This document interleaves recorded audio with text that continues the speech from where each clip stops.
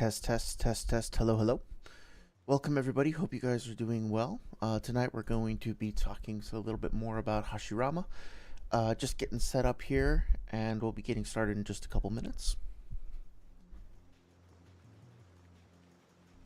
So, heads up in advance, I am feeling a little bit under the weather. I'm not sure what's come over me, so I apologize if I'm a little less energetic this evening, although that might come as a relief to some of you, as I might be a little less intense, I suppose. But we'll see how it works out. Anyway, it's good to see you, Saria. It's good to see you, Luan. Hope you guys are both doing well. Luan, I see your message asking who's Danzo's greatest soldier. I think probably Itachi, although it's debatable based on whether or not you actually consider Itachi to be inherently loyal to Danzo. But I mean, Danzo, I think, initially certainly considered him to be the case if you go off of what's in the novels.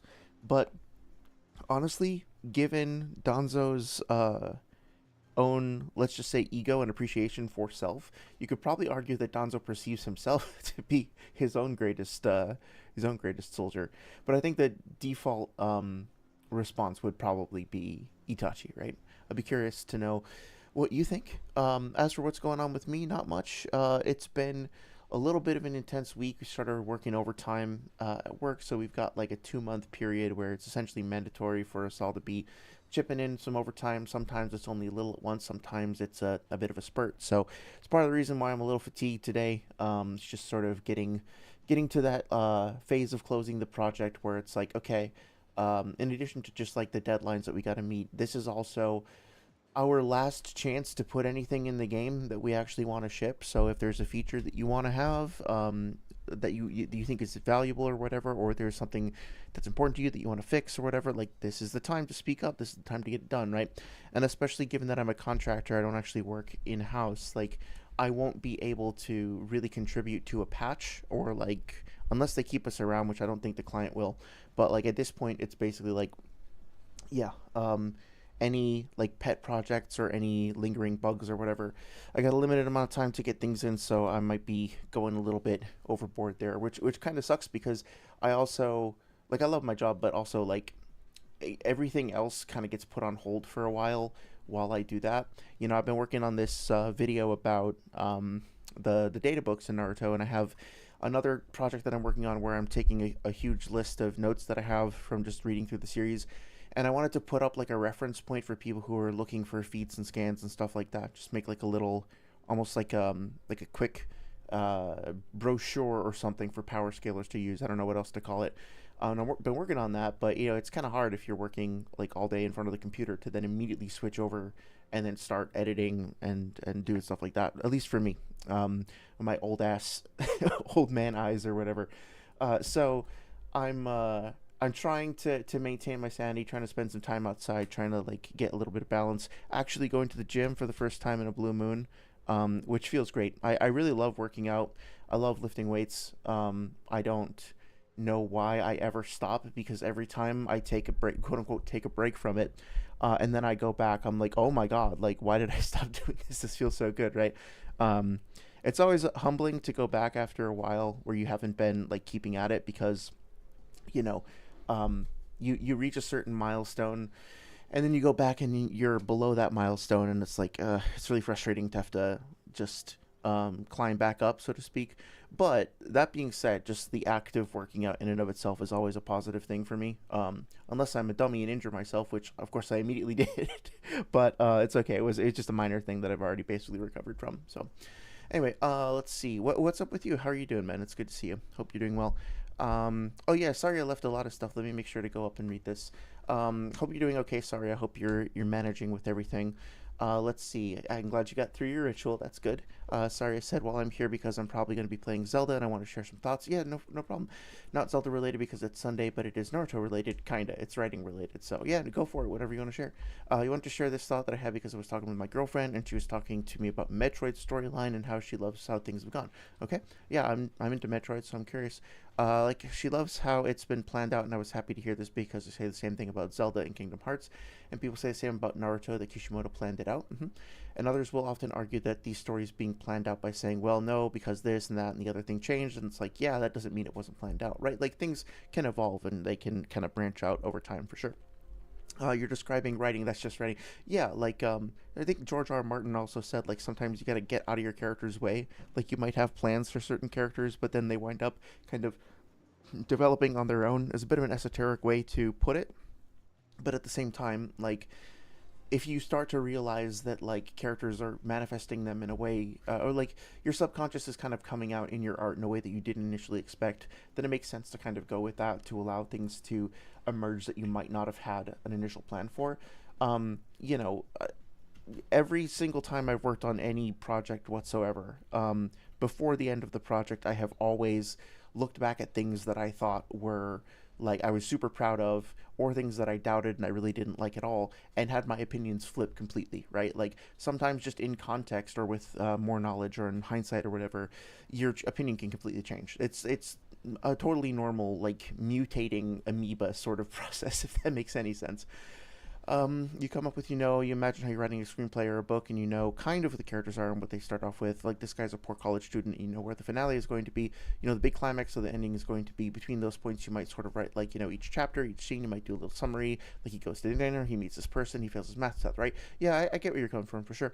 In each chapter, you're writing maybe a little paragraph, and then you get to them, and you flesh them out, and you add more and more details to sort of, make the story make sense. And you get to your summary of chapter 9, you've written the first 8 chapters, and you see a little paragraph that you left for yourself, 6 months ago when you first wrote the outline, and you realize that the story you've written up to this point can no longer meet up with where you had originally planned it because it's changed so much. Yes, exactly, right? Like, you can still have that initial vision, the initial, like, aesthetics, the initial, like, overall outline and overall, like, what we would call like pillars in game design, like the core things, or the golden path is a slightly pretentious way to put it, but it's a term that's been catching on lately. Like, these are the things that absolutely have to happen, or that you absolutely need to maintain for your art to maintain its identity or whatever. But beyond that, like, a lot of stuff is going to change naturally over the course of the story. And you're like, oh, well, I guess I need to drastically change what I'm doing because I can no longer follow that path. That's just writing. Every author that has put out a piece of literature, even the most iconic of works, deals with this, because if you plan out every single minute detail, you might change your mind when you actually start writing. That doesn't mean that things were written poorly or that you didn't plan for it, just that you made new details you didn't think you would. Okay, gonna go game. Oh, yeah, so, well, first of all, I hope I hope you have fun gaming. If you do get to this carry script, I would love to see where that goes. I hope you still feel motivated and energized by that topic. It's always cool to hear your thoughts on it. With regards to the writing thing, yeah, I absolutely agree. I think it's very useful to have an outline overall when going in. I think it's useful to um, make sure that you try to stick to your overall goals, and that you're not constantly rewriting and second guessing yourself and like always shifting, because we have like another games industry term that I picked up is fuck around itis, and I'm sure it like it affects other industries, not just the games industry. But the boss on my first project was like, y'all are suffering from fuck around itis, when we got to a point where like we just we were so nervous about the quality of the game when it came out that we couldn't allow ourselves downtime. We kept like nitpicking, going back and changing things. And it's like, you've seen that clip from Dragon Ball Z Abridged where Cell is like trying to arrange the arena, and there's always like one tile that's out of place, like for the Cell games, or like it's a little too round or a little too square, and he keeps on destroying it and redoing it.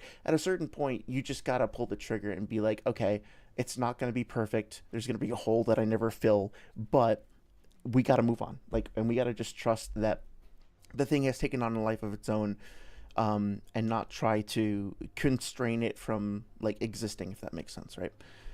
But yeah, have fun with your game. I actually have been playing a bit of Resident Evil Requiem, and man, I have really mixed feelings about it. I'm not going to say anything to spoil it, but if anybody else is playing it, I would love to know what you think, because I can't make up my mind about it. Sometimes I love it, sometimes I'm extremely frustrated by it.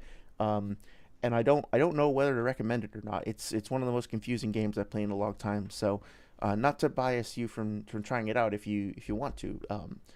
But yeah, I would love to hear what other people think. No spoilers, please, of course. Luan says at Saria, I like to imagine that a writer has an image in their mind of the scene they want to create, and all the steps towards that goal is the story. Yeah, that makes sense. Like, for example, I think the author of Attack on Titan explained in an interview that he was almost locked into the path of the story because the scene he wanted to create of Eren flying high in the sky. Oh, yeah, that makes sense. So, like, that's the other thing, right? Is that if you want to make a story with a twist, generally speaking, it can be really difficult if you change horses in midstream, so to speak. Like if you have done all this work to construct a story a certain way, and then at the end you decide, well, I want to have a twist in there for the sake of being a twist, and then for the sake of there being a twist, like an M Night Shyamalan twist, and then you try to come up with something for the sake of it being surprising or whatever. That's really hard to make work unless you're able to keep all of the details of the previous story in mind. With a 2 hour long movie, it's not that hard, but when you're talking about a series that goes on for seasons and seasons, or, volumes and volumes, whatever the medium may be, it becomes pretty difficult to account for all the plot holes and all the possibilities. So I think that, like, I have my problems with the Attack on Titan anime. I find it extremely frustrating at times, but um, it feels to me pretty clear that there was a lot of stuff set up, that only gets revealed in the end of the series, that is set up from, like, not, if not episode one, season one for sure. Like, I was never when the twists and surprises came out, which I won't spoil for people who haven't seen it, but when they were revealed, I never felt like it was an ass pull, right? And if you go back and rewatch the earlier seasons, it adds more context to the stuff that happened before in a way that makes sense. There's one big exception that I'm still ambivalent about. Again, no spoilers. That I was like, really? Are you sure about that? That one seems a little forced. But pretty much everything else, it's like you can go back to the beginning and you can see that all the characters are acting exactly in line with the twists that come out about them later. And I think it's extremely difficult to accomplish that without planting the seeds as you go. So without having that initial plan, it's like it's a challenge. It's not like it's impossible, but you know, I think Attack on Titan is actually much more enjoyable on a second, or even, yeah, like on a second watch through, because you start to appreciate how all of those little elements were woven in throughout the series. Also, you can, like, you don't have to wait for you know uh, it can be frustrating to watch the series when you're waiting for new episodes to come out every week, because there's so much, like, downtime and, like, flashbacks and not exactly filler, but just like some of the pacing is all over the fucking place, right? So it's a lot more fun to watch if you can binge it, in my opinion. Anyway, Luan Jack says, like, for example, I think the author. Oh yeah, you were saying that. Probably talking about the wrong scene, but the general gist is that the author has seen C at some point in the story, but you build to scene C with A and B, and you sort of get the story from there. Yeah, I think I know what you're saying. Yeah, it's honestly why I love Gege Akutami. Am I saying that right? Answering questions about his characters with I don't know and probably, because as soon as you achieve the goal of creating a 3D character, then that character has their own agendas and agency that shifts the story forward, or story forward.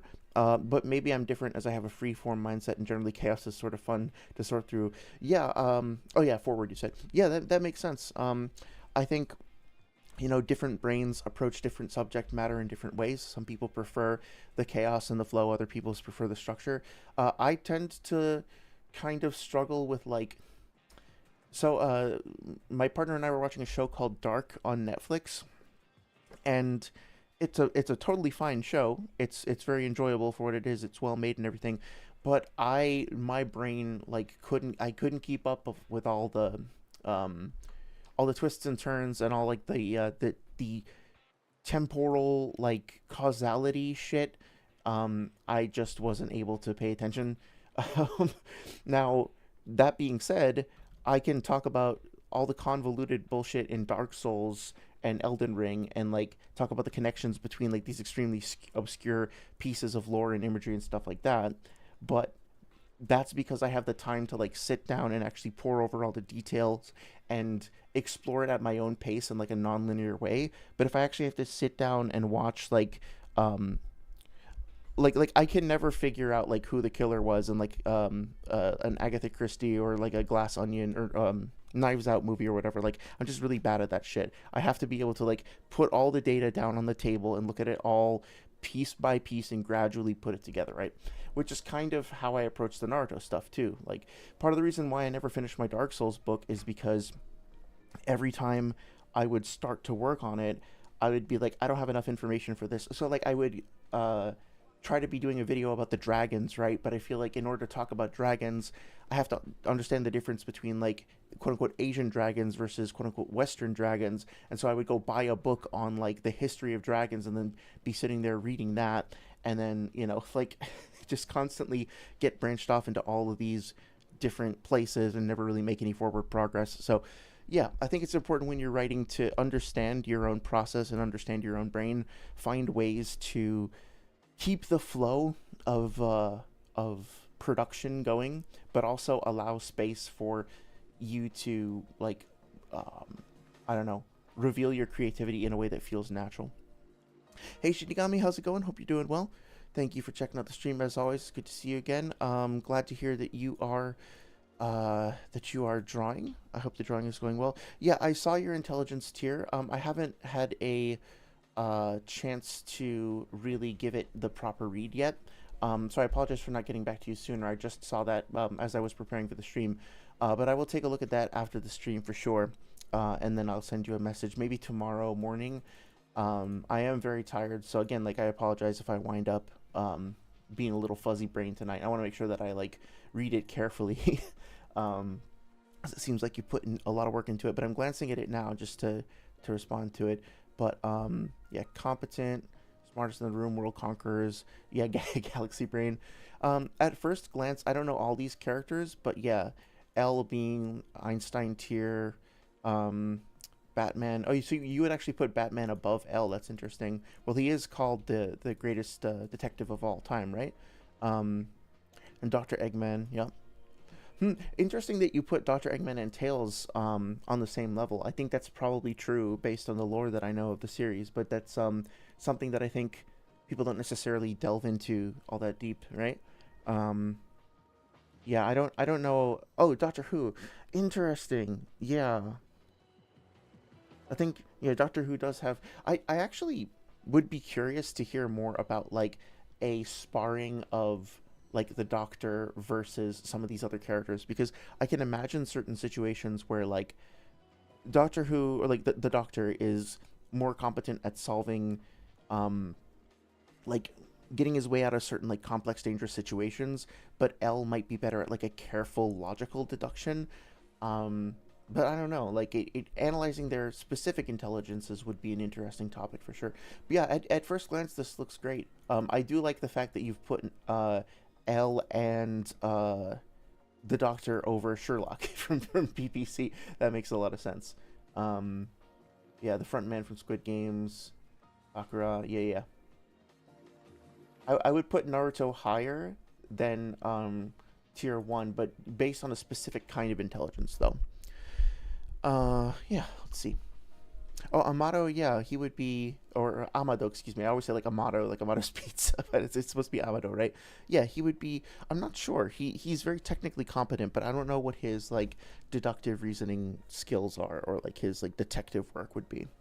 Um, yeah. So Saria, if you can scroll up in the chat, it should still be there available. Saria was making some good points about like planning ahead for writing and how writing can kind of take on a life of its own and evolve over time, stuff like that. Let's see. Oh, Batman does some crazy shit. Yeah, I'm not that into the like. I'm not that knowledgeable about the Batman lore. This is probably a self-report for fans of that universe, but most of the Batman content I've consumed has been from the Rocksteady games. So like Arkham Asylum, Arkham Knight, Arkham City, and then from the recent movies. Although I haven't seen the Ben Affleck ones or the most recent one with I'm blanking on his name, the dude from Twilight, Robert Pattinson. I've heard it's pretty good, but I still haven't gotten around to seeing it yet. So let's see. Where to have Naruto at? Yeah, I think I would bump him up maybe like 1 or 2 tiers, but it's like I he's not. So like I on tier 3, I would like think it's probably fair to put Shikamaru like alongside Light Yagami. But I don't think Naruto has that same kind of intelligence. So probably Well, the thing is, I don't think that he is as smart analytically as Kakashi or Itachi, right? He doesn't have that kind of like academic intelligence. But I can, like, he did successfully fool Kakashi in the round two of the Bell test, right? Like, he has a certain kind of creative, innovative intelligence that is useful in other situations that might be greater than Kakashi's. So it really depends on like what variation of intelligence you're talking about, right? But no, obviously he's not gonna beat like Kakashi in a math exam or anything. Shinigami says, "I am not either, but Batman goes crazy sometimes, even if it's plot armor Hermes." Yeah, that makes sense. Makes sense. Um, cool. So, oh yeah, you think for Eggman I'm gonna change my mind, but Tails probably. Yeah, I think Tails's genius kind of gets underplayed a little bit, but I think that can largely be attributed to the fact that he is kind of a more humble, like shy character anyway. But I mean, like he does have some pretty. I don't know if he has like the AI wrangling feats that that Robotnik does. Honestly, um, you know, he's mechanically very talented, and he's shrewd and intelligent, but when you consider all of the things that Dr. Robotnik has created, including um, like the egg carrier in the Sonic Adventure games I'm thinking of, and the entire fleets of like sentient robots and shit, and like roboticization, like there's a lot of stuff that if we're taking it out of the context of like his evil bullshit, right? He actually does come up with incredibly innovative technology, like the Death Egg, for example. Like I don't know if Tails is ever gonna pull that off, even if he didn't have the moral scruples that he does, right? But maybe he's smarter in other ways. Let's see. He's a really good inventor and messing with esoteric abilities like karma. Oh yeah, yeah. He seems very skilled in bioengineering, and generally, to me, he seems on the same wavelength as Shikamaru in most instances. You're talking about Amado. Yeah, that's fair to say. I think that's a good assessment. Shinigami says, I'm trying to be all consuming for all aspects: cognitive skills, emotional intelligence, social intelligence, deception, manipulation, reasoning, thinking, planning, strategy, and so much more. That's great, actually. I think it's great that you're looking at all of those different things in the Gestalt, so to speak. Because, yeah, like we talked about before, there are different forms of intelligence, and different types of intelligence can also play off of each other in interesting ways. So, looking at them as individual components, but also looking at them as like a whole tapestry and how they inform one another, I think can be a very powerful way of investigation.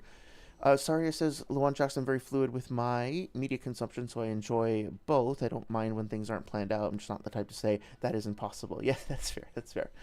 Saria also says, but I also love when a story is planned out because I get to go back and look at things through a new lens and be like, oh, that's how this works here and there. The only time I won't really take apart in a story if there's essay because I just don't want to see it. Like, I bet people get mad at me for saying I dropped Berserk for this reason. I'm like, yeah, no, that's totally understandable. Saria says, I did. It makes me uncomfortable. Like me dropping Joyful Reunion a few weeks back, it made me uncomfortable. Yeah, that's totally understandable. So this is probably a topic for another stream. Um, Talking about stuff like that can get pretty intense. But yeah, I think I have a couple of friends who have, let's just say, different approaches. Some people, like one of them is very much like, I don't think this stuff should be portrayed. I think it's kind of callous and crass to even have it in a manga at all. It's not the right medium to have this discussion. Others are like, I want to see it portrayed more because I want it to be like something that people feel more comfortable talking about and seeing representations of.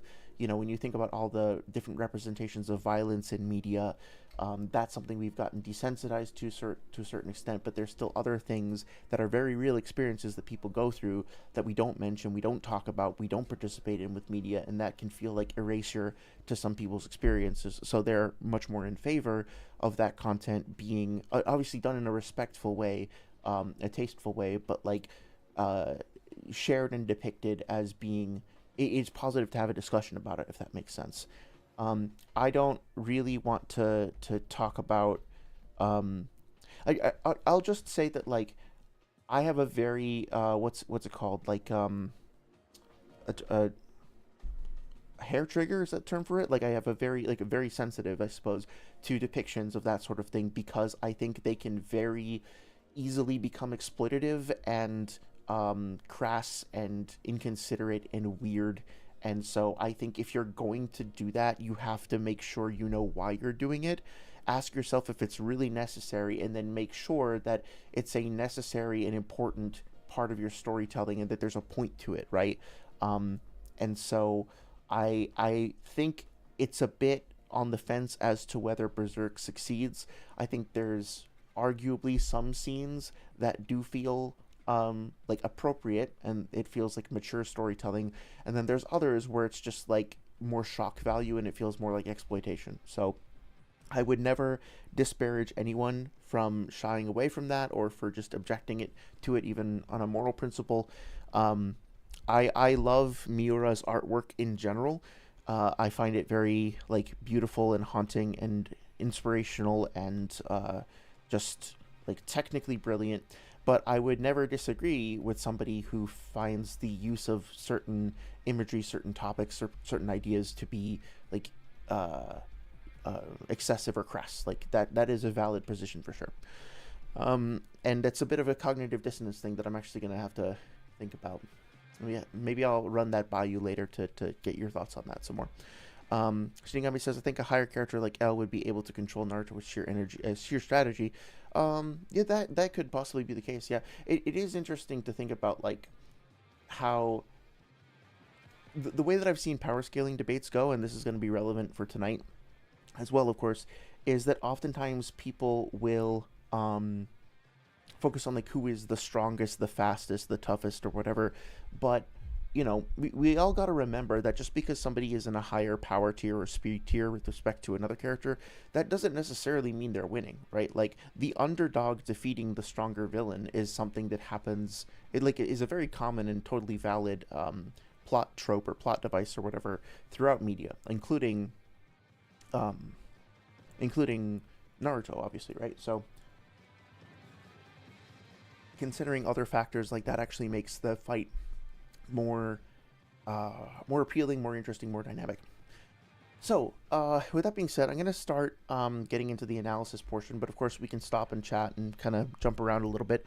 I went back and forth about the way that I wanted to run tonight's stream, and I think the thing that I want to do is I want to go to Sage's video on Hashirama, and start responding to it. And then at certain times, I'm probably going to break off and talk about moments from a couple of debates. The goal here is less to debunk the video per se, or attempt to, if I can be so bold as to say that I'll debunk it, and more to just look for, let's just say, like, I gotta phrase this, like clues as to how do we talk to each other about this stuff, clues as to the sorts of argumentation that people use to try to clear points, and then how that can sometimes be in conflict with the source material. So it is going to be a response to Sage's video.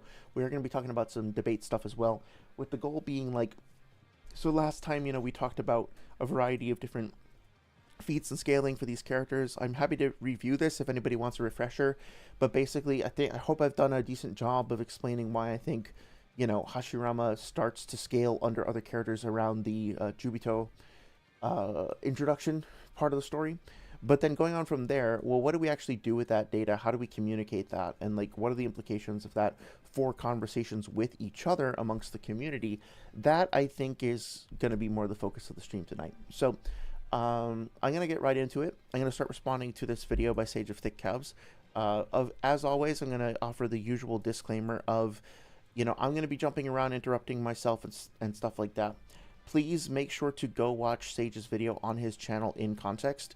Obviously, I disagree with a lot of what he says, but you should always consider listening to the content creators' words from them directly out of respect, and to make sure that I'm not taking anything out of context or misrepresenting anything unintentionally.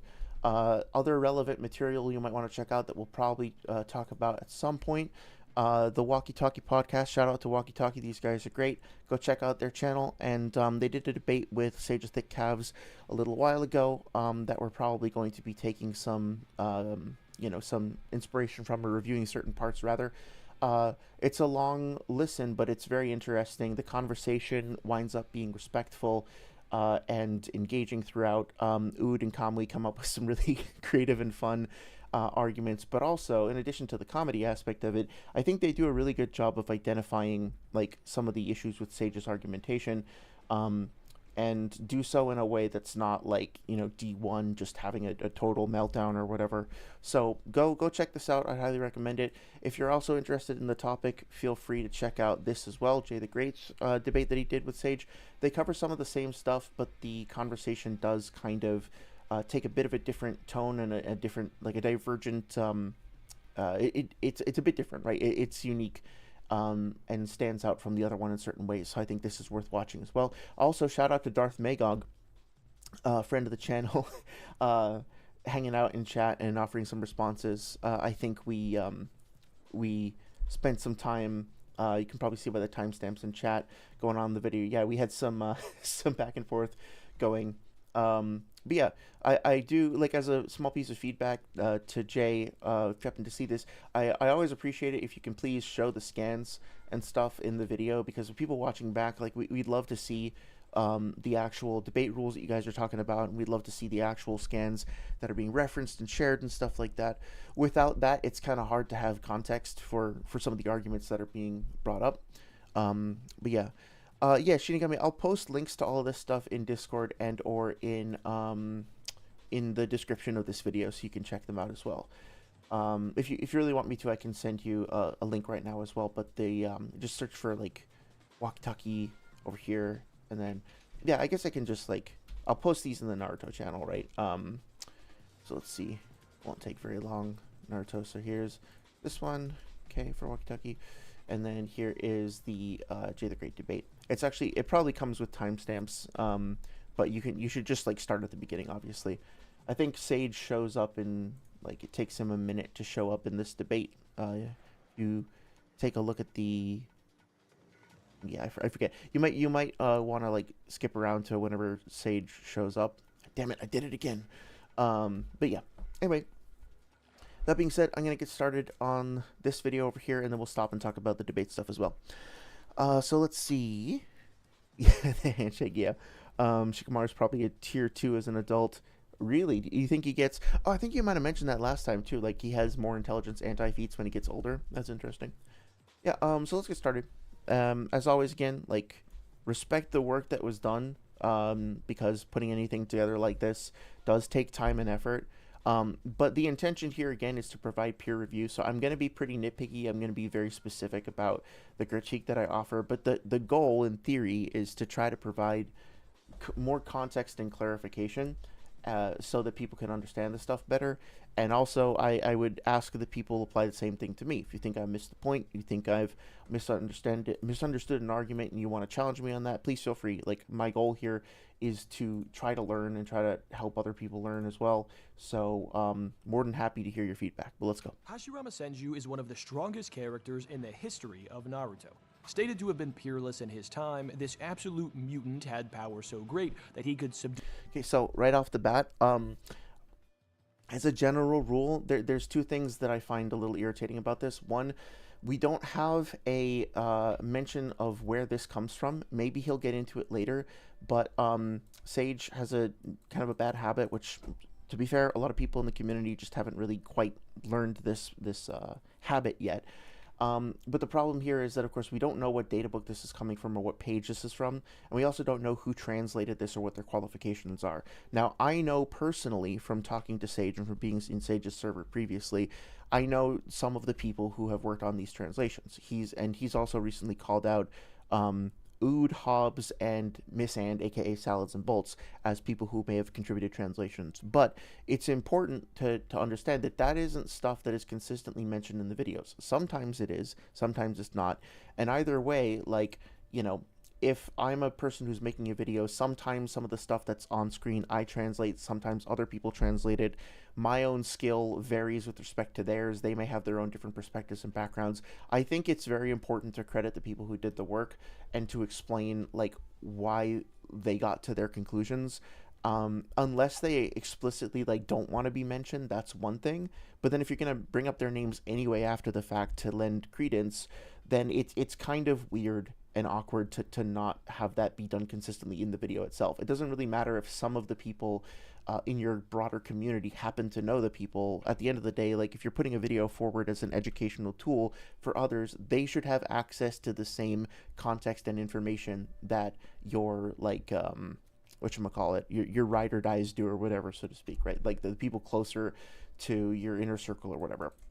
Now, that being said, it's also extremely helpful if you can put the page number and the volume that this is from, because again, like people should be able to locate this and to delve into this and confirm it for themselves and not.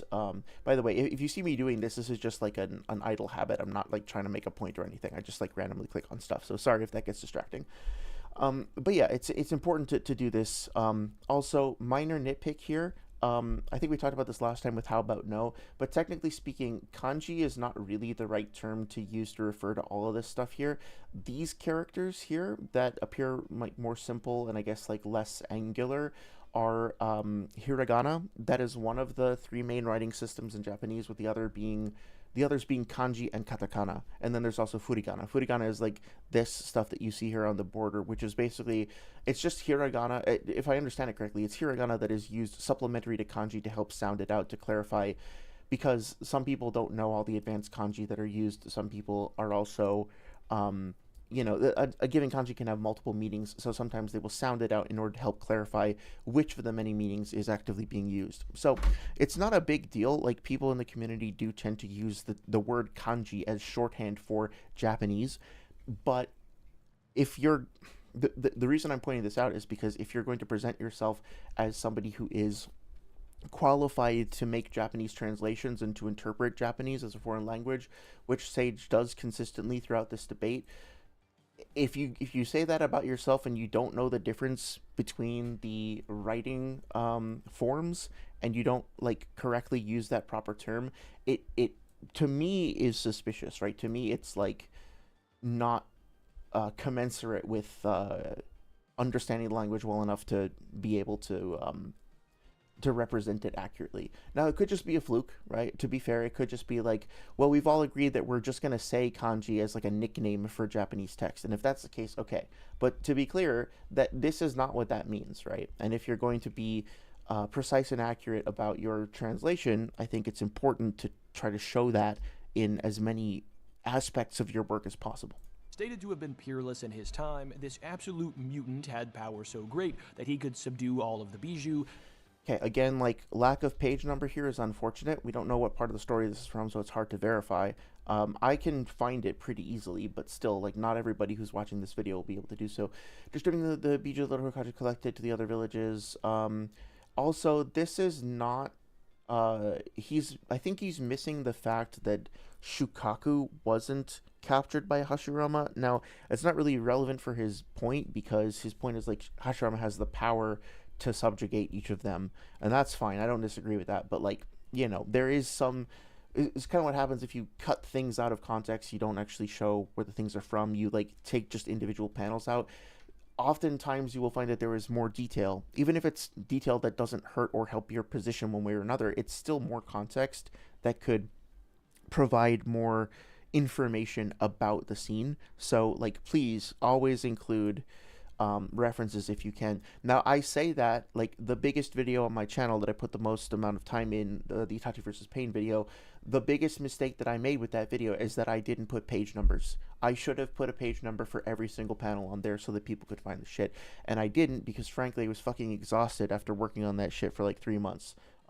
If I were to do it again, I would like take a week off and like not touch the project for an entire week, not do any editing, and then come back and just like power through it and put page numbers for everything, which technically speaking I could still do, because all the images themselves have the page numbers and the file names, because the people over at Weeb Central are fucking awesome.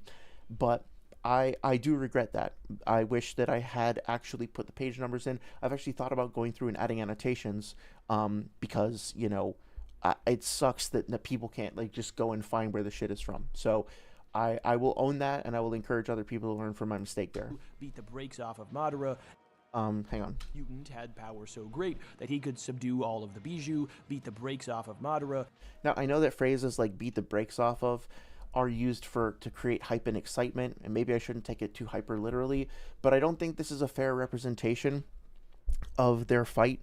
Beat the brakes off of, I wasn't familiar with this expression, so I looked it up, and I guess it's like a slang term that specifically means like to totally overwhelmingly kick the shit out of, right? So Hashirama and Madara fought evenly. Obviously, Hashirama wound up beating him, and there's arguments that Hashirama was stronger at the Valley of the End. I happen to agree with that perspective. But saying that he beat the brakes off of him, not true. I mean, Hashirama was pressured. He was fatigued.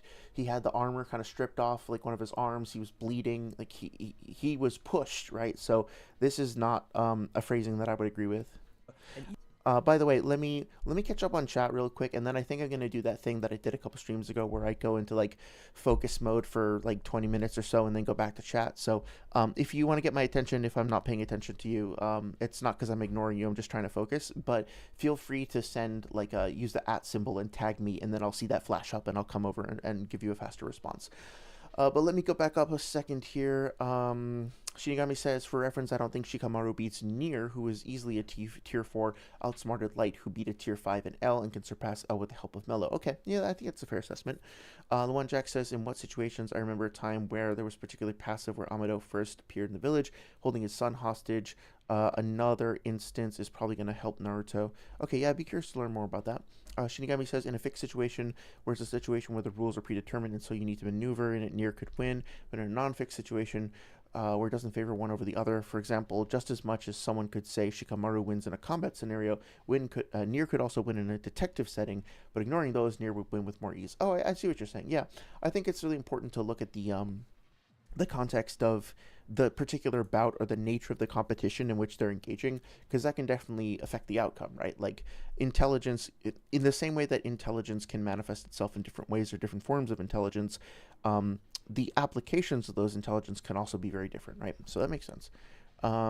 Let's see. Shinigami says, I agree with you, TBH, on Sage, how Sage presents himself. He should have a higher standard.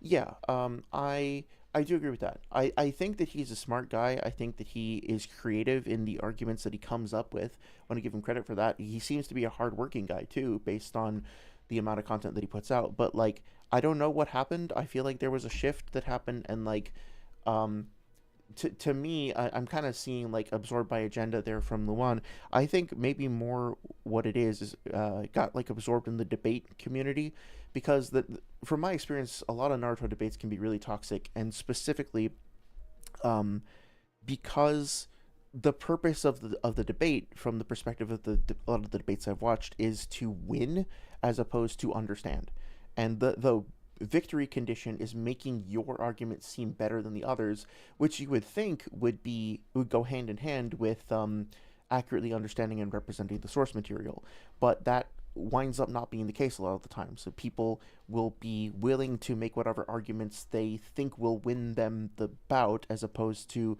genuinely understanding stuff. Now, sometimes that can be fun in the context of like an honest underdog or devil's advocate position type argument, like we talked about last time. That can be a fun exercise, but it's really easy to like accidentally cross over into misinformation. And then once you start winning with that meta, it's kind of hard to stop your momentum, and then it kind of like spills into other parts of your life, right? So one thing that sometimes I have a little bit of self-doubt, to be perfectly honest, about how much time I spend talking about this stuff. But one of the things that I've gotten out of this, spending all this time on Naruto over the past couple of years, is that I'm much better able to realize just how much like manipulative and evasive language people use in day-to-day life, including catching myself doing it unintentionally from time to time. Like, there is, but in a professional context, like at work, the ways in which people like deflect criticism and like try to shift the blame onto other people and just navigate through conversations by attempting to win in a certain sense, as opposed to genuinely trying to resolve things. Obviously, it's not everybody, but man, this shit is all over the place. And like, I didn't realize like that these tactics, these meta strategies, are everywhere, and they are very at odds with genuine understanding a lot of the time. So that is sort of an unfortunate thing, because I feel like engaging in the Naruto content, Naruto is a very hopeful, very upbeat, very optimistic series overall, but especially Naruto himself as a character. But I feel like I've been made more cynical over the past couple of years as a result of this, which is sort of unfortunate. But hey, I guess I had to like wake up to it sooner or later, right? But anyway, Luan says he's gotten absorbed by agenda. I saw it coming with Minato. I would be curious to hear your thoughts on the whole Minato thing. But frankly, like Sage recently in an interaction I had with him, like said that I am biased, I John am biased, and I have a specific agenda, and it's like I don't know, I don't see myself that way. But to be fair, we all have our biases, and we all probably have agendas in the sense of the that we want to accomplish certain things, want to get certain things across, we want to persuade other people certain things. Um, I don't think that necessarily matters. I think what like if you know that somebody has a specific goal in mind and that goal is at odds with the truth or fairness or whatever, then it's fine to call that out. But that being said, having an agenda in and of itself or being biased in and of itself doesn't mean that you are wrong. I think that everybody should be aware of their own biases and that they should try not to let their personal agendas interfere with their discussions, the way they engage with other people. Obviously, like be fair, be reasonable, treat other people with like the same respect you would hope to be treated. But at the same time, like I can be the most biased person in the world and still happen to be correct about something, which is why I really don't. I really wish we could just focus on the like as a community on the arguments themselves and leave the personal stuff out of it. It's not like there's anything wrong with calling it out. I think we need to, yeah, we should be aware of our personal biases, and like if we catch each other being biased, call each other out so we can learn and grow from that. But also that shouldn't happen at the expense of discussing the actual arguments is what I was trying to say. Let's see. Saria says that's how I feel. How you're currently feeling with your carry video. I'm also just considering just talking in French or Italian because speaking in English is so exhausting for me with the accent and everything. Well, yeah, that's totally understandable. I will say that YouTube does have the auto dub feature. You could probably also ask a friend or even commission somebody to record a dub for you in another language. I think YouTube supports that feature now. So yeah, I would say, and also keep in mind there might be a French audience that would genuinely appreciate you rendering the voiceover in your native language. So I would say do what feels most fulfilling and what you're going to be most proud of after the fact. What if you think of this thing and you're like, I really don't want to do that, it doesn't bring you joy, it's like just going to be a huge pain in the ass. Unless it's really worth it, then no, just like do what feels fun, do what feels natural. I guarantee that there's an eager community of French gamers out there who will, or I guess, this is for Carrie, right? So French film buffs for sure. Like the French love cinema, right? As a general, well, maybe you can correct me there. Obviously, it's not appropriate to talk about a whole culture as a monolith, but yeah, like French, good. Speak it if you like. Trying to be encouraging. Saria says, I hate having to do double takes on things because of my pronunciation. Even if it has gotten better, my accent isn't as thick as it once was. It's still exhausting. That's totally understandable. I think you're too harsh on yourself personally. Like when I listen, when you say, oh my god, I'm so frustrated by my accent, I hated it in this video, and then I watch your video, I'm like, this sounds totally fine to me. But like here I know what it's like to listen to your own voice and then like hear all the imperfections and all the ways that you wish it could be better. So at the end of the day, it's about like what you are proud of and what you're comfortable with. I hope that you know that, at least from my perspective, you don't sound as rough as maybe you think you do. I think you sound totally fine, and it's actually kind of like it could actually be perceived as a positive that you have an accent because it's something that gives you like a unique sound. But at the same time, like, don't take that as pressure that you have to perform in a certain way, right? Do what feels right. Shinigami says, though I should point out, even if it's a situation Nier or Shikamaru haven't faced, like detective work or combat, if they do have a feat for it, they could very well adapt to make up for it. Yeah, adaptability is a form of intelligence too, for sure.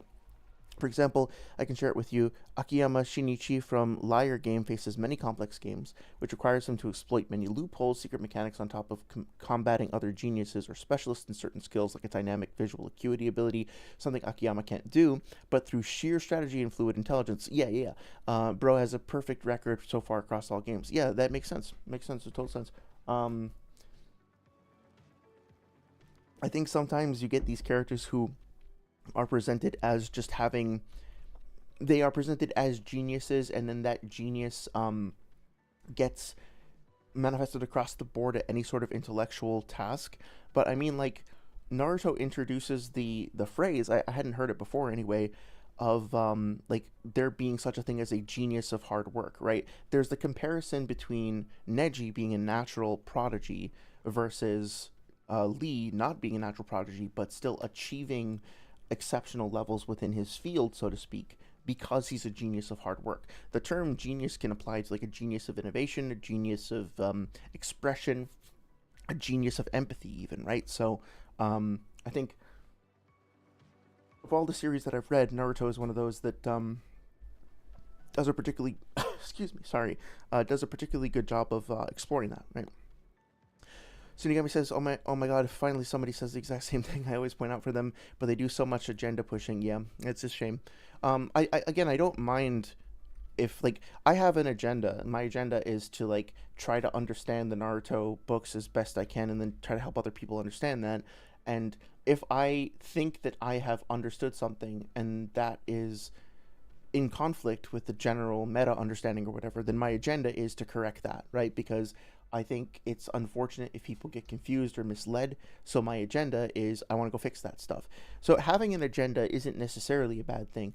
It's just when you prioritize the agenda at the expense of truth, accuracy, fairness, or whatever, right? Like maintaining the agenda is our top priority. It's when you sacrifice the like accuracy and fairness on the altar of agenda, that's when it becomes a problem. So I try to avoid that, but we're all guilty of it to a certain extent, right? We're only human. Let's see. If a close friend does claim I'm being biased, I will consider for it and adapt, trying my best not to be as biased as possible. Yeah, that's something we should all be aware of. We're never going to be totally free of biases. We are human beings that view the world through subjective lenses, but because of that, we should just like try to be aware of that and try to catch ourselves if we can. I don't expect anybody to be perfect. I'm certainly not. I didn't even say that sentence right, right? But I do expect like a certain amount of humility and willingness to adapt and to grow. And hopefully I successfully apply that to myself as well, though you guys will have to be the judge of that. The one Jack says it was when Virtue's Minato versus Tobirama video dropped. I was there for the origin of the subspace arguments.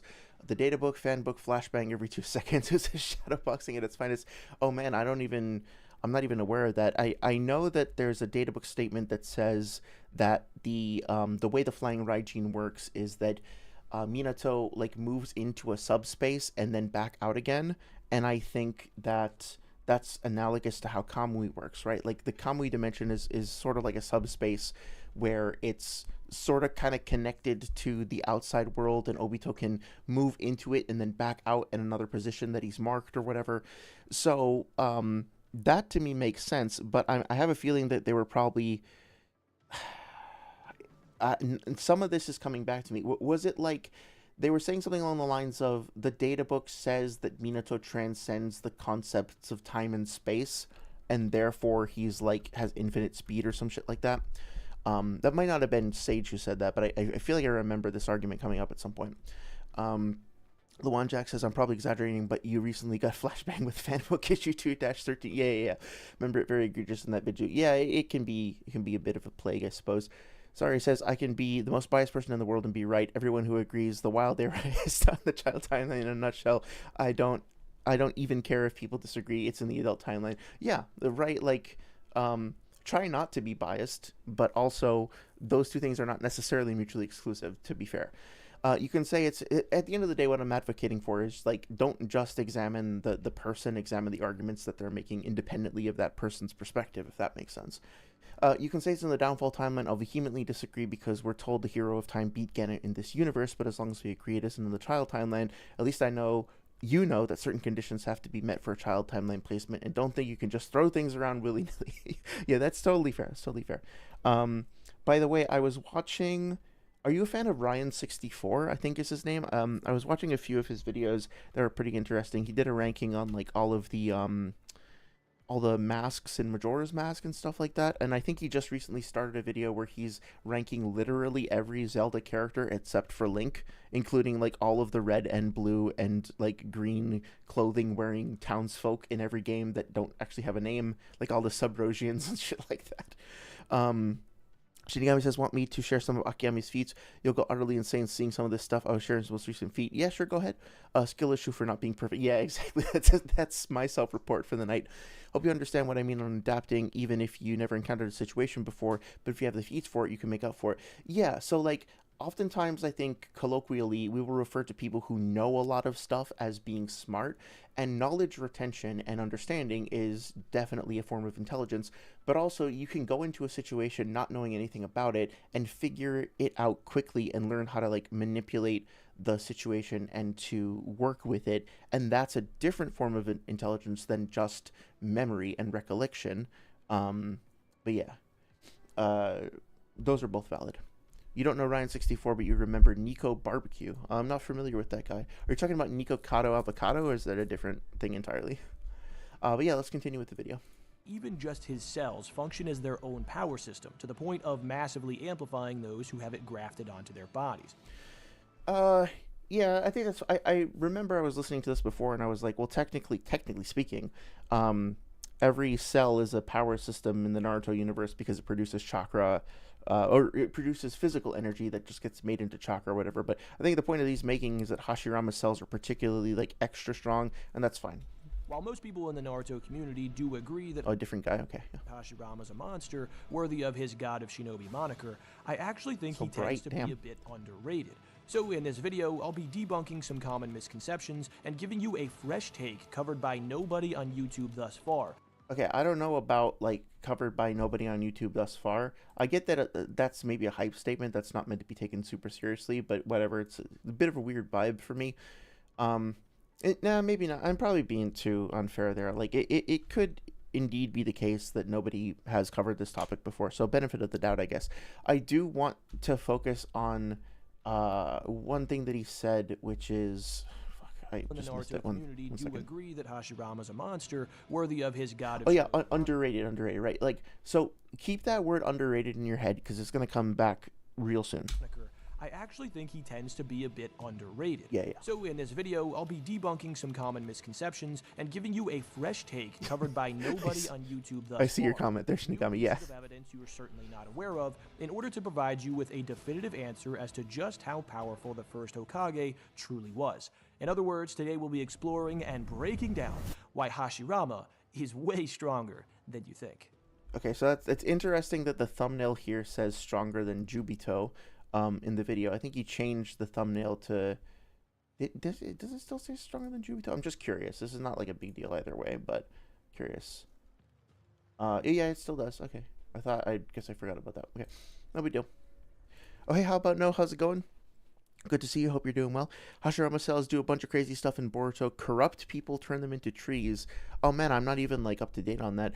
I know that there was something with like Nue in the anime where like one of the members of Root had like a Hashirama cell tattoo or something right on their back, and then that had a connection to Kaguya, but it's been a while since I've seen that whole arc, so I don't recall the details. You probably know much better than I do.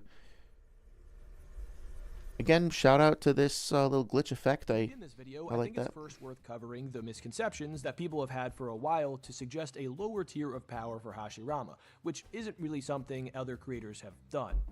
Okay, so the claim here is that Hashirama himself is underrated in general by the community, and that apparently other content creators haven't like addressed the fact that Hashirama is supposedly underrated. Now, no hate toward. Okay, now I want to point out a couple of videos here, right? So he shows a clip where he shows Naruto explained how strong is he, Hashirama video. This motherfucker, whoever that is, like the first Hokage, is overpowered. And then how strong is Hashirama Senju by Thunder God? Okay, now let's let him finish talking before I talk about these videos, but keep this in mind. Towards those who have made Hashirama scaling videos before, but it tends to be the same redundant, overly saturated garbage that just gets recycled and regurgitated into your brains like a rhetorical mama bird feeding her babies. Okay, so what a great way to start the video, right? Like, I don't want to, I'm talking as Sage here, right? Like, I don't want to be disrespectful towards other Naruto content creators, but nobody else has made the arguments that I'm about to make. As a matter of fact, all the other content creators have done is they have eaten trash like fucking Danny DeVito from fucking It's Always Sunny. They've eaten trash and then they've barfed up the trash into the mouths of their viewers. So I'm sorry. Let's see who it was. I'm sorry, Thunder God. I'm sorry. Well, Seth, I won't disagree with. I'm sorry, Captain Cat. I'm sorry, Naruto Explained. But you guys are all trash eaters who throw up trash into the mouths of your dumb little baby bird viewers. But no disrespect. I mean, I'm not trying to hate on you. You're just trash eaters. You're just trash eating, barfing trash birds. I mean, like, what the fuck, dude? Like, why would you throw that out there like that? But out of curiosity, I haven't had time to go through all of this, right? But I have checked out. Unfortunately, I can't believe Sage. Like, fuck you for actually making me give this motherfucker a click at all. But okay, like, I did actually watch this video. I got through most of this. I haven't gotten through all of it yet, though. I watched through TG's video, and then I had started. I thought I had started Captain Cats. Yeah, I got through the first couple of minutes, but I ran out of time. Right. So, in my assessment, these are very different videos. Seth's video over here, he goes through the history of the of Hashirama and Madara's backstory for the most part.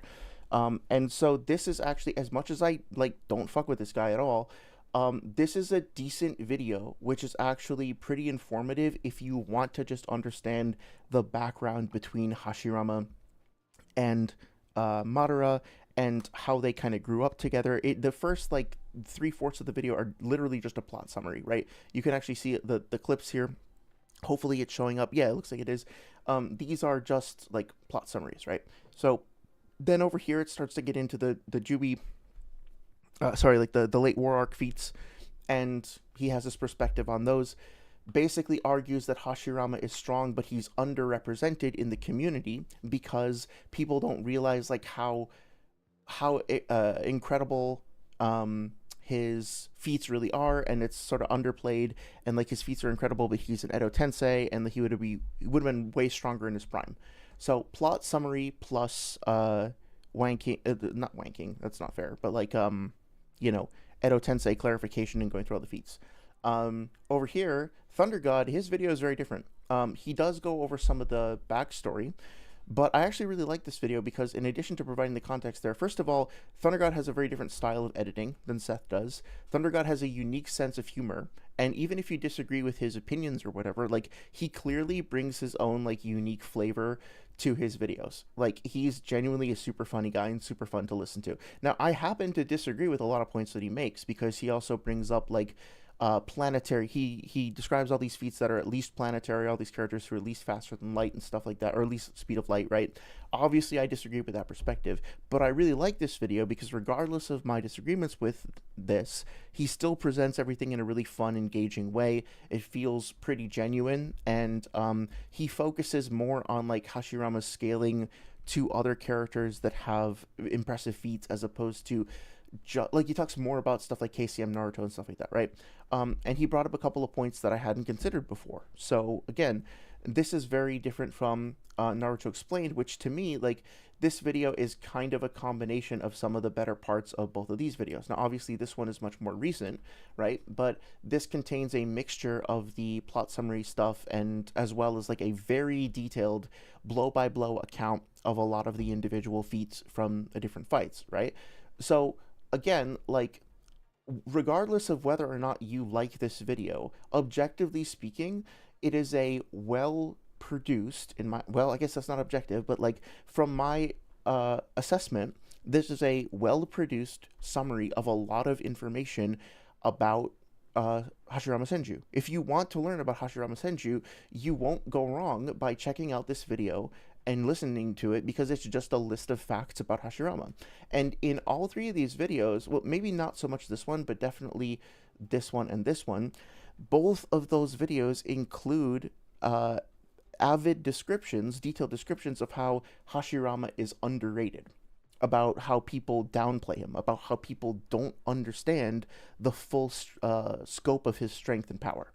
So not only is it not true that these videos are just like baby bird regurgitations, maybe he's talking about other videos, but these are the ones that he showed on screen, but it's also not true that this section of the video is unique because, like, 3 out of the 4, I think, like, I started watching Captain Cat's video too, but I can't say that much because I haven't finished it. But like, there's so much, Prime Hashirama is broken, right? Like, a lot of people do, like True Power Explained, etc., do seem to have the perspective that Hashirama is underrated.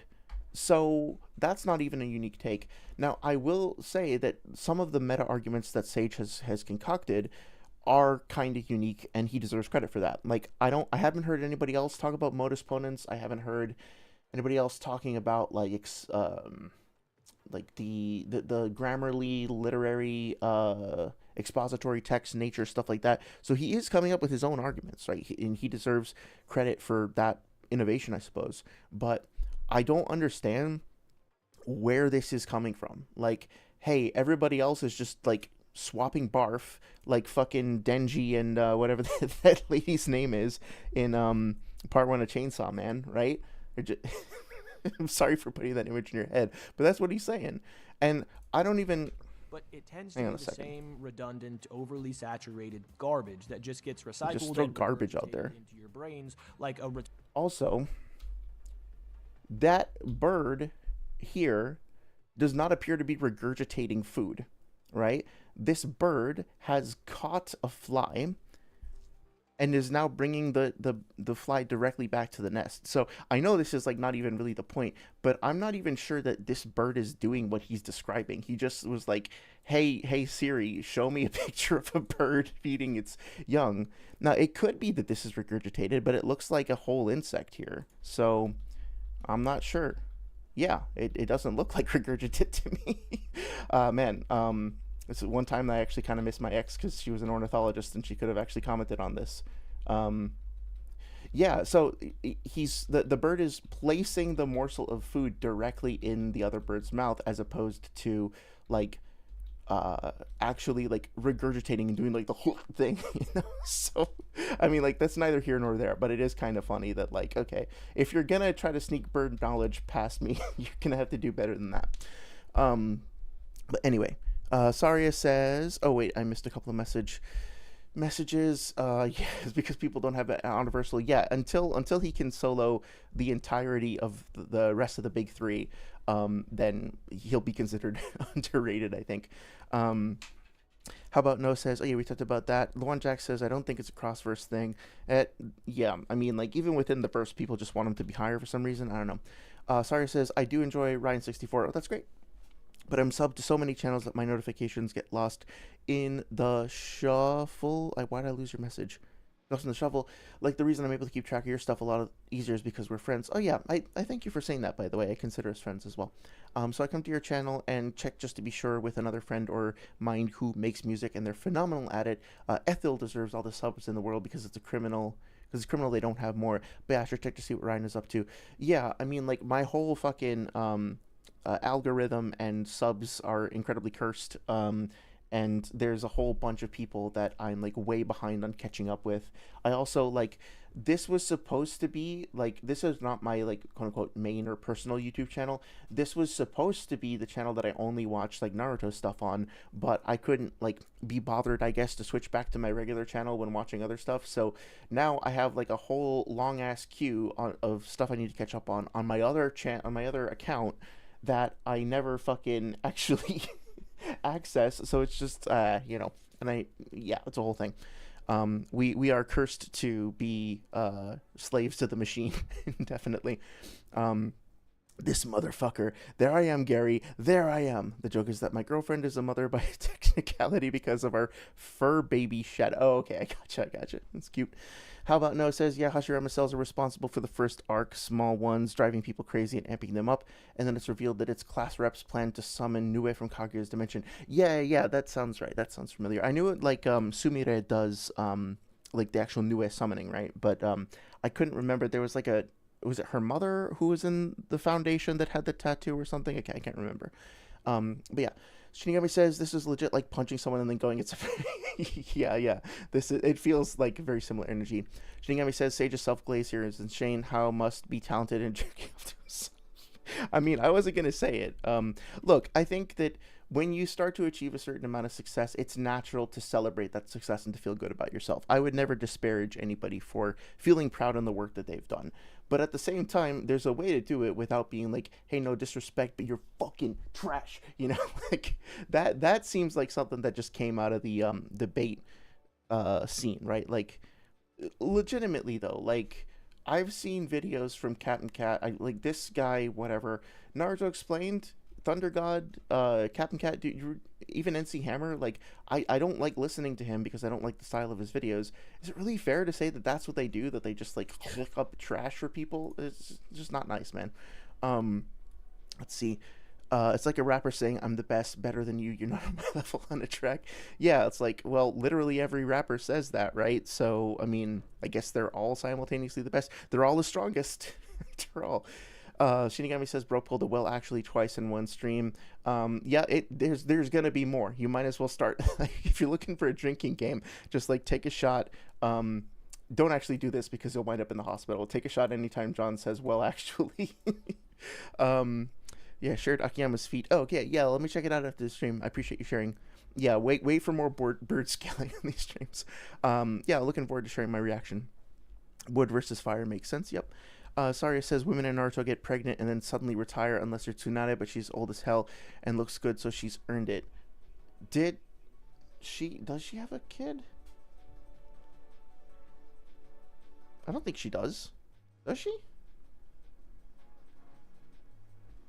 Oh, I don't think so. I'm having a major like blank. Maybe she does. Naruto fans about to tell you by not having Hashirama win a negative diff versus yeah against Darkside. Yeah. They then glaze the whole versus 20 minutes. Yeah. This is a very common thing. What you're going to be receiving today. You're on Sage's channel. No regret. Oh, okay. So yeah, I thought so. Babies. That's not what you're going to be. Yeah, I don't really drink much either, like very, very rarely. And anytime I do, I just get sleepy and I'm really boring, so. Be receiving today. Oh, unless you're Tsunade. Okay, I gotta read all the words, my bad. You're on Sage's channel. No regurgitation, just a nuanced, fresh perspective based on information you definitely haven't heard before on the power of the god of Shinobi. But I mean, like, as a paid subscriber of his channel, who's been watching, or like former, who's been watching his stuff for over a year, like, that doesn't check out to me. As a customer, my customer review would not describe the content that I have seen in that way, but that's just my opinion. With that out of the way, let's start with the supposed relativity to Madara. This is just blatantly not the case. First of all, Hashirama did just beat to Madara. Wait, what was that? This is just blatantly not the case. Oh, I was curious about what this was. I thought it was like a potato on fire. First of all, Hashirama did just beat Madara 3 separate times in canon, with the only L he took being because Madara already had a win con in place prior to their battle, with Hashirama having Rinnegan rods planted in his back from their previous fight. So this is a weird way of interpreting that victory there. Like, Madara and Hashirama were fighting each other, and Madara managed to overcome Hashirama sufficiently to be able to plant rods in his back. So, like, yes, Hashirama then supposedly, like, constricted him with the deity gates after the fact. I don't know where it was. Yeah, is it over here? But then also, we have this moment where Madara's, like, not particularly bothered by that. So I don't know. I think there's some context. Like, if you want to argue that Hashirama beat Madara because of this, I can see where you're coming from. But also, like we talked about last time, Hashirama gets impaled by Madara's chakra rods. And then while Madara is coiled up in the dragon, like, Hashirama doesn't finish him off himself, right? He's, like, panting. He's, quote-unquote, wounded with the rods in his back. And Naruto throws the big-ass Rasen Shuriken at him. And then Hashirama has to put the deity gates on top of him. So it's like, it's not even just Hashirama fighting him on his own at this point, right? So I don't know if I agree with that. I don't think that he canonically wins this bout either. It seems to me like Madara is pressuring him pretty significantly. But again, like, not to be that, well, yeah, to be that guy. Losing a fight to somebody does not necessarily mean that person is stronger than you. Right? Like, you can be stronger than somebody and still lose. So if what we're evaluating here is the term stronger, and this time I am actually highlighting it for a reason, then this isn't necessarily relevant. Which allowed Madara to restrain him with his chakra, preventing Hashirama from moving. In the previous 3 rounds, the first one ended with Hashirama beating Madara so bad. Oh yeah, we talked about this too, right? Like, I don't know if it's a fair assumption to say that Hashirama and Madara, like, based on our previous discussions, I think I came to the conclusion that Hashirama is over Madara, like, at any point where they fight when they're alive. However, as we might recall when we talked about this, look at the scene over here, right? Like, Tobirama is there with Hashirama. Madara, I think, is on his own, right? At this point, Madara has defected from the village. Like, his clan has abandoned him, and when he shows up to fight Hashirama, there are clearly other people on the battlefield, and ultimately it's like Tobirama who starts like dashing towards Madara to finish him off. So is it possible that like it was just Hashirama and Madara who fought each other in a straight up clash? It's possible, but I think when we looked at this previously, we saw that like Tobirama had some scuffs on him. He was like a little bit he looked like he had been fighting. So I don't know if that's necessarily the case, that it was just a straight up clash between the two of them. Badly that Madara is left lying on the ground after a day, while Hashirama is perfectly fine. Well, again, perfectly fine.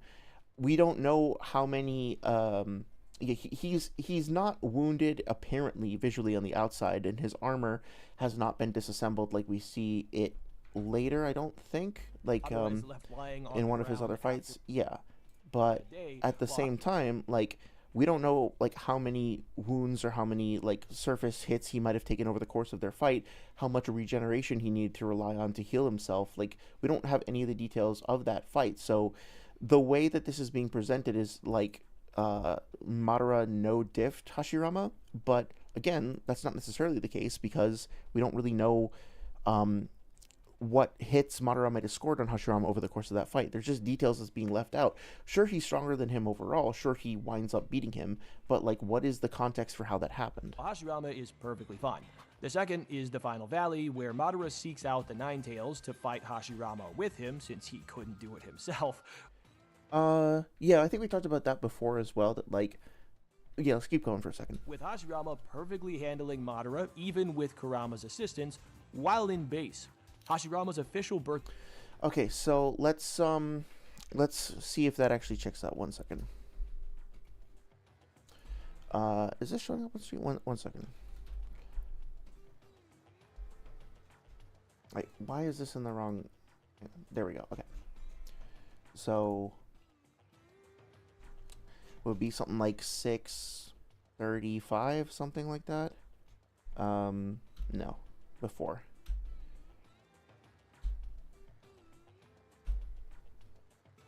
Yeah, sorry, it was way too far ahead. I should probably just jump here so I don't get rate limited. Okay. Oh wait, no, damn, where exactly does this shit take place? This is all over the place. Okay. So I wanted to look at something here and see like how they were dealing with each other in base, right? So here they are fighting with each other. Majestic Attire Susanoo. Hashirama is responding to what Madara is doing. That's fine. He can read your sword swings. Okay, they're going at it with each other. I guess you could say he's responding perfectly, but he's also not winning, right? He does eventually,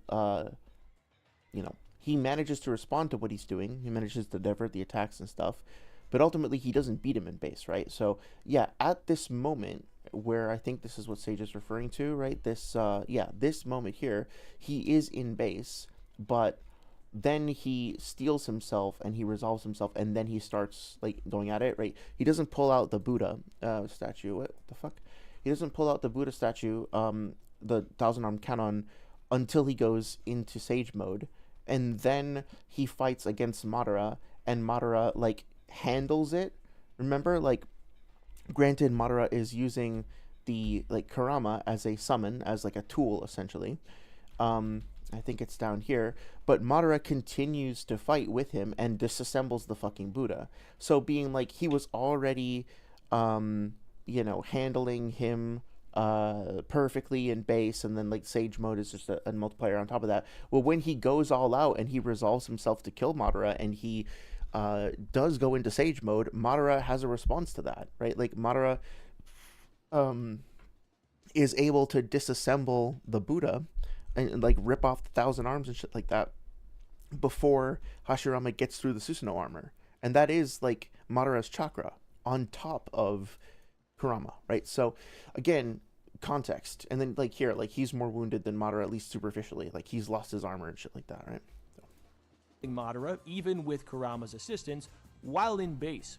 Hashirama's official birthday. And with Kurama's assistance is a weird way of putting it. Like we talked about before, it's not like Kurama is just volunteering his help, right? He is specifically, he's been summoned in, presumably. We have a precedent, at least for Madara, like trying to summon Kurama at the beginning of the war. So it's established that he has a summoning contract with Kurama. Not 100% sure on this, but I interpreted that as like he summoned Kurama to the battlefield as opposed to just walking around with him. And then he also had Kurama under Genjutsu. So no, he wasn't being assisted by Kurama. He was using Kurama as a tool. This is the birthday column. Again, no citation, but whatever. Hashirama fights back against Madara with the full force of his wood-style ninjutsu. Except he's not in Sage mode here, so I don't think he is using it in this particular moment, but whatever. Even with Madara controlling the Nine Tails, the two are evenly matched, unleashing moves so intense that they alter the surrounding area. Yeah, like Madara is controlling the Nine Tails. Like Kurama isn't helping him in that particular way, right? It's also important to note that in the 4th data book, I think we have the statement in Madara's profile that says Madara and Hashirama are equal in strength. A paper-thin difference decided victory or defeat, right?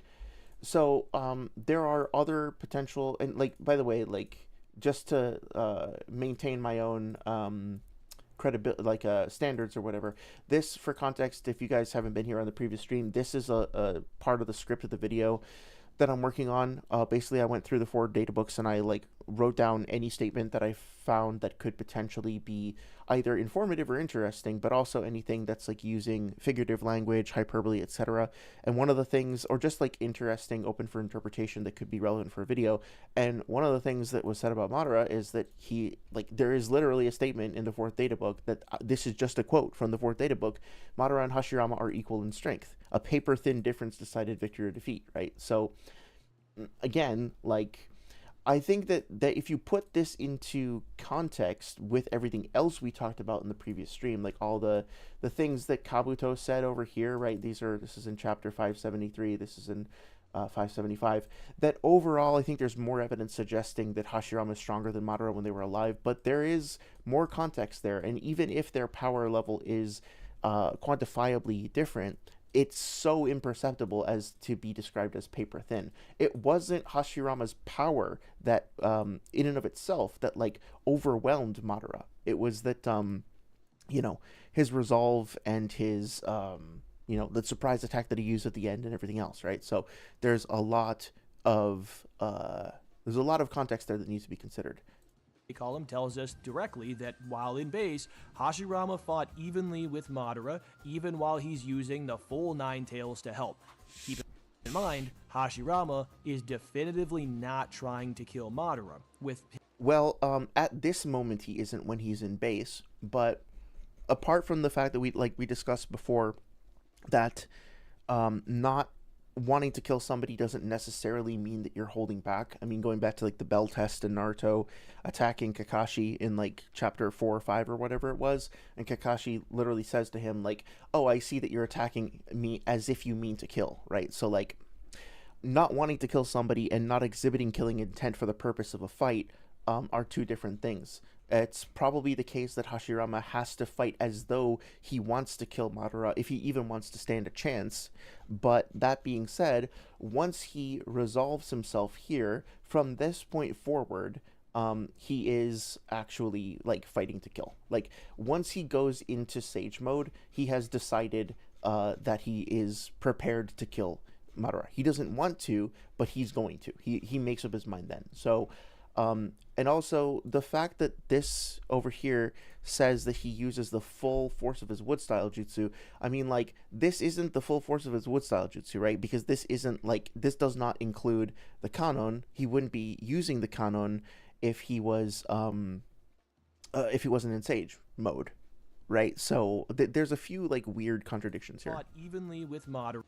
Let me go ahead and catch up on chat because I see it's kind of stacking up a little bit. I don't want to ignore you guys for too long.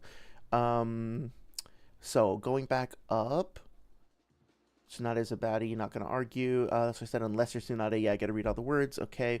Like I say is, wow, funny how Amaterasu is similar in archetype like Tsunade. What do you mean by, oh, like the Amaterasu, the actual goddess? Saria says, I don't actually drink either, not even water. Oh yeah, good. Like plants have it figured out. You should basically just photosynthesize and like pull up water from the soil if you absolutely have to. Sage is like that one meme of Obama giving himself a medal. Sometimes he can come across that way, I suppose. Shinigami says, funny how I also made Amaterasu the baddie of the group. Sorry, Amaterasu, I need a daily dose of sunlight. Yeah. Tease your girlfriend that she doesn't eat much. I almost die sometimes. Yeah, you need... Please eat food, guys. Hydrate, stretch, get a touch grass on occasion. It's healthy. Saria says, Hashirama was impaled by Madara's rod. That's how... Yeah, exactly. I mean, like, there's a reason why I'm such a fan of the series, right? There's a few reasons, actually. Shinigami says, I mean, Madara's plan involved him biting Hashirama. Yeah, exactly. He got his flesh, he got a mouthful of his flesh, right? To reference the whole Eminem thing. Loan Jack says he wanted that wood style bad. Man, I'll give Ino main Tsunade some good. Okay, I see what I've been missing. Shinigami, go back to the Soul Society. Remember, everyone, when Madara saw Hashirama, he went straight to him. But did he go straight for him? That is debatable. Shinigami said, when Hashirama said, I'll deal with you later. Yeah, he definitely was crestfallen. That's one of my favorite moments in the whole war arc, for sure. Yeah, we were never on the same page.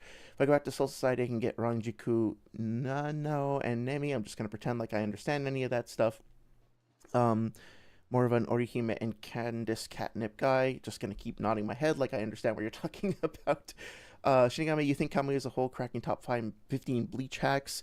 Not sure because everyone can do dimensional travel in Bleach. Okay, and if you want to emphasize the sealed dimension aspect, negation is already that, or negation is already that in Gillian's use it with Aizen. That yeah, I don't. This all sounds like a reasonable argumentation. I don't know enough about Bleach to contest it, but I like the way that your conversation is going there. Luan says, very true, everyone does have space-time ninjutsu, but maybe think about it as you give Chad Kamui would his standings increase. The girl in my manga who does a kendo type swing or the taijutsu swing. Oh yeah, is that the one that we talked about before? Saria says this is completely irrelevant, but Teen Titans Trouble in Tokyo is on YouTube Movies Free. Well, I don't particularly like Teen Titans. I do enjoy that movie, but why do you refuse to watch it? Oh, because when Carrie 2013 was free on YouTube Movies, I rewatched it because I constantly rewatch it, especially now for my script, but after watching it suddenly, oh yeah, that fucking sucks. That's so frustrating. First, YouTube wants triple unskippable ads, and then there's two cheeks of the same... That's such a great expression, dude. Two cheeks on the same ass. I love that. But for script after watching it suddenly, no good decisions at all on this platform. Yeah, I hear that there's supposedly some big major change where YouTube is going to go like a syndicated TV channel or whatever, and things are going to suck. So brace yourselves for that. How much gay-coded stuff in there's Naruto? There's a lot. There is a lot. If you haven't seen this, I think I bring this up like pretty much every video. But check out, let's see, Sibyl, A Tale of Queer Love in Naruto. Also, what the fuck? That's interesting. But yeah, check out this video. It's probably my favorite Naruto video, and it's a really great, analysis. Excuse me. I get a little distracted. Posted by Kankuro, enjoying this so much. But yeah, this is a magnificent video. It's got great analysis, very informative, and a great take on like the appearance of queer love in Naruto. I haven't seen this one yet, but I love Sage's Reign, so I'm definitely gonna have to check this one out too. Highly recommend Sage's Reign. His content's always been great. Note, in the context of the birthday column, there's a bunch of other images, including in Sage mode. Also, it's not necessarily full force as much as he used all his wood style jutsu. Yeah, it would be nice if we had the full context of the page there, but I appreciate you filling us in. How about No says, but yeah, the sentence is referring to the fight in general, not just their exchange in base. Okay, yeah. Well, I stand corrected gladly. Of course, it's helpful. That's part of the reason why it's helpful to have like the full page in context or as much of it as possible, right? So I appreciate you cluing us in there. Shinigami says, I mean, Chad, having it would be nice, might help. Sorry, says, oh my god, I thought you went to Google to search gay Naruto. Not on this particular stream.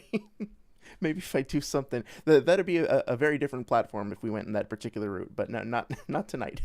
Shinigami says, listen, I don't think Naruto is gay and I'm straight as fuck, but what straight explanation is there for Naruto and Sasuke?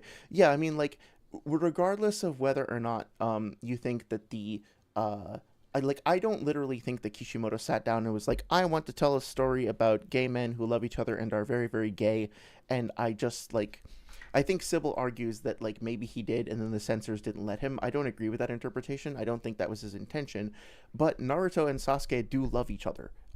Whether you think that is gay love in the like our Western understanding of that, or whether you think it's something a little bit more like fraternal love, they do love each other very deeply. And as far as I've seen, they love each other more than they love anybody else. They have a deep bond and a deep affection for one another, and it's not that much of a stretch to then extend that into like a romantic love story, or to try to suggest that there are undertones there as well that just don't get brought to the surface. Luan says Gara ex Naruto, Naruto ex Sasuke, Madara has yeah. I mean, like, Madara and Hashirama also, I genuinely believe they love each other. Like, again, I don't know if they're hooking up behind the fucking Hokage office or whatever, but they have an affection for each other that is very real and very deep. Naruto's a secretly a Kishimoto's character, right? That might actually be the case. If Sasuke was a girl, it would be the greatest love. Yeah, exactly.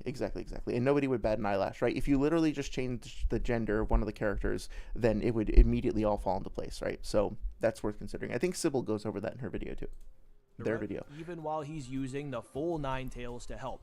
Keep in mind, Hashirama is definitively not trying to kill Madara, with him stating as much, and this is important because the Boruto novels tell us that fighting someone without using killing intent makes a shinobi significantly less effective than they'd normally be. Okay, let's see. So, again, no reference to what specific novel this is, right? Without using king as much, and this is important because the Boruto novels tell us... The Boruto novels, okay. No mention to what specific novel this is, whether this is a fan translation or not, no page number, so we have no context for where this comes from or why anybody should give a shit. But let's just look at this. It's exactly as you say, this isn't a war, it's just a fight, but the opposing side will be more than prepared to take our lives. They well surpass Chunin in strength and skill, and what's more, they possess the ninja blades. On the battlefield, killing intent greatly enhances one's fighting ability. The same blow can have a much more damaging impact when fired with murder in mind, even taking into account the recoil damage in the hands of the one who punched. The pain is said to be lessened. So Kagura and Shizuma, I don't recognize these characters. I think this might be from the Gaara novel, but I can't remember. Of course, I have no intentions to kill anyone, but I can't afford... Of course, I have no intentions to kill anyone, but I can't afford to go easy on them either. Kagura and Shizuma might prove to be particularly difficult, but... Yeah, so...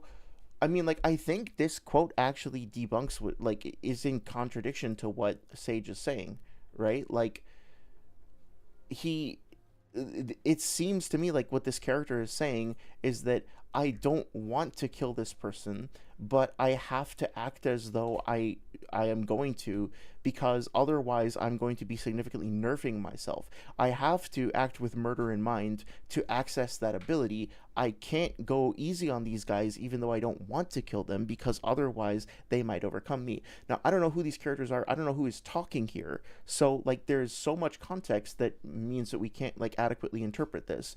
But I think a fair reading of this is that this character is acknowledging that he needs to access killing intent, even though killing intent is separate from killing desire. He lacks killing desire, but he's still going to manifest killing intent anyway. This is why you need to provide context with it. Like, in the conversation, quote unquote, that I had with Sage, he's like, oh, why should I have to provide citations for everything? Really? I have to do that every single time? Yeah, you fucking do. You have to provide it every single time, because if you don't, you start to build up this habit where you just take excerpts out of context, and then you're just like, look, I put words on the screen. It looks like it's from part of the series, right? It's legitimate. Why would you want to know more? Why would you want to have context? Why would you want to know where this is coming from? It's the same fucking problem with the photon gun thing that we talked about in the Lightspeed stream. I put up one thing from one novel about the photon guns, didn't examine it in context, didn't actually, like, study it and look at the contradictory pieces of information and put it all together, and I didn't give you, the viewers, any insight and any tools to be able to track down that knowledge for yourselves. It sucks. Don't do this. It's really annoying.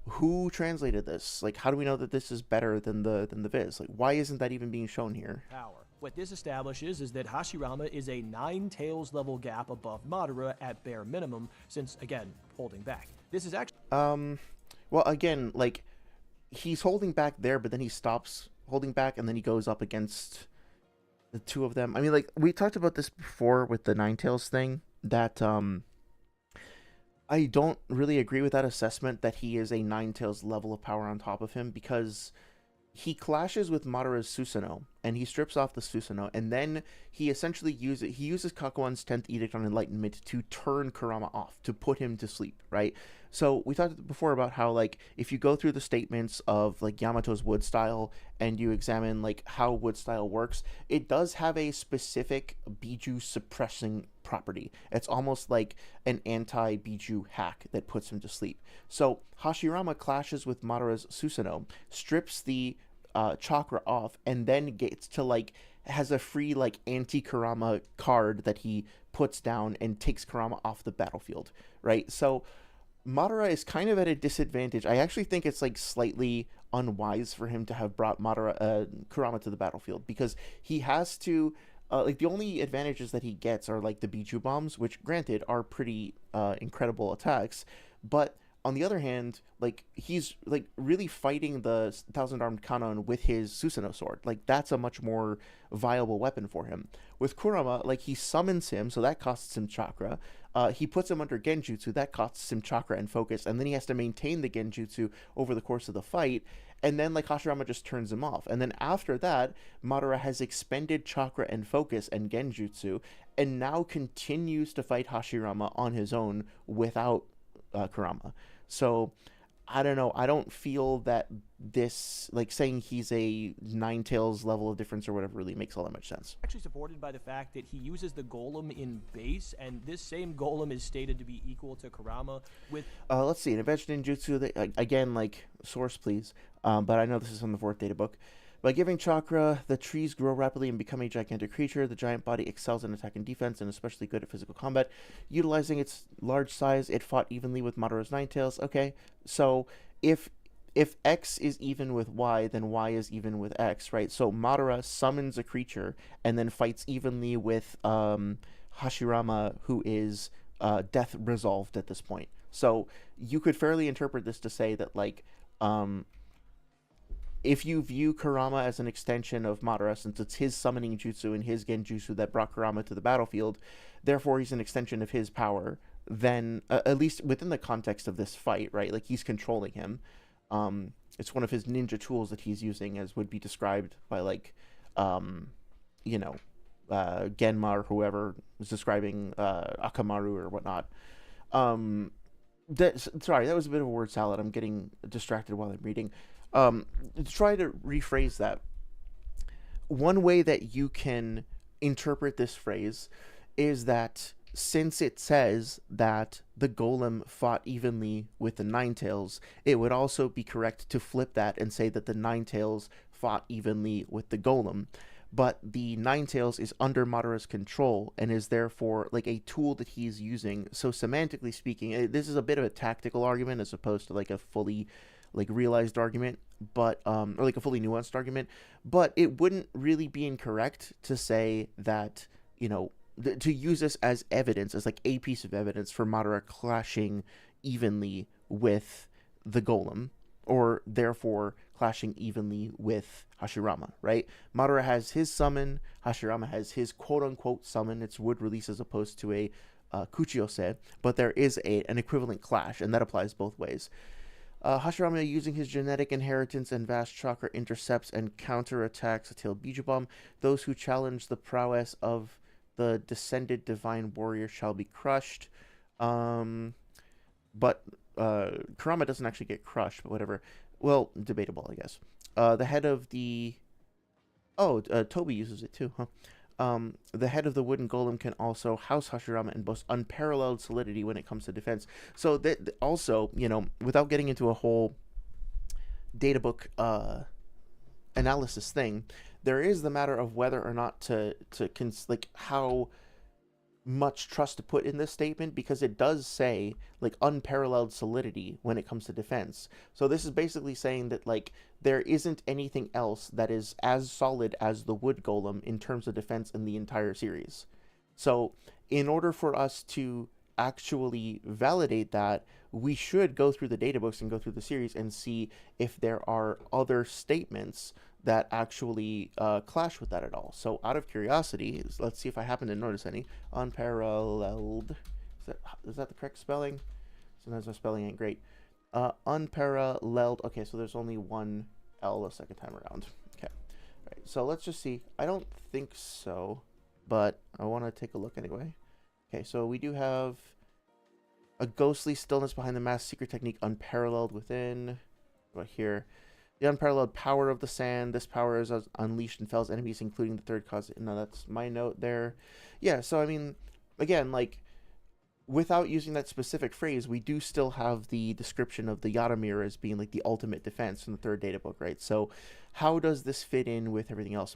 Let me pause for chat real quick. Hey, the fake Brisket, good to see you. Thanks again for checking out the stream. Brisket says Saint Seiya does not have trans characters. Well, I don't know. Saria seems to know the series pretty well. Let's see. Shinigami says, bro, with the talk we just had, why does it sound like something else when you say, yo, you want to go all out? Yeah, I'm not sure.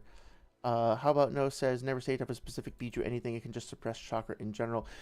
Yeah, that was the interpretation that I came to after, like, looking through the stuff. I think we looked at the statements about, Yamato last time, and it does, from what I read and from the statements in the third data book as well, I do think that specifically Kaku, like this jutsu, Kakuan Senti, the Eternal Enlightenment, does have a, like, Biju chakra suppressing ability, right? It's not, unless what you're saying is that this could work on anybody's chakra, but I think it specifically has a property that makes it effective on Kurama chakra, if not Biju chakra in general, right? Like, case in point, like Hashirama. Well, there is this moment, to be fair, there is this moment where like Hashirama goes to use the ability and Madara jumps out of the way, right? And so maybe we could use this as evidence that if it touched Madara, it would have suppressed his chakra as well. And Hashirama does get bound up by Wood Style later on, or Madara does by Hashirama. So maybe. I think the way that the fucking not Tenzo, Yamato statements are like the preponderance of evidence there, for lack of a better term, genuinely felt to me like it was building towards there being some sort of specific anti-Biju property to this. Now, granted, the Biju are just like manifestations of extremely dense chakra. So you can argue that that's like saying 6 of one, half a dozen of the other.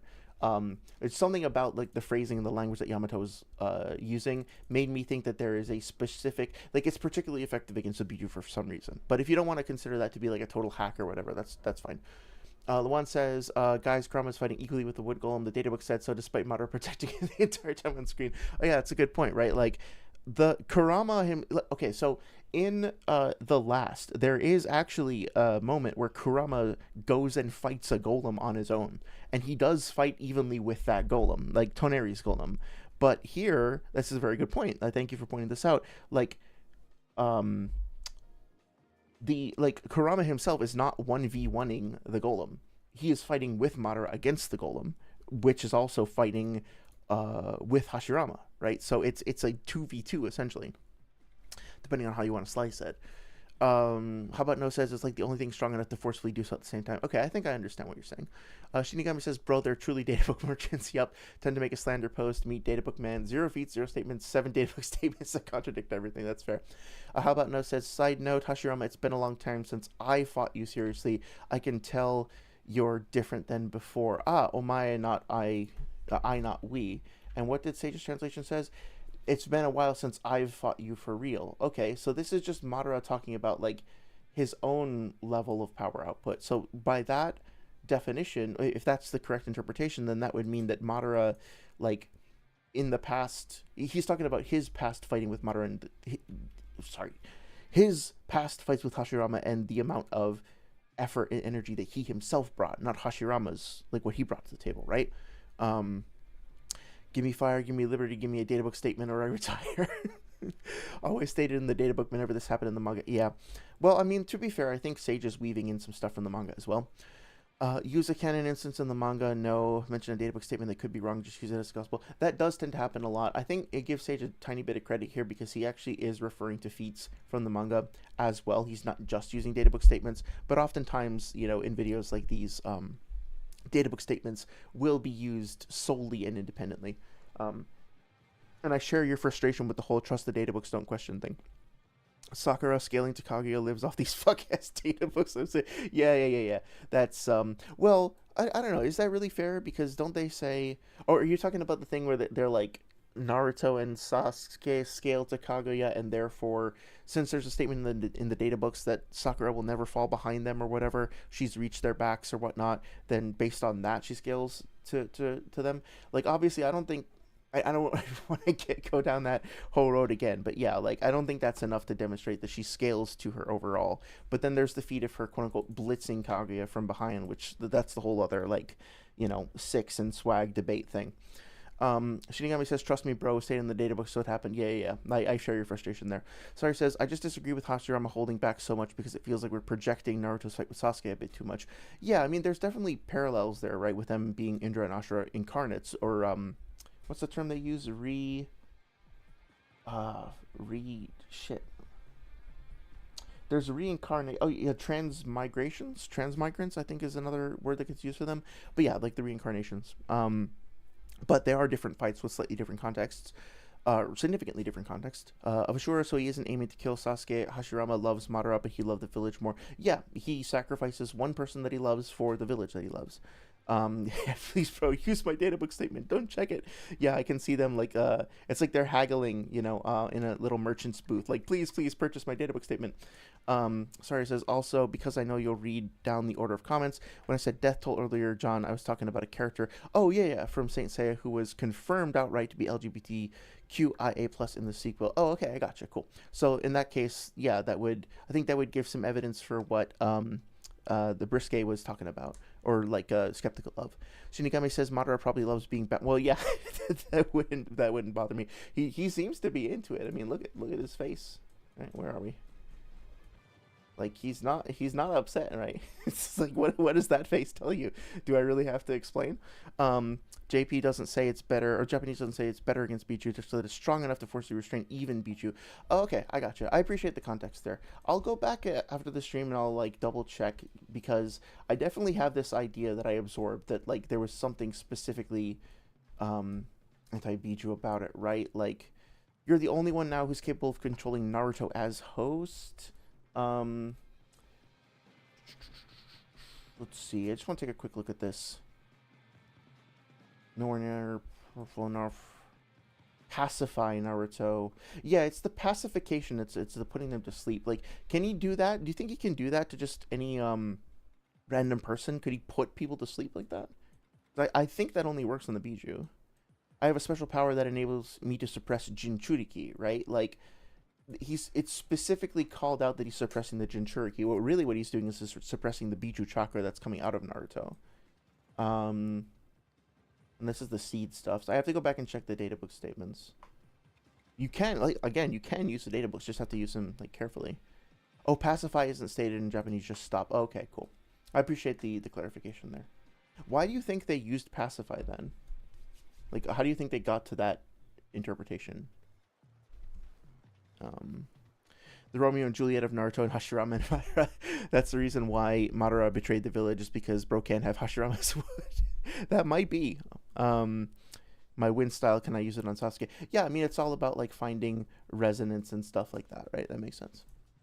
With the same goal and being able to box with an. So let's go up to here, and then I think let's take a break and talk about some debate stuff. I don't know if you get, like, if I go through this whole video, it's gonna take me like another 2 streams, so I don't know, you guys have to let me know if you want me to do that, but like let's pause after this and then go talk about some debate stuff. Even defeat Madara Susanoo during the war arc, which we'll get into in a sec. Once I don't think he defeats his Susanoo in the war arc. I think they've clash evenly, and then Madara's Susanoo is like sucked off by the God Tree. With an even defeat Madara Susanoo during the war arc, which we'll get into in a sec. Once he does go into Sage Mode though, Hashirama just beats the brakes off of the majestic attire Susanoo, ragdolling Kurama like an infant and I mean, like, again, beat the brakes off of is sort of doubtful because Hashirama also loses like all of the fucking arms. The wheel behind the Kanon becomes like completely useless basically. Like this whole time, by the way, it's made more clear in the pause on this topic. Yeah, I wondered if somebody was going to pick up on that. It's a little different in the anime because like here you can see Hashirama's on the golem. In the anime it's depicted as like he's actually, I think he gets like wrapped up inside, or maybe it's a different scene, but at one point he gets like shielded by the wood and he's inside like a shield of wood, right? But Madara excuse me, Hashirama does manage to strip the armor off, but he gets like part of it off. He doesn't get the whole of it off. He just gets enough of it removed to then be able to reach in and yoink Kurama out, right? And then he specifically puts Kurama to sleep. He doesn't beat the shit out of him. He doesn't like beat him in a like an arm wrestling match. Yeah, he grapples him because he's bigger. Like the arm is bigger than he is. But think about it this way, right? Like I think the size of each of these arms is relevant to the size of this arm. Like they seem to be relative, at least at an eyeball glance. The Susanoo controlled by Madara managed to cut off 1,000 of those fucking arms, and the trade-off for that was that Hashirama got part of the armor off, and then he yoinked Kurama out of Madara's protection and then put him to sleep, right? He doesn't ragdoll him in the sense of like punching the shit out of him. It's not just a raw strength feat. There does appear to be another layer to him suppressing the Biju here. So yeah. Putting him to sleep like the good little baby fox he is. This battle ends with Hashirama finally getting his resolve and putting a sword through Madara's back, defeating him. In their third battle, as I said... Important context there, right? Like he uses a wood clone substitution and surprise attacks him from behind. Now again, looking at all the evidence that we have, I still think Hashirama is stronger when he's alive, but context there is really important. Before, Hashirama boxes with a perfect Susanoo using his wood golem and ultimately defeats Madara, pinning him down with the deity gates, sealing his movements. This is... Right, but again, like there is some context that's being omitted there, right? He says that he beats his Susanoo, but shit, I'm not going to be able to find it off the top of my head probably. You don't have to go through all of this, but like, for fuck's sake, I'm getting rate blocked again. Okay. Yeah, so finding this is going to take a while. Here they go. They're kind of getting at each other. I don't have much time, but there's something I got to do now. So, again, like we talked about this before, but Hashirama's trying to get away from Madara, and Madara successfully stops him in place. I'm going to take another chunk of you. Like, Hashirama isn't able to one-shot him and defeat him and box him or ragdoll him or anything like that. Madara gets in his way and stops him. And this is like Edo. They're both Edo, but Madara also has the various enhancements from fucking Kabuto. So let me see if I can find this real quick. I just want to see if I can find that feat where, not just where he loses the armor, but yeah, so this is the thing that Sage showed, right? They're fighting each other over here where Edo Tensei, there's no need to worry. So what is the progression from them being in that state to then having the armor stripped off? I think that we basically don't really see them fighting all that much after that because the focus of the battle switches. So we do see the them both reacting to what's happening in here, but as for their dialogue or the implications on their fight, I don't think that we really see much. It's only a few more chapters, so I think it's worth going through this. Okay, so they attack Jubito together. Starts the minutes. Okay, so at this point, like, Madara is still in his Susanoo. Granted, it looks diminished, but also Hashirama's wood clone looks like it had the shit kicked out of it. Unless this is the God Tree, it's kind of hard to tell. I don't think it is. I think this is Hashirama's golem. So yeah, it looks like both of them have been clashing and both of them have been doing damage to one another. right? He's still in the Susanoo based on this blue coloring. There's the 10 tails. And then what happens? Can we see them? I don't think so. Chakra is drained. Okay, yeah, so Madara does still see. Well, I don't know if this is actually technically the Susanoo at this point because it's just his chakra, right? It could just be his chakra as opposed to the Susanoo itself. But either way, his chakra gets sucked off into the tree, and Hashirama also loses Sage mode, and you know, he loses his wood golem. He doesn't have it anymore. So let's see what Sage says again. In their third battle, as I said before, Hashirama boxes with a perfect Susanoo using his wood golem and ultimately defeats Madara, pinning him down with the deity gates, sealing his movements. This is Yeah, but there's like a big chunk of space there, a big chunk of context that doesn't. He ultimately does that, but there's a lot of other stuff that happens there too. It's not like he just like one shots him or anything like that. Not that I think that's what Sage is saying. I don't think he's saying this is a blitz by any means. But it is worth noting that they are still able to clash back and forth. Hashirama is like genuinely trying to get to the other parts of the battlefield. He's trying to get over to Jubito to help him out.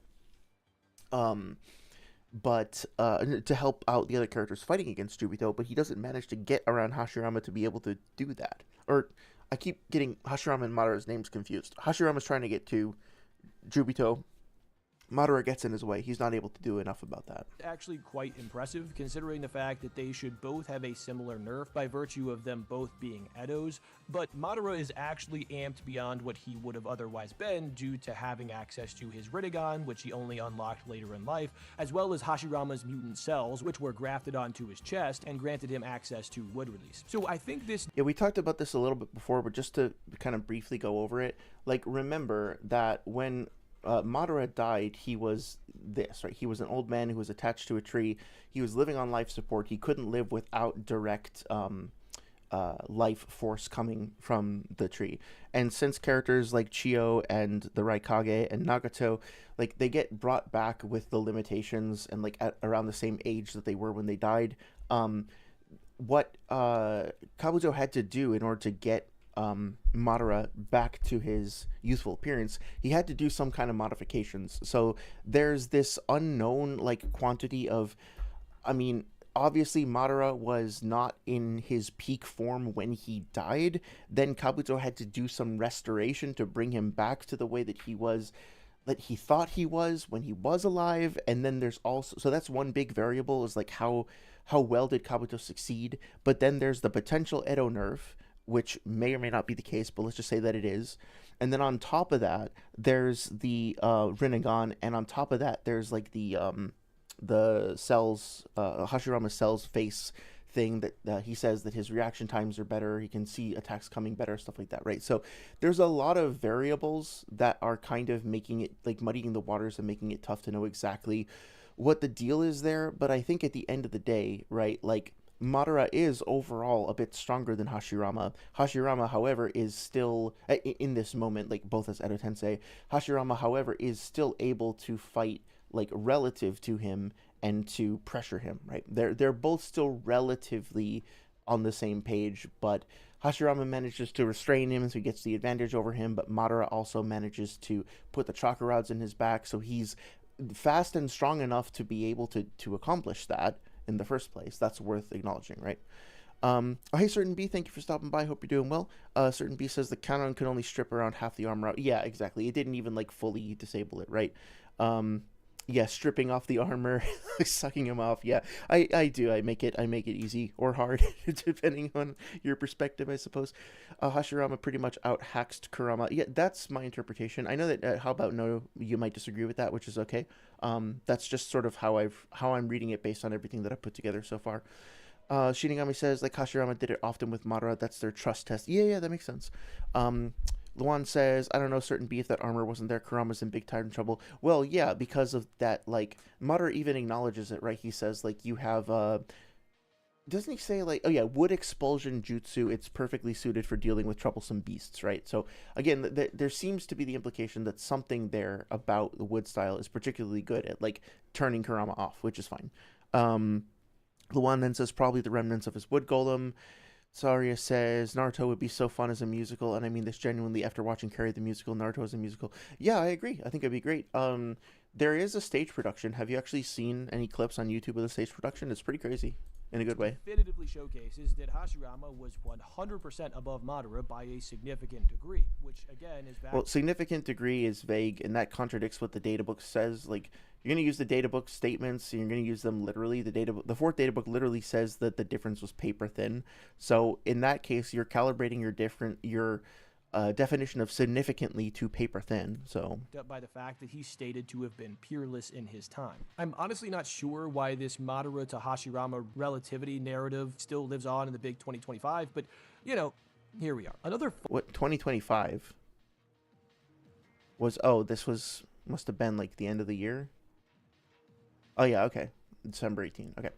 When did people start saying the big X? Is this like a new meme or something? Because somebody in Discord the other day was saying like, can't believe you're confusing travel speed with combat speed in the big 2026. What's big about it? I must have missed the memo there. So let's keep going a little bit because I think the clone argument here is really important. We did already talk about this, but I want to go over the argumentation, and then we'll probably like pause here and then go and talk about the debates and stuff. And then if you guys want, we can finish the video next week. That's how I think I'll run the stream tonight. But if you guys disagree with that, you want me to just finish out the video, we can try that too. Yeah, let's keep going a little. The whole ceiling placed on Hashirama in this series is Jubito. Now buckle in because I'm about to open your third eye's fourth eye and enlighten you as to why this common misconception is just that. A misconception. Where people get the idea from that Hashirama is below Jubito is the fight between Jubito and the 4 Hokage. When Hashirama arrives, he does just say, "This guy is even stronger than me." Pretty He straightforward. doesn't say even stronger than me. He just says stronger than me, right? I mean, it's whatever, but just want to see the actual panel. What is this? 638. Yeah, let's go look at the actual thing itself just so that we have it pulled up. 638. Let's see the full quote in context. Jinchuriki, this is bad. Weaving different signs. Even if you become Jinchuriki, the gracious deity's gates are still in play, but then he shatters through all of them. Then he has this grim look. Then he says, then he rips apart the barrier, right? It pushes everybody back. Possible 4 Crimson Rays. Keep your guard up, blah, blah, blah. Enough Obito. To be blunt, this guy is stronger than me. Okay. So just putting all that there for the context there. Let's see. Shinigami says, if my understanding is right, it's supposed to mean, oh, so you think this thing that we supposedly moved on in this current time? I'm sorry, I'm not sure what you're referring to. Can you clarify that, please? Certain B says Jubito also says the Hokage has become a pitiful existence compared to what he's become. Yeah, I think I remember that, right? He says something like, I am basically equivalent to the Sage of Six Paths, and then he pulls out the Sword of Nunoboko and says, like, this is the Sword of the Soul, Hagoromo used it to create the world, you have no chance against me, blah, blah, blah, right? Shinigami says, in the case of... And honestly, like, if Naruto hadn't resonated with the Biju Chakra in Obito, and Obito hadn't been, like, mentally unstable, mentally conflicted, and Naruto hadn't, like, pulled the Biju Chakra out of him, I don't think there's any way that the Allied Shinobi forces would have won against Obito in that state. Like, maybe they could have like kept going at him with Senjutsu and they might have been able to whittle him down, but I don't think so. If he was bloodlusted and fully mentally resolved, and Naruto didn't have like that resonance and was specifically able to pull the Biju out of him with that Jinchuriki ability, like even if Naruto had every other ability that he still does and was still the same character, I don't think they're winning against him, just personally. In Shinigami says, in the case of using travel speed, it's because Seth made a big deal. Yeah, I remember that shit. But technically speaking, yeah, we talked about this with Darth Magog before, right? If you take the Millennium Falcon, the Millennium Falcon's like max travel speed would be a function of its ability to go into warp speed or hyperspace, whatever it's called. Now it can't travel that fast when it's like dogfighting and banking and doing like quick turns, right? So there is a difference between your max effective travel speed versus your practical like max combat speed. I think that's an important distinction, but also the two aren't necessarily mutually exclusive. It depends on like the rules of the verse. And whether or not there's like a universal energy system being used and how that manifests and stuff. So really, it really depends on the context, right? Sage drinking game, take a shot every time he says mistranslation, misconception, wrong. Yeah, that's fair. But also take a shot every time I say, well, actually, not necessarily. Shinigami says, let's say if you're 100 times faster in travel speed than your opponent is in combat speed, you can just hit them with a one-shot technique, then run away. That would maybe work, but again, like, it depends on the extent to which you can actually practically control yourself at that travel speed, because like if you activate a turbo boost that launches you forward super fast, you might lose control over like your reaction speed and stuff like that. Like hyperspace is a great example of an analogy for how that could work. Shinigami said it's when Sedge said, I don't know who started this whole oh yeah, I think I know what you're referring to then. Certain beasts Obito with one hit grab Naruto and Sasuke and their avatars and destroy them. Yeah. Minato had to save them with like the chakra arm connection things that we're talking about. Time truly is a circle. People are having cats versus. Oh, for fuck's sake. Well, honestly, like given everything else going on in the world today, maybe they just need like a more lighthearted thing to debate about. I wouldn't blame them for that. Forward, right? No, there are a few issues with this. First, this is not the main Hashirama body. That's fine. This is a wood clone. This is important because wood clones are shown to be weaker than the original. We see this at the end of chapter 636 when Madara is casually taking down multiple wood clones, saying that they offer no resistance, despite the fact that the main Hashirama body is able to defeat this Madara in a 1v1 fight right after this. Now, some will say that this doesn't matter because Hashirama's... Yeah, I don't object to the idea that like the individual fragmentary wood clones like that sprout off of Hashirama, they're obviously like they're weaker than Hashirama's main body. That's fine. Clone could be referring to the main body when he says this, but that doesn't make any sense for one big reason. These clones refer to themselves in the first person consistently in ways that can only really refer to the individual clones. Okay, well, this particular instance, I think this is open for interpretation, but I don't think it's fair to say that this clone could only be referring to himself, right? We talked about this last time, but just to very quickly like poke at this, where's the clone thing? When Hashirama first deploys his clones to the battlefield, like he sends 4 of them and they're all talking simultaneously, but he doesn't have them all say like follow us, right? They're sharing speech bubbles. They are all speaking simultaneously and saying follow me. So I think that is like it's fair to interpret that as they are speaking like as Hashirama's mouthpiece. Hashirama wants to communicate to everybody on the battlefield that he himself is with them. He's doing so through his wood clones, right?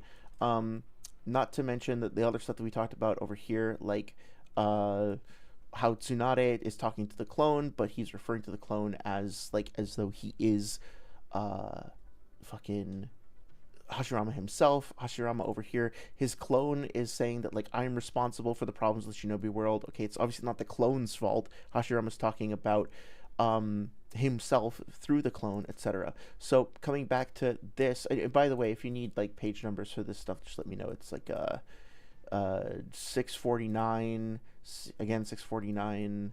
I think this is the same thing, 648, etc. It's around there, right?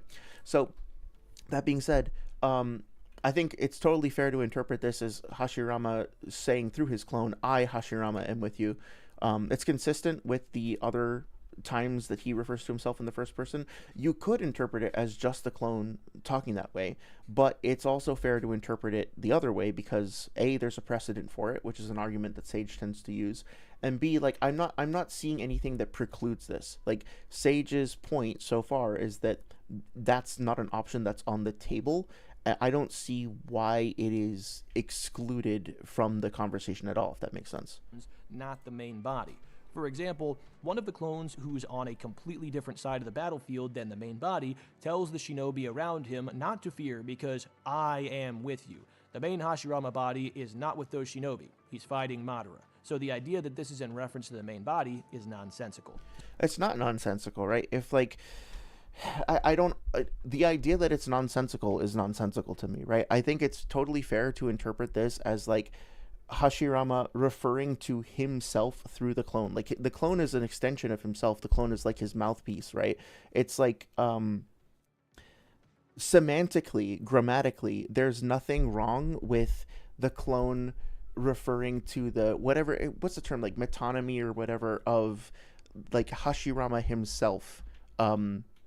I don't see that that's excluded by the language, and I don't see that that's excluded by the other examples and the other context that we have for this, how the clones refer to themselves in the first person. I think it's fine to make the argument that this could be the clone talking about himself. I also don't think that shouldn't be on the table either. I think both are valid interpretations, which is why I think that then we need to look at the, excuse me, at the other examples throughout and put it all together and like come up with an overall model.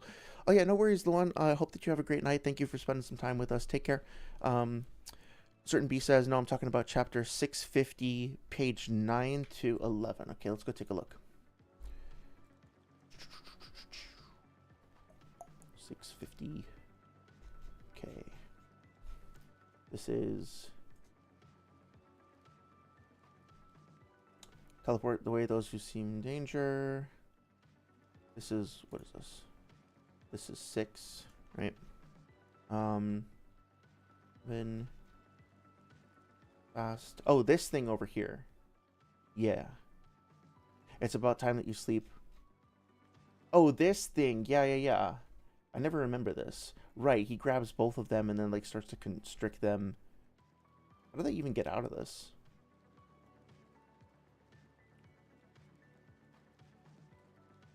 Rushing down to the ground, smashes them down to the ground. Oh, he like knocks them out of the fucking Susanoo and also out of KCM2.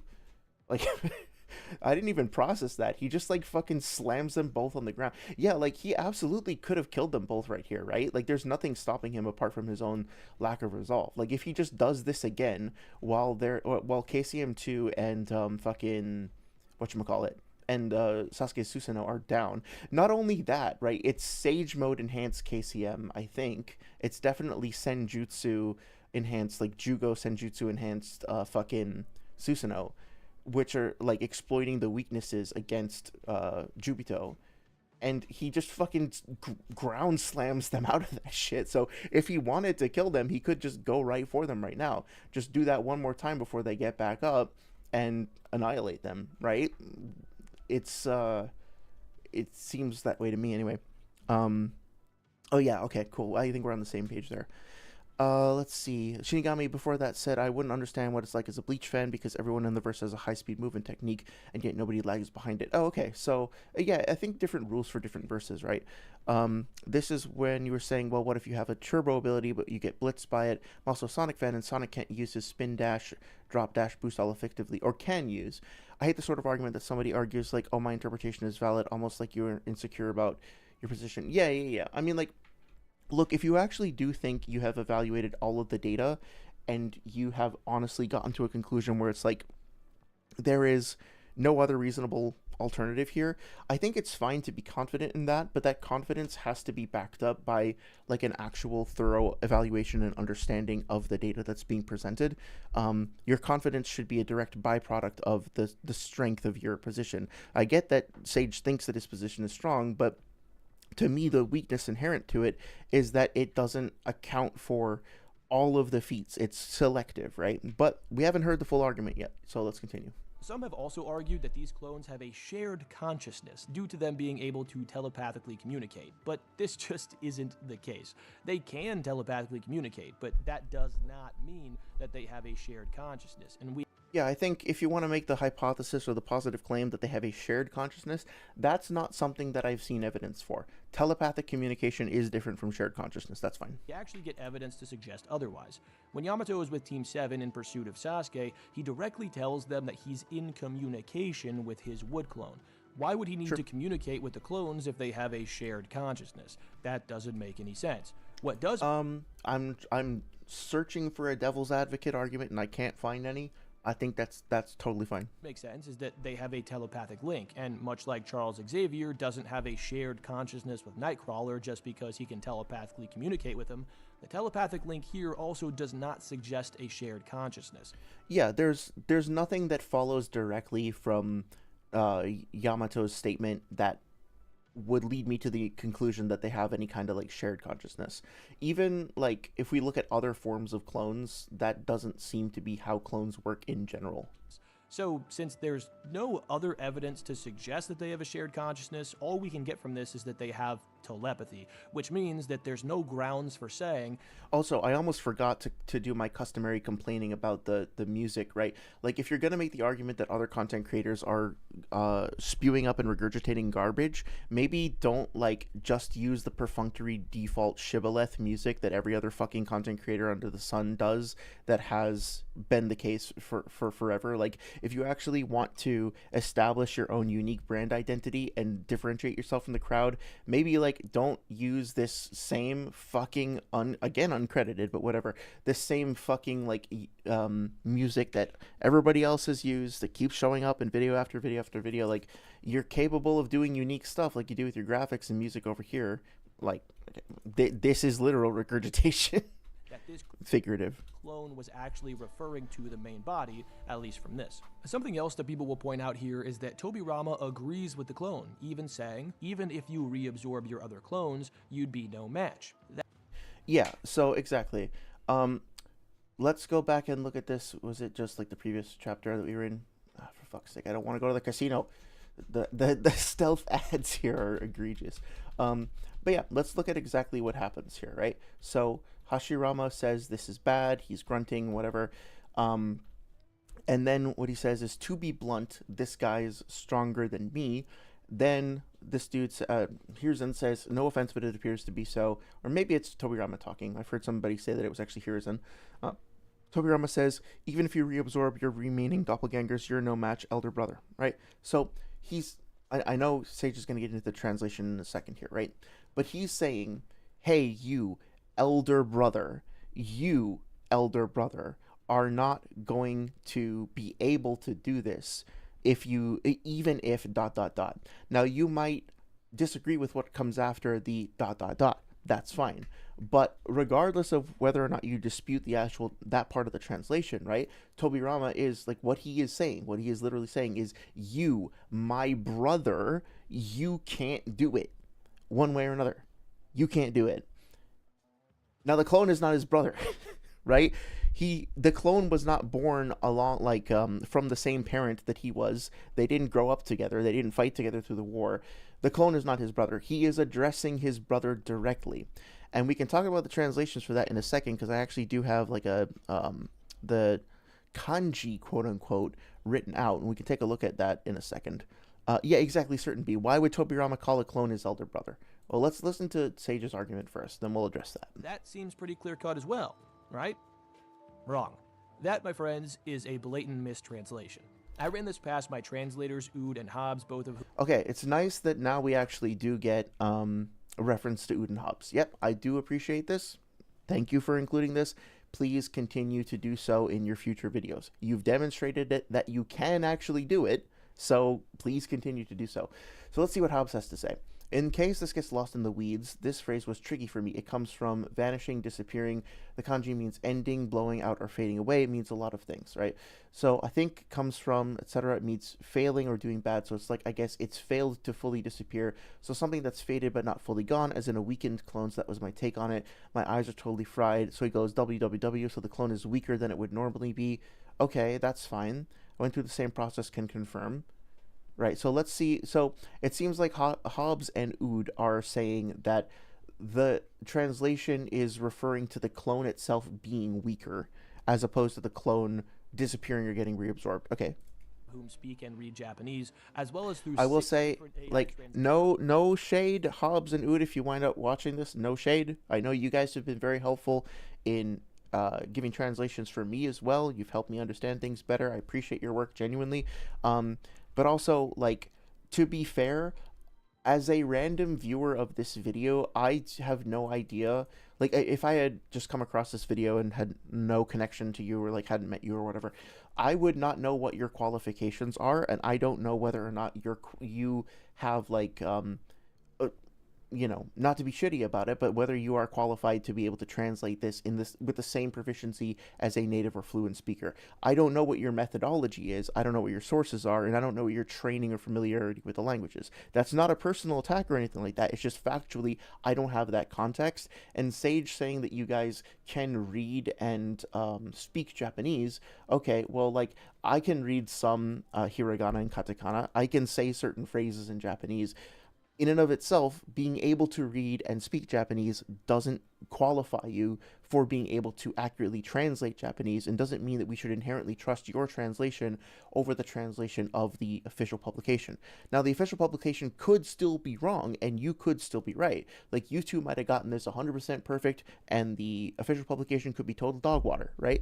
That is a possibility. I'm not excluding that. But my critique here is of the video and how the data and the information is being presented to the viewers. The viewers have no context for any of this. I've talked to you guys directly, and I still don't even know like what your training is. Again, not trying to be douchey towards you or to be disrespectful to the work that you have done. It is genuinely appreciated, but there is a lack of context here that is detrimental to people understanding this, especially without being already part of the community, you know?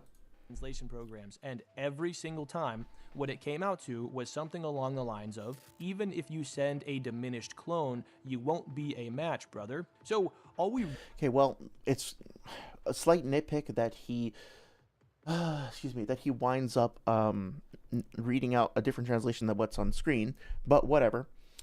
So that's fine. This part of the translation winds up being a little bit different. What Tobirama says is, even if you send your diminished clone, it won't be enough to take him on, brother. That conflicts with him saying, even if you absorb your remaining doppelgangers, you're no match, elder brother. So that's fair. But what is Tobirama actually saying that, like telling Hashirama here? Like, what is the context? Well, Hashirama's power is divided amongst, between his real body and his main body.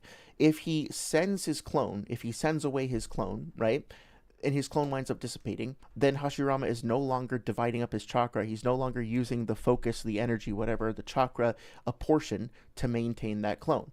So one way that you can translate that within the context of the story, knowing how like chakra distribution works and knowing how like the clones work, is to say reabsorb, because what does technically happen if Hashirama's wood clone is dissipated, is sent away, is dispelled, is that Hashirama gets that chakra back, right? If Naruto makes a clone and that clone gets defeated, he loses that chakra. But if Naruto makes a clone and then he manually turns that clone off, he dispels it, he gets that chakra back. So reabsorbing, even though the translation is not 100% accurate, like kanji by kanji, character by character, whatever, it still is an accurate description of what is actually happening given the rules of the Naruto universe. And this translation as well is also valid. It's a different take on it, but it's also valid because it does basically represent the same sort of thing. Even if you send your diminished clone, well, there's two interpretations of that, right? Either Hashirama, this clone who's like right here, right now, either that clone will be physically sent and like will run over to Hashirama's main body, in which case the fighting strength will be consolidated in the same place, the clone and the main body, or the clone will be sent, i.e. diminished, or like i.e. like vanished, in which case Hashirama will get that chakra back. Either way, the net effect, the net significance of both translations in context is that Hashirama is going to consolidate his power back in one place, either like with his clone or absorbing the energy back into himself, and then he's going to use that focused, like consolidated power and direct it towards Obito. But even then, he won't be able to defeat Obito. That's what's going on here.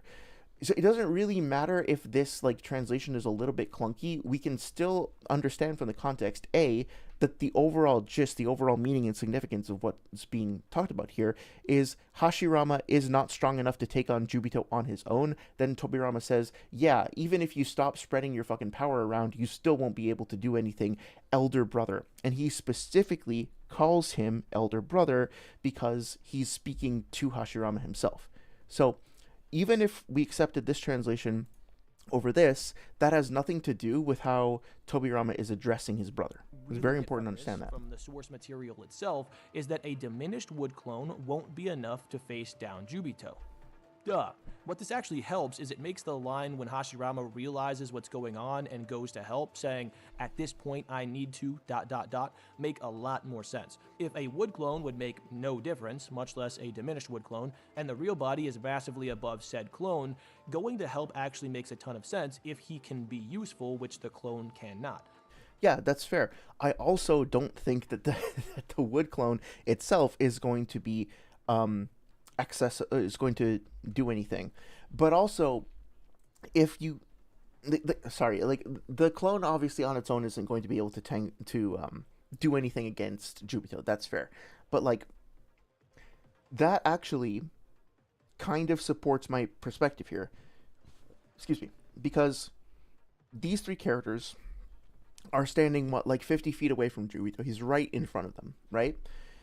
Hashirama's clone says, "stronger than me." And then Tobirama says, "No offense, but it appears so. Even if you reabsorb..." Okay, if we're supposed to interpret this as, even if you send your clone, Sage is saying that what this means is that Tobirama's yeah, if you send this clone forward, this clone won't be able to fuck with Jubito, right? If you send your clone over to Jubito, then that's not going to work. So he's saying, "Hey, brother, you brother, if you send this clone to Jubito, this clone won't do anything, brother." So if you interpret it that way, that's more evidence that Tobirama is recognizing that this is a clone of Hashirama and not Hashirama himself.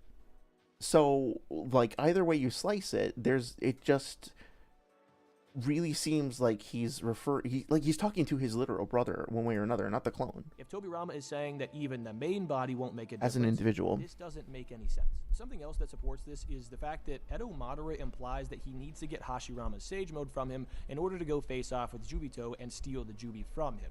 Now, I don't know if that he... Well, at this point, he and Jubito are not, necessarily adversarial, right? Jubito is, kind of going off the plan, but they haven't started fighting each other yet. So I don't think that that's the case, that he thinks he needs Sage power to... well, maybe, because he's saying I shall stop Obito and switch places with him, but maybe... You could just say that he doesn't really know how his own strength compares to Jubito's, but the fact that he's willing to admit inferiority to Hashirama just shows that he's A, probably got a good grasp for how his power compares to others, and B, if he were just weaker than Jubito even with the Sage Mode, to the point of being unable to defeat him, he wouldn't have any hesitation about expressing that. The fact... What? I didn't understand that. 1 second. Hashirama just shows that he's A... 1 second. But the fact that he's willing to admit inferiority to Hashirama just... Okay, so saying that he wants to use Hashirama's Senjutsu to help him out, to make it easier for him or enhance his ability to deal with Jubito or whatever, does not mean that he thinks he's inferior to Hashirama, right? He's taking some of Hashirama's power, which will make him even stronger, but that doesn't mean he thinks he's inferior to Hashirama in and of itself. I think that's a non sequitur. Shows that he's A, probably got a good grasp for how his power compares to others, and B...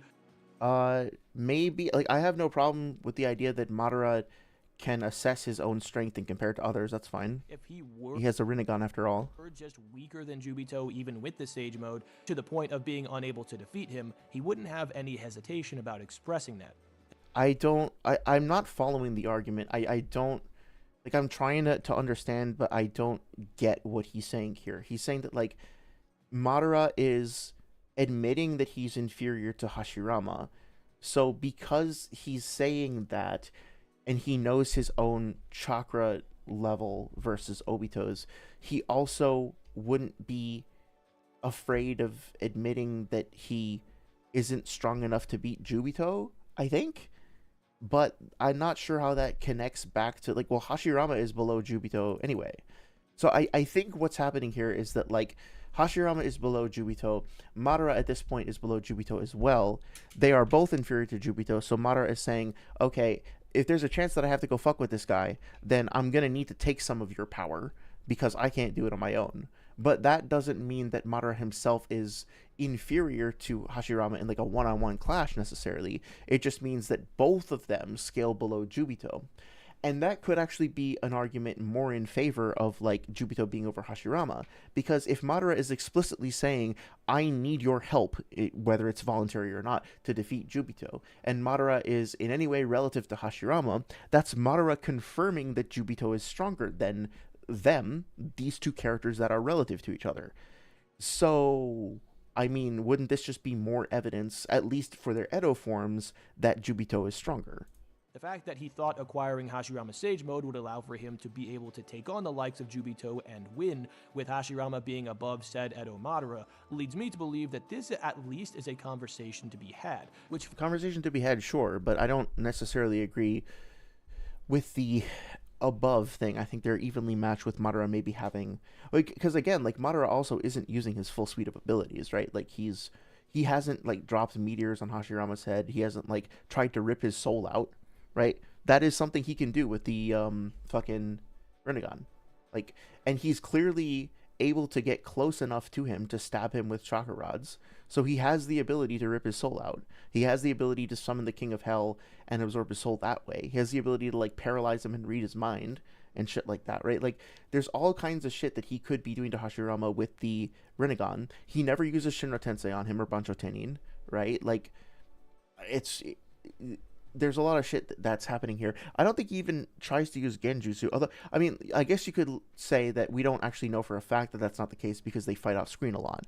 But it seems to me that there's a bunch of stuff here that Madara could be doing if he was like really wanted to eliminate him and take him off the board. There's also an argument that you could make then that like Madara at this point wants to fight Hashirama, right? Like,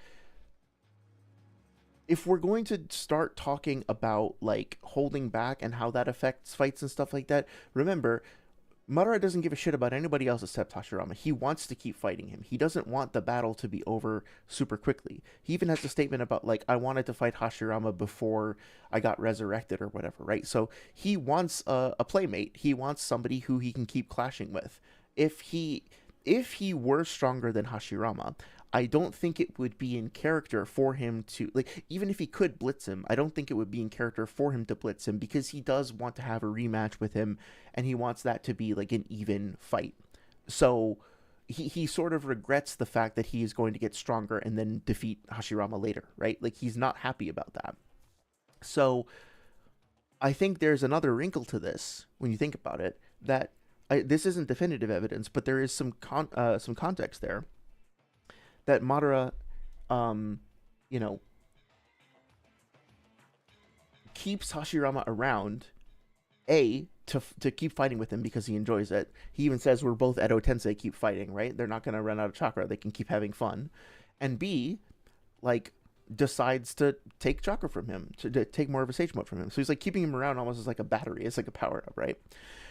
Anyway, let me check up on chat real quick. Sorry, it says, I got silent for a moment, but we're watching my niece play Punch-Out on Wii. It's fun pretending to be your Doc Lewis. That's great. That's awesome. You guys have fun with that, genuinely. Shinigami says, been busy drawing. That's great. Awesome. I'm glad that you guys are having fun doing that stuff, genuinely.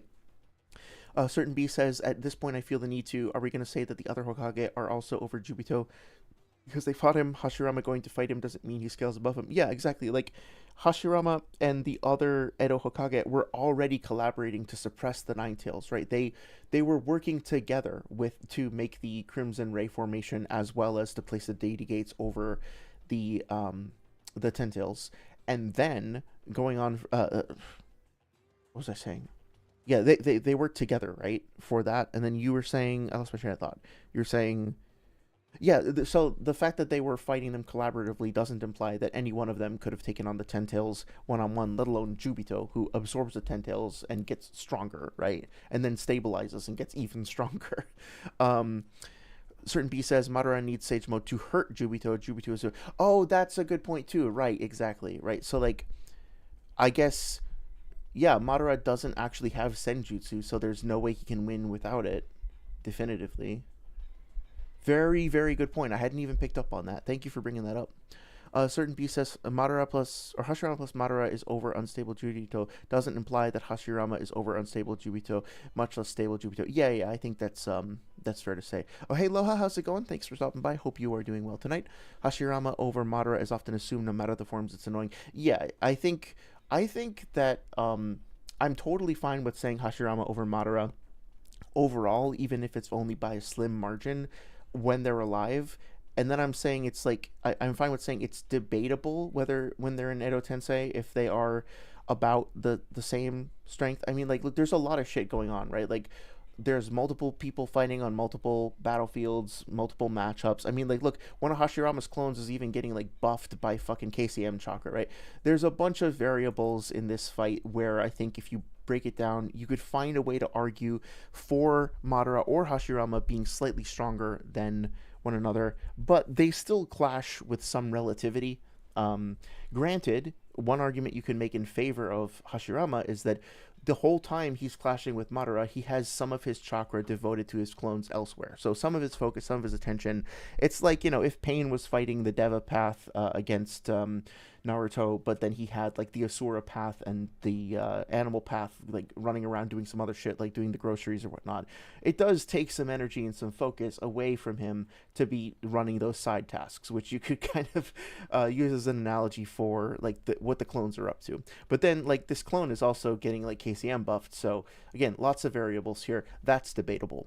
But once you get to like once Jubito enters the scene, like no, like Jubito is stronger than Edo Hashirama. Even if you think like Prime Hashirama was stronger than that, then Jubito stabilizes, so he gets stronger. And then there's the full chain we talked about before, which I won't go over the whole thing, but basically like or in detail. But stable Jubito is probably, in my opinion anyway, under One Eye Rinnegan Jubidara, and then One Eye Rinnegan Jubidara gets all these buffs, etc., and going all the way up to Kaguya, and then Kaguya is relative or like able to be damaged by Obito plus Kakashi / Sage of Six Path Naruto. So yeah, there's many like tiers of power that get applied incrementally very, very quickly over the course of like 20 or 30 chapters, right?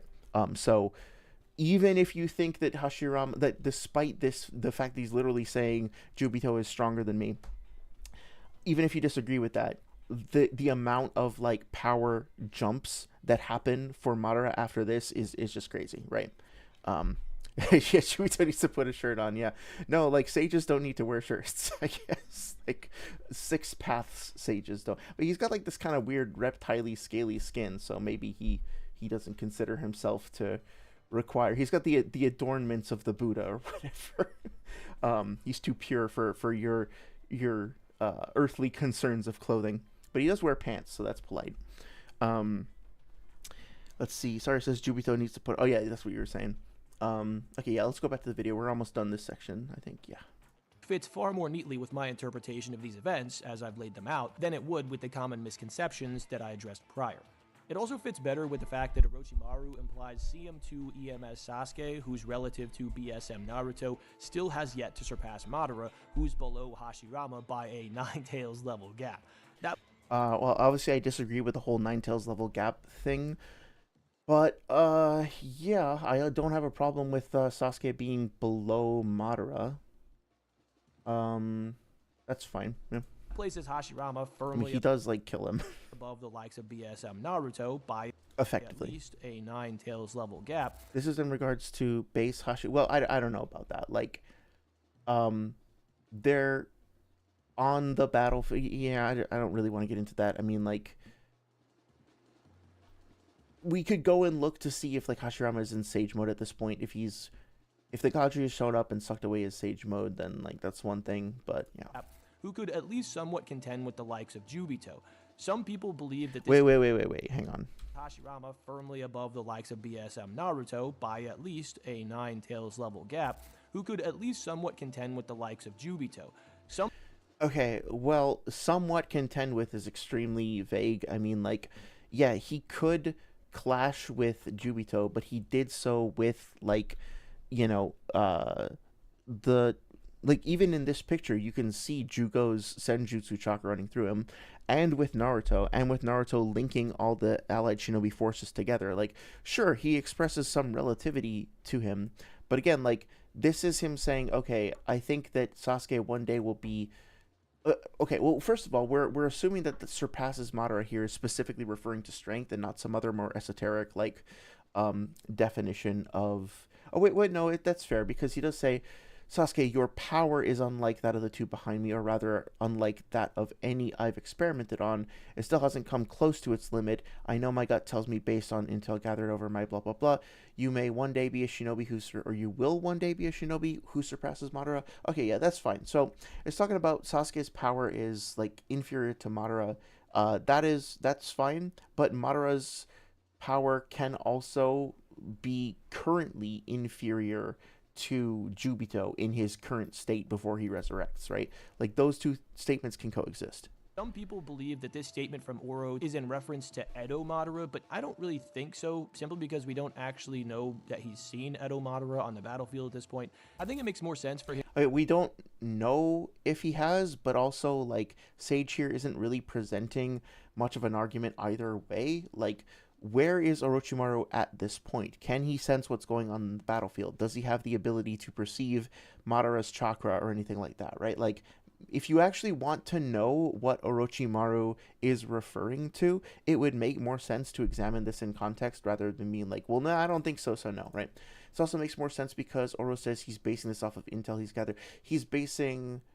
Oh, I see what he's saying. He's saying that he's basing Sasuke's power... Well, yeah, so I could see it both ways. I think that kind of makes sense. I think there's another interpretation that you could look at this and be like, well, yeah, Orochimaru has researched a whole bunch of people. He understands people's power. Out of all the people that he's come across in his life, he's now looking at Sasuke and being like, you're the only one who could potentially surpass Madara. Is he referring to Edo Madara or Madara in his prime? I don't know for sure. But that being said, like, regardless of that, if he's talking about like the Madara that if he's basing the statement off of the knowledge that he has, the secondhand knowledge he has about how strong Madara was supposedly back in his prime, Madara now is a different incarnation. He has the Rinnegan, he has Hashirama cells, and he has the benefits of Edo Tensei regeneration, both health and stamina, aka chakra. And then he's about to regain his former vitality when he gets resurrected. Then he gets one Rinnegan, then he gets another Rinnegan, then he becomes the Ten Tails Jinchuriki, then he absorbs the God Tree, and then he opens his third eye, right? So all of these things are incremental buffs. There is also that one intermediary form we talked about. It's only on panel very briefly, but there is actually a time when Madara has one Rinnegan and one Sharingan, and he is and he has access to Kamui. He just like immediately figures out how to use Kamui. So he's got, like, it's hard to see, but this is actually, I actually don't know if this is a Mangekyo. It's kind of hard to see. I don't know if it is. Well, it must be because it's Kamui, obviously.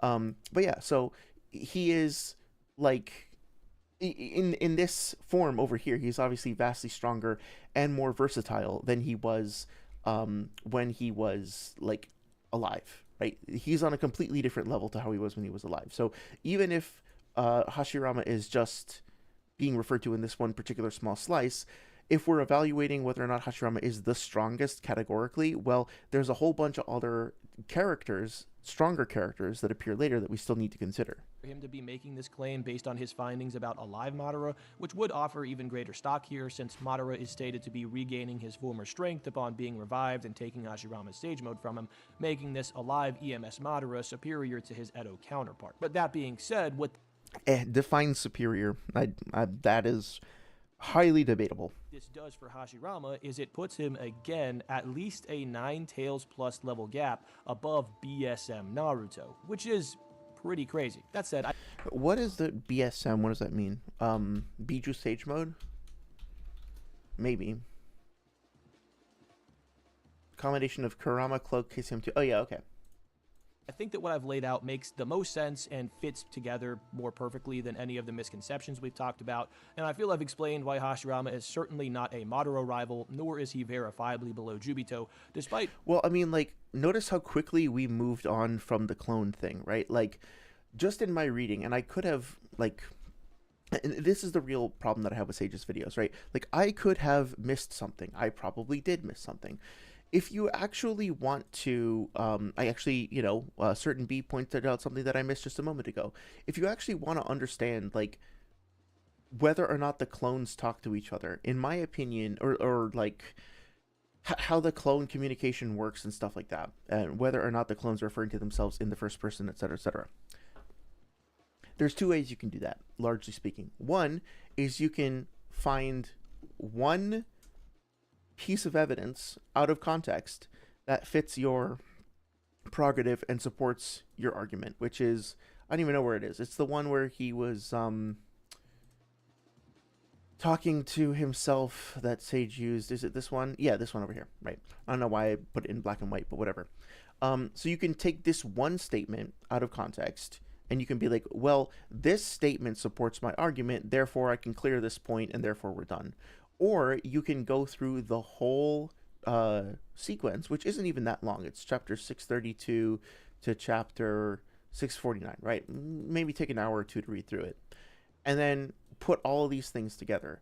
And consistently, like, when I've disagreed with Sage in the past, and when I say that, like, I don't feel like you're arguing in good faith or whatever, this is the sort of shit that I'm talking about. This is a debate bro mentality where you're like, you're scanning through the source material, you're looking for the one thing that you think will be like, okay, I can defend this house now that I have this one piece of evidence to support my position.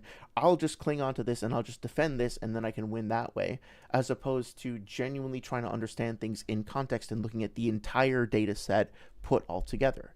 And when you do, you'll find that, hey, surprise, surprise, there's actually a lot of different examples of the clones talking both to each other and both to other people on the battlefield, and internally to themselves or to Hashirama or whatever else. Maybe not to each other. I think that's incorrect. But the other stuff is correct. That Yeah, I lost my train of thought. Sorry, but yeah, that is what I'm advocating for. Is just like looking at everything in context and coming to a conglomerate understanding of the data based on all of the Gestalt understanding based on all of the information, not just cherry picking the stuff that benefits your position and then being like, okay, I'm done. Both of these things being very common misconceptions in the community. However, that does beg the question, just how strong is the god of Shinobi really? Well, before we dig into that, if you're enjoying the video so far, have learned something, or just aren't a terrorist, make sure to like and subscribe. Much love and appreciation in advance for my fellow non-terrorists. Yeah, just because you said that, I'm disliking the video. Fuck off. So then, okay, if Hashirama so isn't a modern... I guess I'll break real quick here. I want to skim through here and see... through the material myself. Okay, I wanted to see if, like, it would be more to our benefit to talk about the rest of this video and maybe to kind of go through the argumentation here or go to the debate stuff. So I guess I'll leave it up to you. I'm gonna take a break for like 1 minute. I'm gonna go run to the bathroom real quick. Let me know in chat which you would prefer. For the next couple hours, would you prefer that we go through the rest of this video and respond to it? Or would you rather take a break and go through some of the points that were brought up in this debate and this debate too, I guess, of this video too, that I pulled up, but the walkie-talkie debate as well? If you guys don't have a preference, I'll give it some thought. I honestly can't decide. I think what I'll probably do is I'll break and talk about the debate stuff because it probably won't take that long. There's only a few clips to go over, and then based on the amount of time we have left, I'll either try to power through the rest of the video, or we'll do like one more stream next week. But anyway, I will be right back. Quick break. Please hydrate, stretch, take a break. I'll see you soon. Break time. Here we go.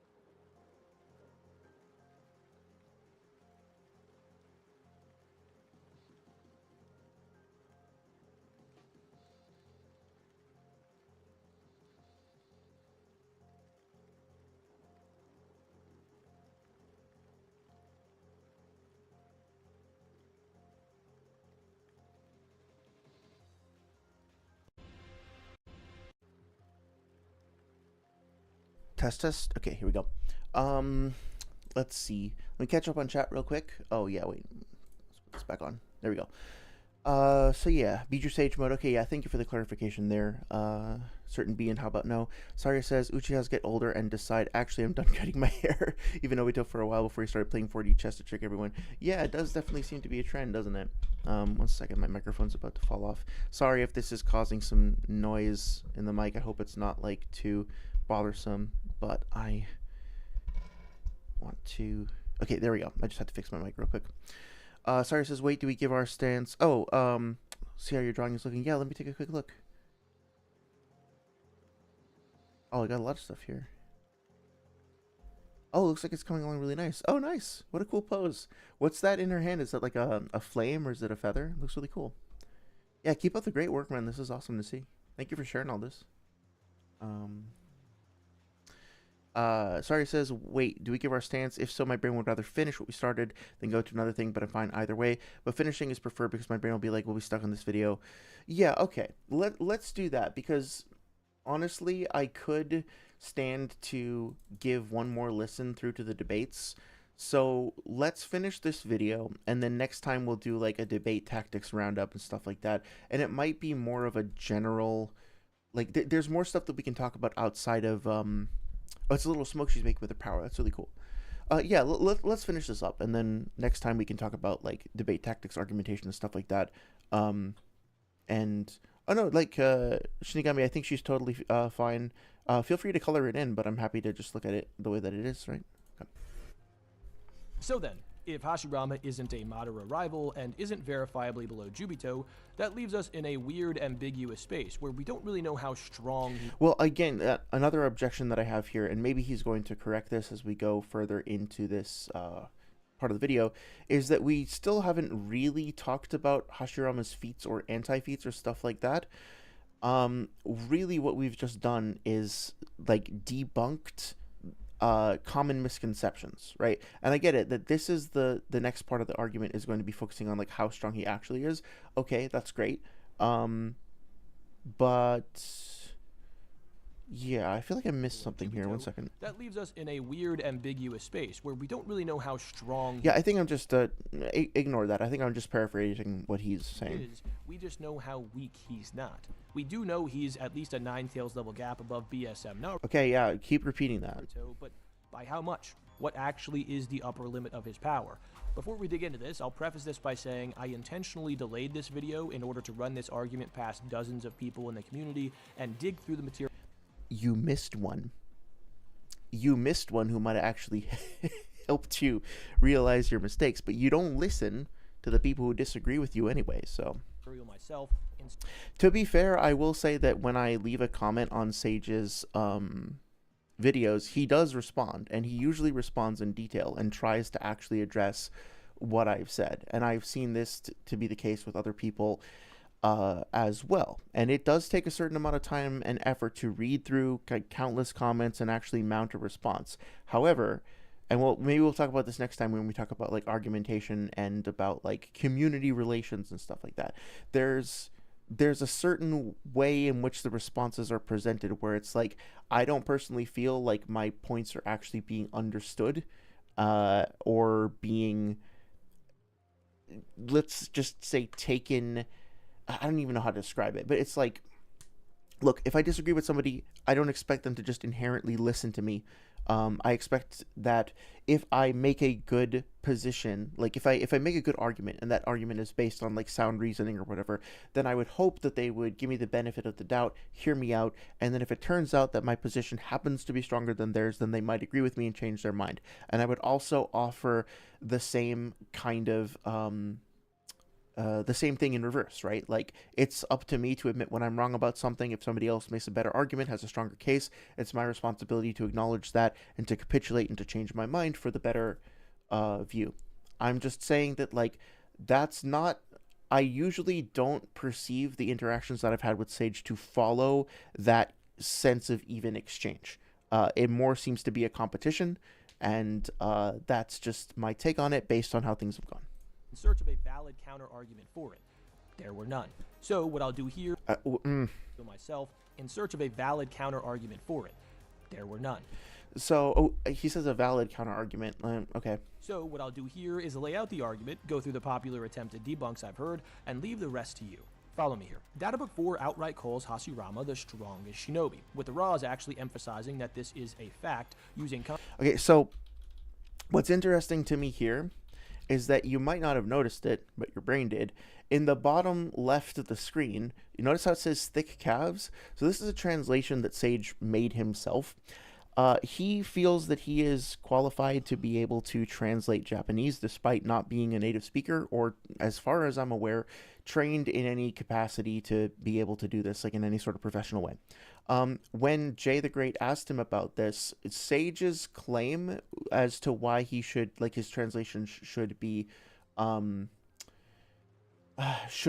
considered legitimate is that all he's doing is appealing to the definitions of the words, right? I mean, he looked up the words in dictionaries and he's just writing down what the words say, and also that he ran his translations through a piece of software that uses a variety of different, like, GPT programs or AI-based programs to come up with a conglomerate translation or whatever, like a bunch of different translations, then you can compare and contrast them. So that is fine. I mean, it's fine to avail yourselves of whatever tools you have available to try to get some actual information.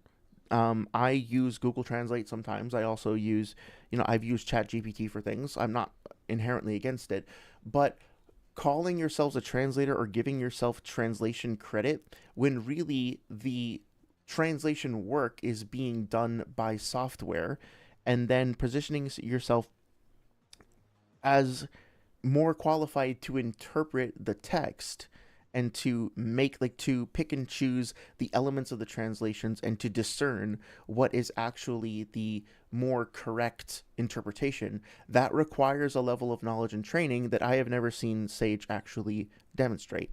Now, that being said, I don't think we can apply the same level of scrutiny to things like Narutoversity, right? So if I go to Narutoversity and I go to the fourth data book, oh wait, it's in the wrong window, sorry, one sec. There we go.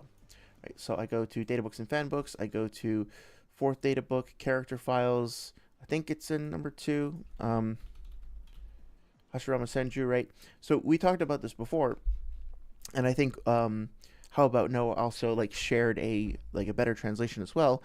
But let's see what it actually says in the Narutoversity translation here is that unrivaled characteristic was one of the substantiating factors for Hashirama being the strongest ninja, right? So Sage over here is saying that peerless trait is one piece of evidence that Hashirama is the strongest shinobi. This place over here says that unrivaled characteristic. So overall, this is pretty close, right?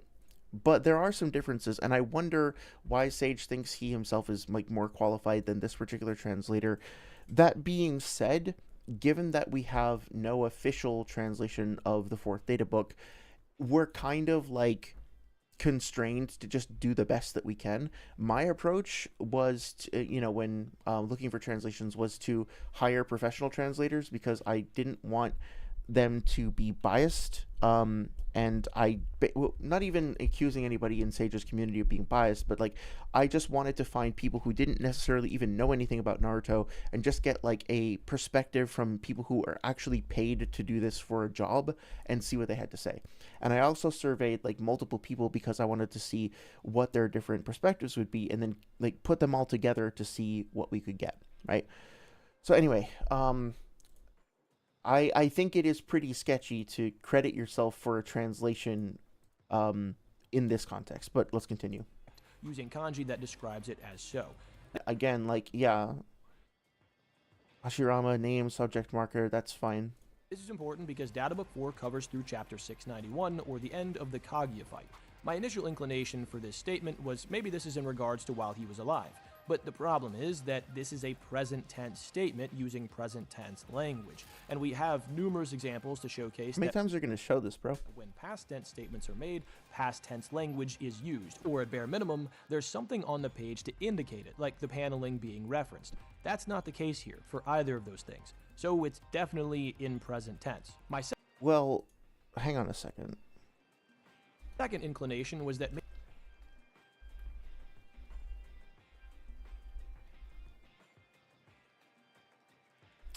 How come we're not actually seeing the full page?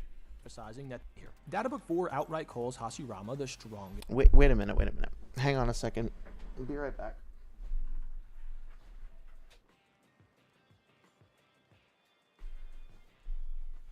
Okay, I'm getting out my copy of the 4th data book.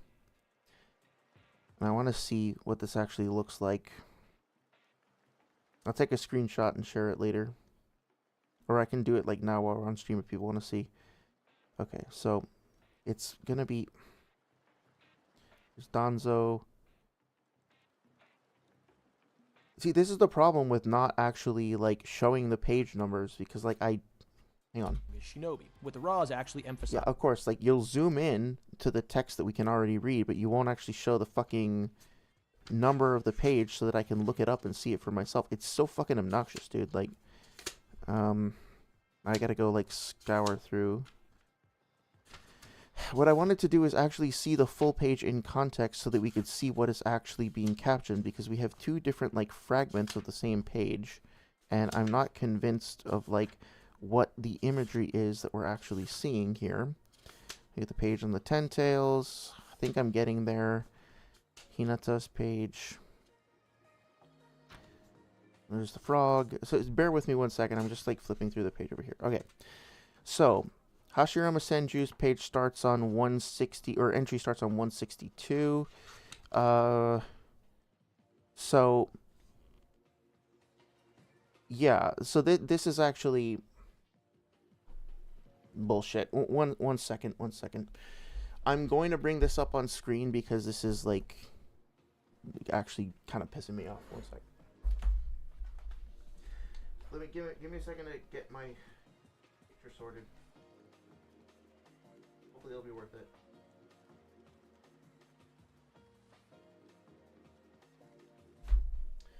Okay, now I'm going to send this to myself. Gotta have a better way of doing this in the future. Gmail. Okay. We're getting there. 1 second. So.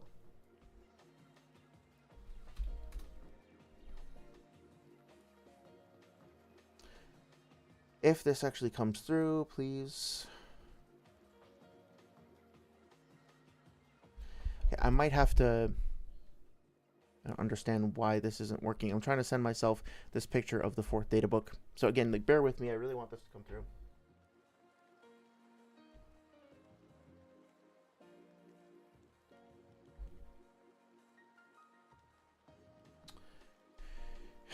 Really? Come on. Alright, well, while I try to figure this out, like why this isn't uploading. Oh, here we go. Okay, 1 sec. I don't know why that took so long. Sorry. Alright, so this is page 165 of the 4th data book in Japanese. And here is the full page. So we have Madara at the top. We have the Hashirama cells in the tree, etc. And then down here, we have Orochimaru, and then we have Hashirama standing here with the 3 scrolls behind him. So this is obviously a picture of Hashirama in the past. I forget exactly where this comes from, but this is from the flashback where it says like Hashirama is like the one of the great. I think it's from like Obito's flashback, right, where he's talking about, he's pretending he's Madara and he's saying like he was the shinobi that I respected the most in the world. He stood atop the shinobi world. Let's see. I happen to think that that's in like chapter 390, so we should be able to look at that pretty quickly.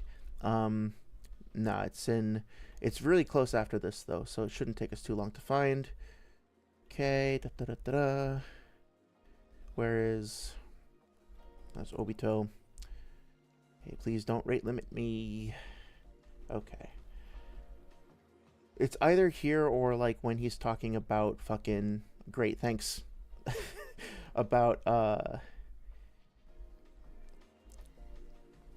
Sasuke's talking to Itachi, I forget. I guess not. Okay, I don't want to waste too much time on this, right? This is what I was thinking of, stood atop the shinobi world. Right. But anyway, this thing over here, I think, is coming from a flashback.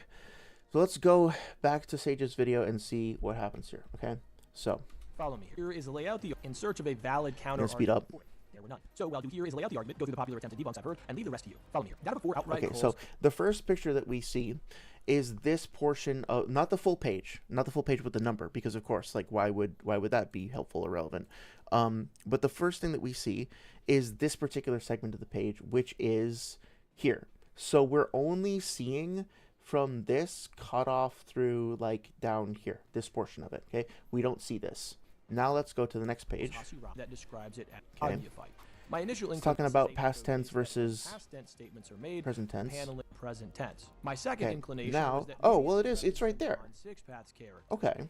That also can't be so what the fuck? Like, inclination was that maybe it's in reference to non-Six Paths characters. Here he is. So okay, so he to give Sage some credit here, he does actually show the full page. He just shows it in 2 different segments instead of just showing the full page with the number. So see why this is, like, important to actually cite your sources and include the numbers. If people actually want to learn from your videos and they want to be able to check out the references and be able to educate themselves further, like, look at all the fucking rigmarole I had to go through in order to just, like, understand that both of these 2 things were from the same page. Like, can you not just, like, put the number to make it easier, please, for love of God?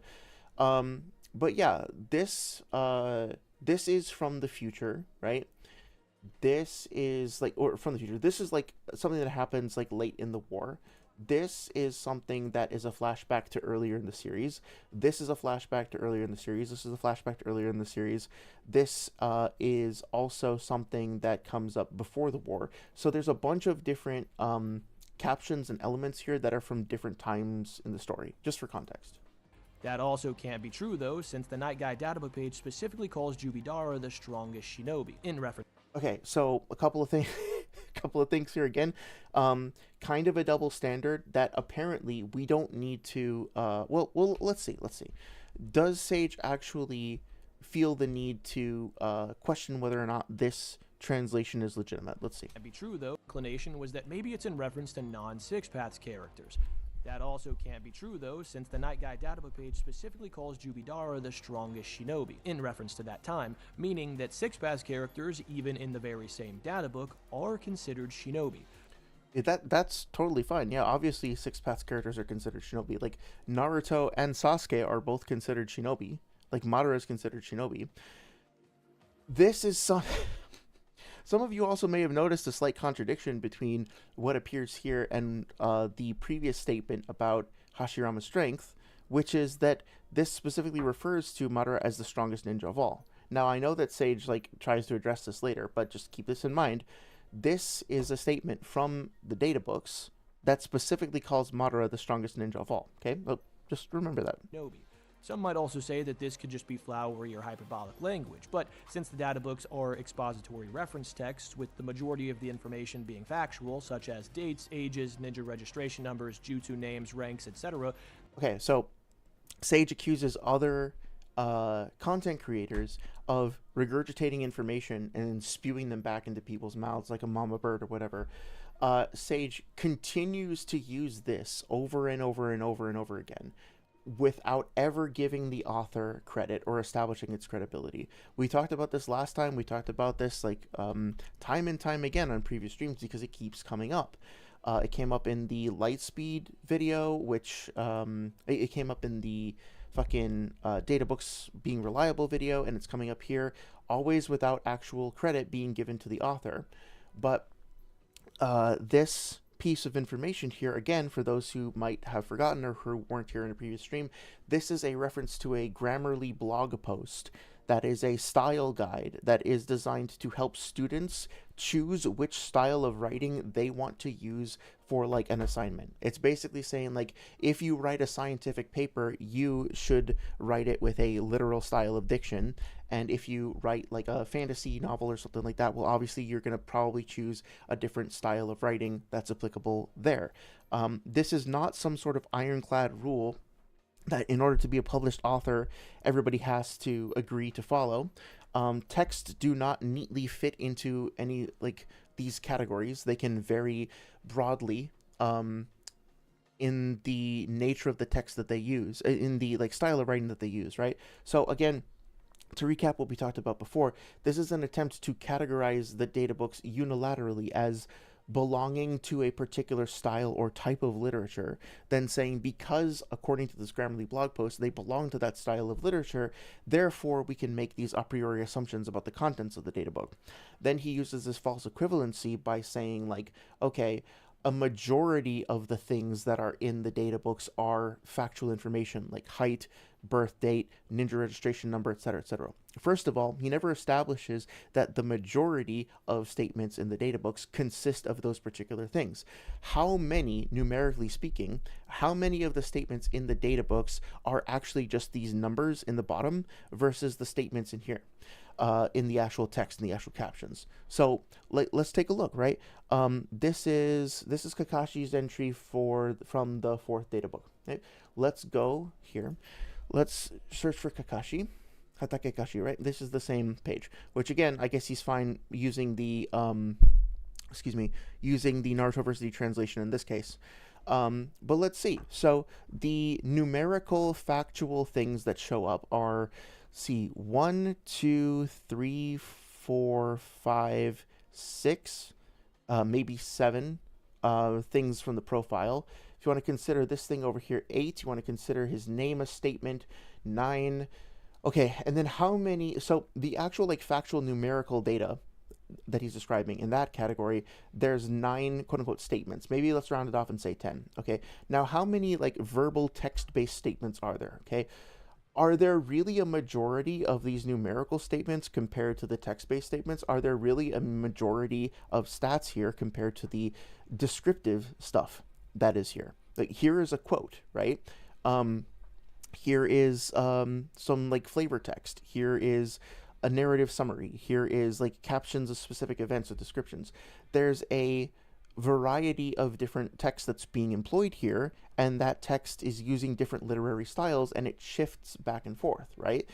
So, for example, an uncommon shinobi, sure, that's fine, that releases a divine spear. Okay, I'm sorry, I didn't realize that Kakashi was actually connected to the divine. He's using divine powers. He does holy damage, right? Because it literally says here, says a divine spear that surpasses lightning, also known as Kakashi the Sharingan, right?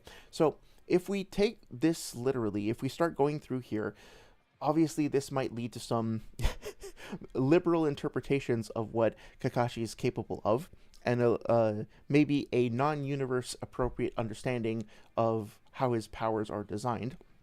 So if we really want to understand Kakashi and know whether or not this databook statement is filled with like useful information, we have to kind of go through it carefully and read it and see what checks out. We have to actually test to see whether the statements that are being used are applicable.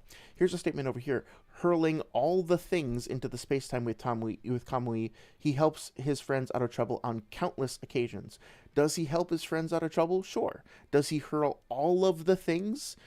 No, like factually not. First of all, like, his ability to hurl things into the Kamui dimension is contingent upon like whether or not he has enough chakra to do so, and whether or not he can do it fast enough before he gets intercepted by somebody else. Like, Kamui has an activation speed and time, right?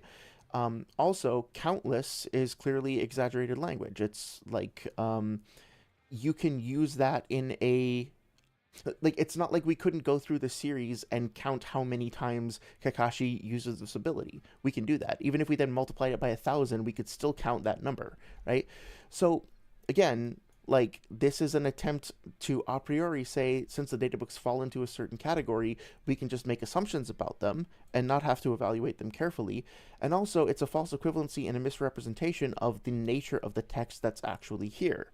So again, like, when I say that a certain person is, like, not to be coy about it, when I say, hey Sage, I don't think that you're engaging in good faith, this is what I'm talking about. You're not actually like going through and breaking down all of the stuff that you're discussing, sentence by sentence, coming up with a number of statements that are true or false, then presenting that data holistically, and then comparing that to the data that you're presenting that's more numerical or factual. There is no actual data analysis being done here. There is an a priori assumption that's being made based on the assessment of a guide for students written by somebody else whose work you didn't credit, but you used in for-profit videos multiple times, that you're then using as an authority over literature in general, including Japanese manga, which were written decades before this blog post was published.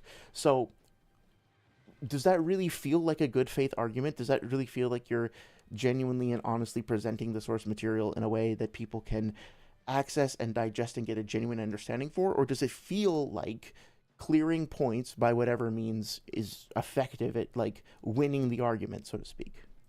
This makes any individual statement more likely to be factual than not. The likelihood doesn't fucking matter when you can actually just evaluate it and test it. Likelihood arguments are useful if you can't actually perform a test on the subject matter. Like if you have if you can't access the data, for example, like if you're unable to investigate it, and the best thing that you can do is to rely on a prediction, then it's understandable that you would want to rely on a prediction. But we don't have to do that here. That's not relevant here, because we have access to all the data books and we can read through them. As you've demonstrated, we also have access to community members that are hardworking and dedicated and more than happy to volunteer their efforts for free, oftentimes without credit, to genuinely fucking help other people understand this stuff. So why aren't we just reading the data books? Why are we making these predictions about more or less likely to be true instead of just genuinely going through them? By virtue of how these types of texts are written. Something that helps this also is that one of the rules of using hyperbole or figure... Again, if I have to see this... he kept bringing this up over and over again in like the...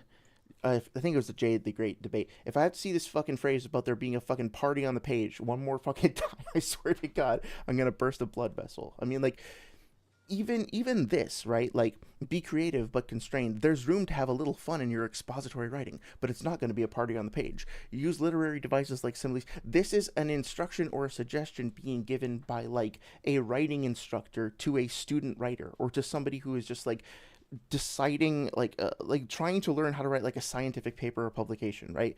There's no evidence whatsoever that Kishimoto gave a fuck about this or followed these rules. And if you go through the data books themselves, they constantly switch back and forth, right, between different styles of writing. The Sharingan of his left eye inherited from a friend that copied 1,000 techniques, and his right arm that bisects even lightning are his trump cards. That's fine. There's nothing wrong with that. That seems to be factual. And we can test it by going through the manga and seeing if that fact actually checks out. Hurling all the things into the space-time with Kamui helps us find out on countless occasions. That is not literal. That is using figurative language. That's not like something that checks out when we test it against the manga. This statement over here: if he leads his troop, he constructs a tactic in an instant. Really, so his mind fires, like, combines knowledge in an infinitesimally small amount of time. So his brain basically just like, without, like, an instant means like the smallest imaginable or measurable fraction of time. It's infinitesimally small. So he can just conjure up these tactics in an instant, literally, right? Because it's in this expository text. I mean, it's more likely that this is literally true than not. Should we just accept that, or should we actually test it? Should we actually be curious enough to see how it compares to the source material? He volunteers for the advance guard personally. That's fine, right? That is an accurate description of what's happening. And we know that because we can test it against the manga and see. So I will mention this as many times as it takes to get through. The data books are not just hyperbole. They're not just figurative flowery language. They're also not just math and numbers and facts. They are a constantly shifting, flowing collection of different styles of writing, and the author will choose to employ each style of writing when it is appropriate to achieve what he wants to in a given moment. And that changes constantly. You're not ever going to understand the data books unless you actually read through them all, or at least read through the entirety of one of them, and pay close attention to when those language changes happen, what context in which they happen. Am I saying that right? Like, hopefully you understand, right? Like, you need the context for it to be able to use these things. Figurative speech in expository writing hell. is that it should be used sparingly, and when it is used, it should be obvious and not misleading. Due to the fact that, again, any given statement in the data books is more likely to be inherently factual by the text's very nature, and there's nothing that makes this obviously hyperbolic, it's unlikely to be the case that this is hyperbole or flowery language. I mean, again, like, this is based on... If you actually want to make this argument, the way to do it is to go through the data books and, like, let's say that you just don't have time, right? You don't have time to read through all the data books. Thankfully, I'm working on a project which will help be a resource for people who don't. You don't know where to find them, whatever. You want to make a genuine good faith estimation and attempt to understand what is in the data books. And all you have is 10 pages. And all you have is an hour. So you read through those 10 pages and you perform an analysis of what's in those 10 pages and you say, look, this is the only information that I had, but here is the sample size that I took, here's the research that I did, and here's what I think we can extrapolate about the rest of the text based on my limited research. That is actually something that I would accept. That is something that I would be like, okay, this is not a definitive statement about the inherent nature of the text that you're talking about. You're not necessarily using this as like an ironclad thing to then build other things on top of. You are saying, this is my initial survey, here's the data, and then we can go from here. And that's actually what happens all the time in science, right? If I want to know what is the percentage of people in the population of the United States that has a birthmark, there is no fucking way I'm going to be able to survey the entire population. Like, it's not possible. We don't have the time, the resources, and more people, like however many hundreds or thousands of people are being born every day, right? Probably more like hundreds in the United States specifically, I don't know. But you're just not going to be able to, like, with any of the means and the knowledge tech that we have today, to be able to keep up with that in any sort of practical way. So if your goal, if your assignment is to produce a research paper on how many people in the United States have birthmarks, then the best thing you can do is to find a population, take a sample of the population, try to account for variables, and then present that with those caveats. That's fine. That's part of the intrinsic scientific process, but you need to be transparent about the limitations of your research, and you can't just say, like, well, I don't know, I am writing an expository paper on the nature of like how many people in the United States have birthmarks or whatever. It's expository, so it's intended to not confuse, so it's factual, so it's true. That's essentially the argument that Sage is making here. Because the intention of the text is to inform and not confuse, therefore we should assume that the stuff in it is true without testing it. And if we actually started doing that in any sort of like real serious context, people could just like make up whatever shit they wanted to. And as long as the tone of it appeared to be expository, then it would eliminate the need for scrutiny about those statements. There needs to be way more curiosity and way more in-depth research about this to genuinely get to an understanding of it. At the very least, don't like start and stop on Grammarly.com. Maybe do a little bit more research than that. Obviously, that's me being a bit unfair, but you understand. Saria says, every time I hear the word knowledge, I can't help think of Ty Lopez. Here in my data books, here in my studio, spot this new Naruto data book coming up with a new meta argument. It's fun to read over here on stream with you guys, but you know what I like a lot more than Sasuke x Naruto Dojins? Knowledge. Grammarly from our favorite, they, them, Linda, don't remember the author's name. It is, I have one of their things up here. It is Lindsay, very close, Lindsay Kramer. Thank you, Lindsay, for your awesomeness. And we're gonna like look at some of Lindsay's work later, right? If we get to argument from ignorance. Lindsay does have good things to say, which is why it's important to A, credit Lindsay, give them credit, and also to make sure that you understand what the context of their writing is too, because this is disrespectful. In addition to being like borderline unethical, it's disrespectful to the original author. You're not like even really understanding the context and the purpose of her work, their work, right? It's shitty. John starts cursing. He's a bad chat. I get worked up at most streams at a certain point, and I curse pretty freely. Honestly, like I am gonna get pissed when I see things that seem to me to be unfair or unjust or whatever, and I'm gonna get worked up. I hope it's always understood that this, at the end of the day, is all still in the spirit of peer review, right?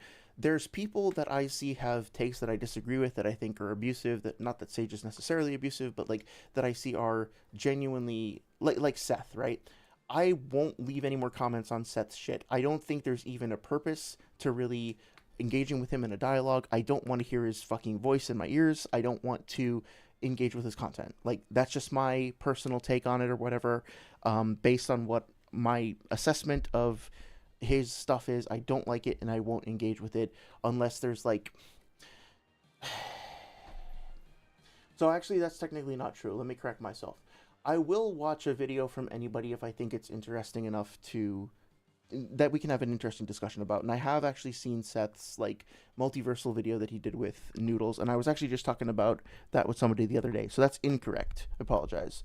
What I'm trying to convey is that like I won't ever seek him out and try and engage him in a dialogue, and I won't leave any comments on his shit because I have no real faith that there could be like a beneficial interaction, because I don't really see like any evidence based on my previous interactions with him and Noodles that it's going to go anywhere, that they're even going to bother listening.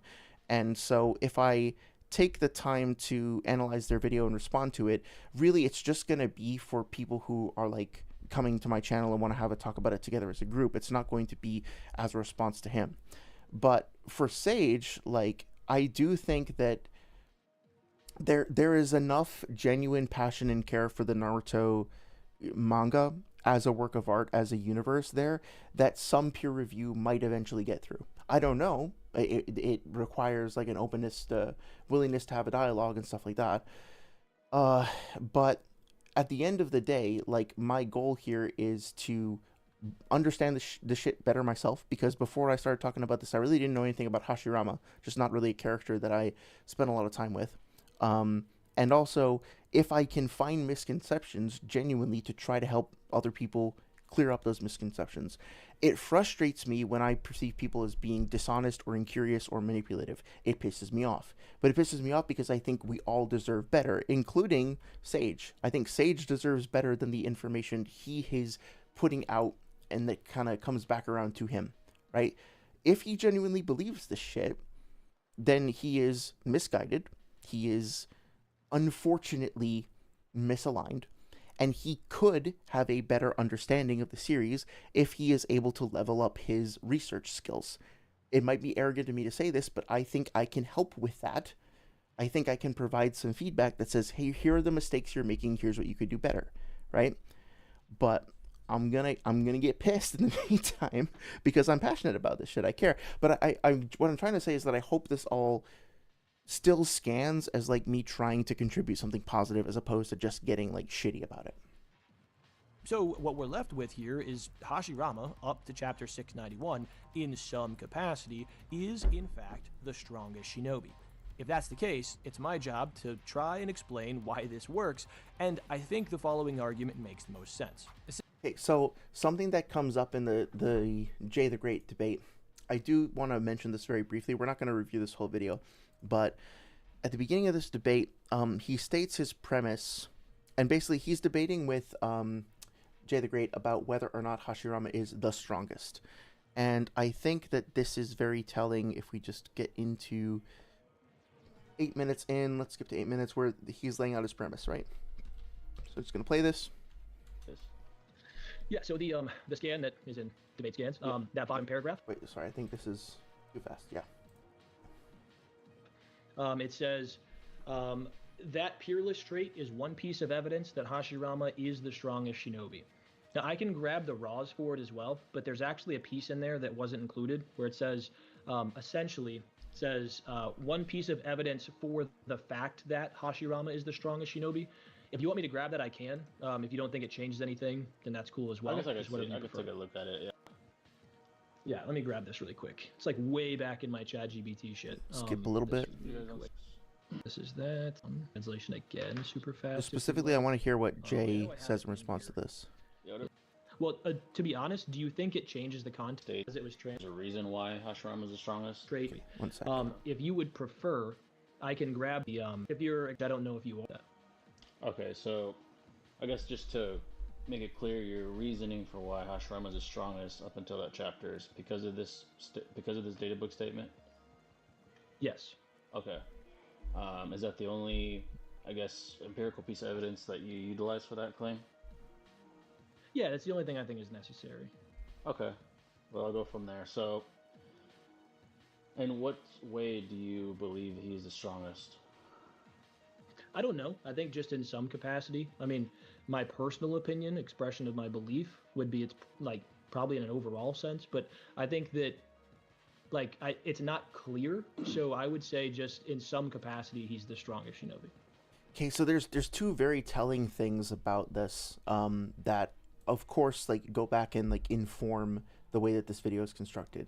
One is that Sage says the only piece of evidence that he thinks he needs to win a debate on this subject about Hashirama being the strongest is not like a feat, not like a series of feats, not like a collection of feats and statements. The only thing that he needs to win is this statement from the data books. That, in and of itself, is an enormous fucking red flag.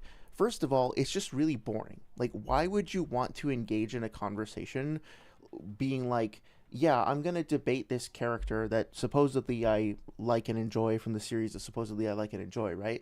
And my only argument is going to be that there is a statement that says this thing, and that's all I need. I can just point to the statement and say that because the statement exists, I win, right? Is that actually an interesting or compelling argument? Does that actually, like, explore the characters or their feats or like the interactions between different characters at all? To me, it's like it's incredibly vapid. That's why I used that term before in describing Sage's arguments, because there's nothing there, right? There's not really anything to talk about beyond pointing to this thing and saying it's authoritative, therefore it's true, which then like kind of dovetails or segues into the next problem, which is that he says, like, I don't actually know what strongest means. I think in this context, I think in my personal opinion, you could interpret it as being the strongest overall or strongest in terms of combat abilities, but he hasn't actually explained what the definition of the term means. Does it mean in terms of his healing ability? Does it mean his like AP or DC? Does it mean his resolve, his overall quality of his character? Like, what is the definition of that term? No definition is ever provided, and Sage seems to be pretty incurious about actually clarifying a definition. So we have a really, really bizarrely bad argument here. The argument is that because a statement in a book defines Hashirama as X, Hashirama is X, but we have no definition for what X actually means. Therefore, when we say Hashirama is X, it just means that Hashirama is X. It's a tautology. It's circular. It's like Hashirama is the strongest because the one who's described as being the strongest is Hashirama. It's like, what the fuck does that mean? Well, I don't know. It just means that he's the strongest. It's a circle. It doesn't go anywhere. And it's like so fucking weird to me that you would not only like engage in multiple debates based on this premise about like this like starting point, but then also like make monetized videos on that same subject after the fact, I believe, right? This is 3 months ago. The debate was 4, if I remember correctly. Yeah. Like, to come out of this and be like, yeah, no, that's good enough, I can repackage that and sell it. Like, what the fuck? It kind of... it's just so weird, and it's so revealing about, like, not just Sage, but the way that people approach argumentation in this community in general when it comes to this debate mentality of like, cool, I can identify this one thing and I just have to plant my flag in the ground and defend this spot, and that's it. This does not lead to genuine understanding. This is not in good faith because it's not actually representing the source material in any sort of nuanced or interesting way. Since we've established that base Hashirama is a 9 tails plus level gap above EMS Madara, we can then extrapolate from there what it would look like if certain things fell into place for Hashirama like they did for Madara. So, Madara gets revived, gains his Hashirama cells, and gets his Rinnegan. Those same 2 Rinnegan were not enough for Pain to overcome even half of the 9 tails, which is at least half as weak as the full 9 tails. So this means to me that those 2 eyes together don't necessarily make up a full 9 tails level gap, or even a half 9 tails level gap. The same yeah, I guess I don't have a problem with the idea that, like, the eyes themselves don't, make up for that gap, but also, like, Nagato in that situation was, first of all, he wasn't in his prime. Like, he was emaciated. He had been drained from the fucking Ghetto statue when he first unlocked Ghetto abilities. So he was in that like kind of hollowed out, like drained state. He was confined to his little wheelchair mobility walker, whatever the fuck that thing is, his control pod. He was also fighting with Tendo, so his the main consolidation of his power was not present. You know what I mean? Like his whatchamacallit, his he's stated by Naruto to be much stronger when he's just in his full individual body. So the Rinnegan, quote unquote, that are being used there are being used to puppet a remote controlled other person's body, and that person's body is then casting the Chibaku Tensei, and this is after using a massive Shinra Tensei, and this is after, fighting other people in the village and using a variety of different jutsu, including a lot of big summoning jutsu like the Big Cerberus, right? So Nagato himself, these aren't his eyes, they're transplants. Nagato is emaciated, he's not in his prime. He's remote controlling Tendo, and he's already fatigued. And despite all of that, he manages to suppress not just the, he suppresses and restrains like 8 tails transformation Naruto, like 8 out of 9 tails. And he seems to think that if he had enough chakra, he could make it bigger, the Chibaku Tensei, and restrain like the full 9 tails. So a fresh pain might actually have been able to fully suppress the 9 tails, especially if it was just Nagato like on his own without like remote controlling Tendo. I think he absolutely would have been able to do that. So again, there's a lot of context here that's being omitted. Yeah. Same is true for Wood Release. Wood Release struggled to contain even Naruto's half of Kurama. Oh, also, yeah, that's the other thing. When Minato splits up Kurama, at that time he takes half of Kurama's chakra and puts it in Naruto, and then the other half goes with him in the Reaper. But then, like, if the implication is that part of Kurama that stays in Naruto is static, like it doesn't grow, it doesn't change or anything like that, I don't know if that's the case, because I've heard people in the community argue that Kurama, like his power grows based on hatred, and then he's like stuck inside Naruto for however many years before he starts to like awaken, I guess 12 years, and like start to push out through the seal. Like he experiences hatred, he grows and he festers inside Naruto, and I've heard some people argue that that actually makes him stronger. It's also the case that like part of your chakra comes from an interaction between your physical, well, your chakra is made out of a combination between physical and mental slash spiritual energy, and your mental slash spiritual energy is a byproduct of your lived experience and the battles you've been through.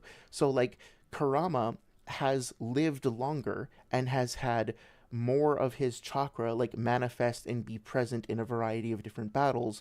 So to say that Kurama that's inside Naruto, even before Naruto and he formed like the KCM bond and stuff like that and team up, to say that it's like equivalent in power to the other half that is already like fucking stored inside Minato, I don't think that checks out either. Even with the chakra suppression properties offered by Wood Release. So that wouldn't Well, necessarily... at least we agree on the chakra suppression properties, although maybe I'm in the minority with thinking that it's like Biju chakra specifically. Let me catch up on chat real quick. Bosom drawing is so hard. I'll take your word for that. Oh, and you said you're loving seeing John pointing out all the bullshit. I appreciate that. Appreciate the support. He loves the data books as much as Naruto Sasuke comics. I think I love those more personally. But sorry, says I'm gonna get pissed when I see things that are unfair. Me when I had someone argue that mayhaps Link was remembered in the child timeline as a hero and he didn't know it. When the hero of time tells the hero of Twilight he says that himself he wasn't remembered. I hate mental gymnastics to try to make things work. It brings out the evil autism in me. Like the man knows his own history. Yeah, that's totally fair. And like, look, I think mental gymnastics can be used to, like, present creativity and argumentation. It doesn't have to be like you can use those powers for good rather than evil, so to speak. But also, like, you have to be judicious about the way that you employ that sort of thing. You're done the drawing. Let me check it out. Yeah, that looks fucking awesome. I love the color scheme. That's great. Yeah, I love the little green plume going through the middle of the smoke. That's really cool. Great work, man. Great work. Keep it up. How about No says, if someone wanted to go there, the way the chakra receivers work is that they pick up the chakra being emitted by Nagato, receiving more the closer that they are per inverse square law, meaning, yep, that's a very good point too. By that logic, if Pain is 1 kilometer away, he's only getting like 1 millionth of Nagato's power. So I will say, just to be me, that I think it's worth acknowledging that, whatchamacallit, oh, sorry for that loud noise, I apologize. It's worth acknowledging that maybe whatchamacallit, wow, I really lost my train of thought. That, yeah, so like maybe like the exact nature of energy transmission in Naruto doesn't work exactly the same way as it does in our world. So maybe because it's chakra and not like, a sound or whatever, or a similar signal, that the inverse square law doesn't necessarily apply.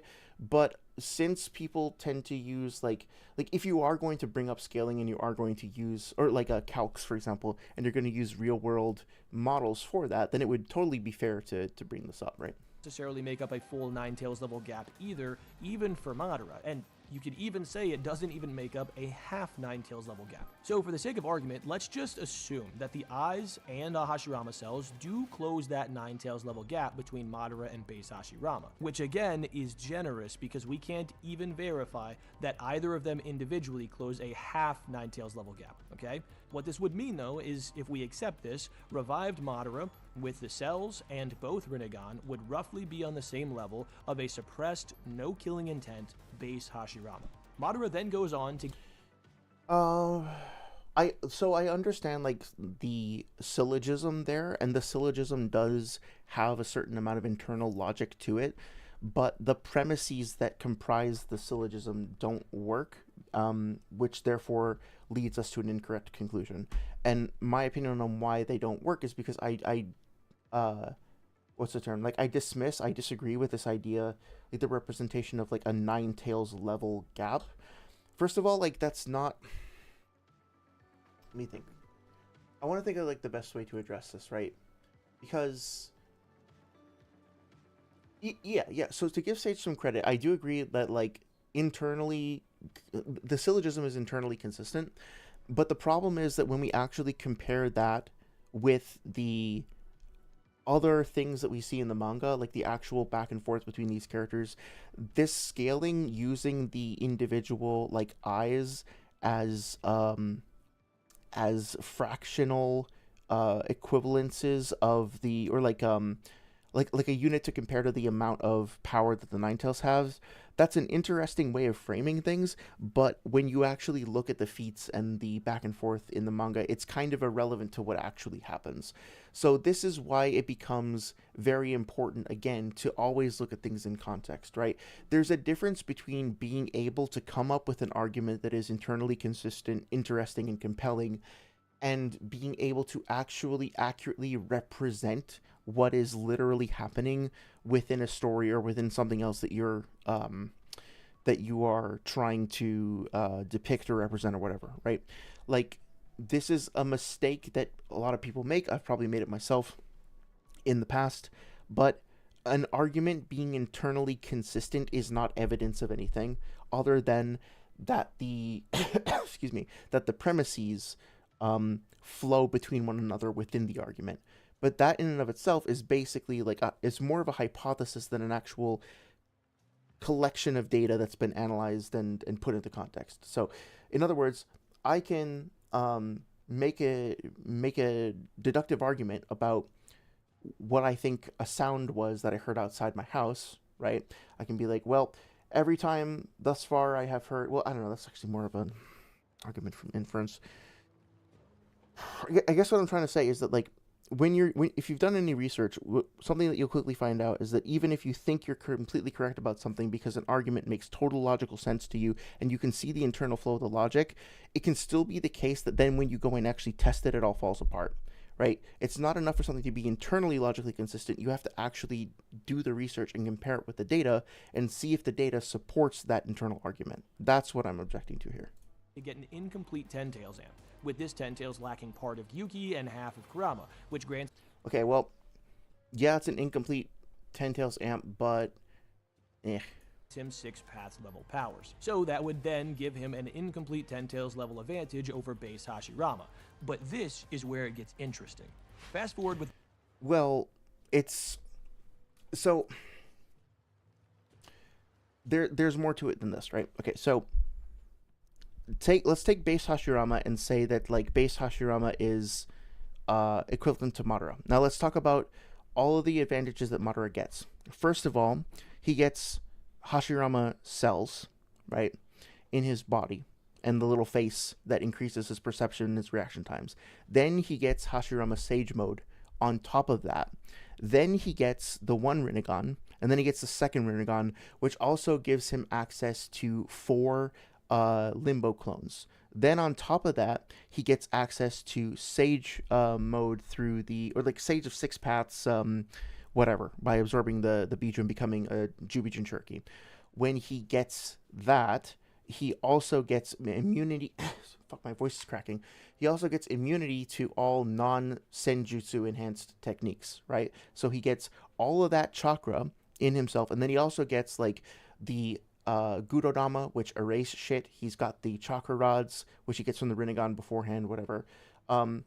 That's also important to note that it's not just a power level increase, right? It's not just AP or DC, but he now also has all of the abilities that come with the Rinnegan, including like mind reading, soul absorption, summoning the endlessly replicating dog, the King of Hell, like all the Asura Paths, missiles and weapons and stuff like that, etc., etc. And Chibaku Tensei, and Bancho Tenin, and Shinra Tensei, and like all the shit, right? He gets all of that.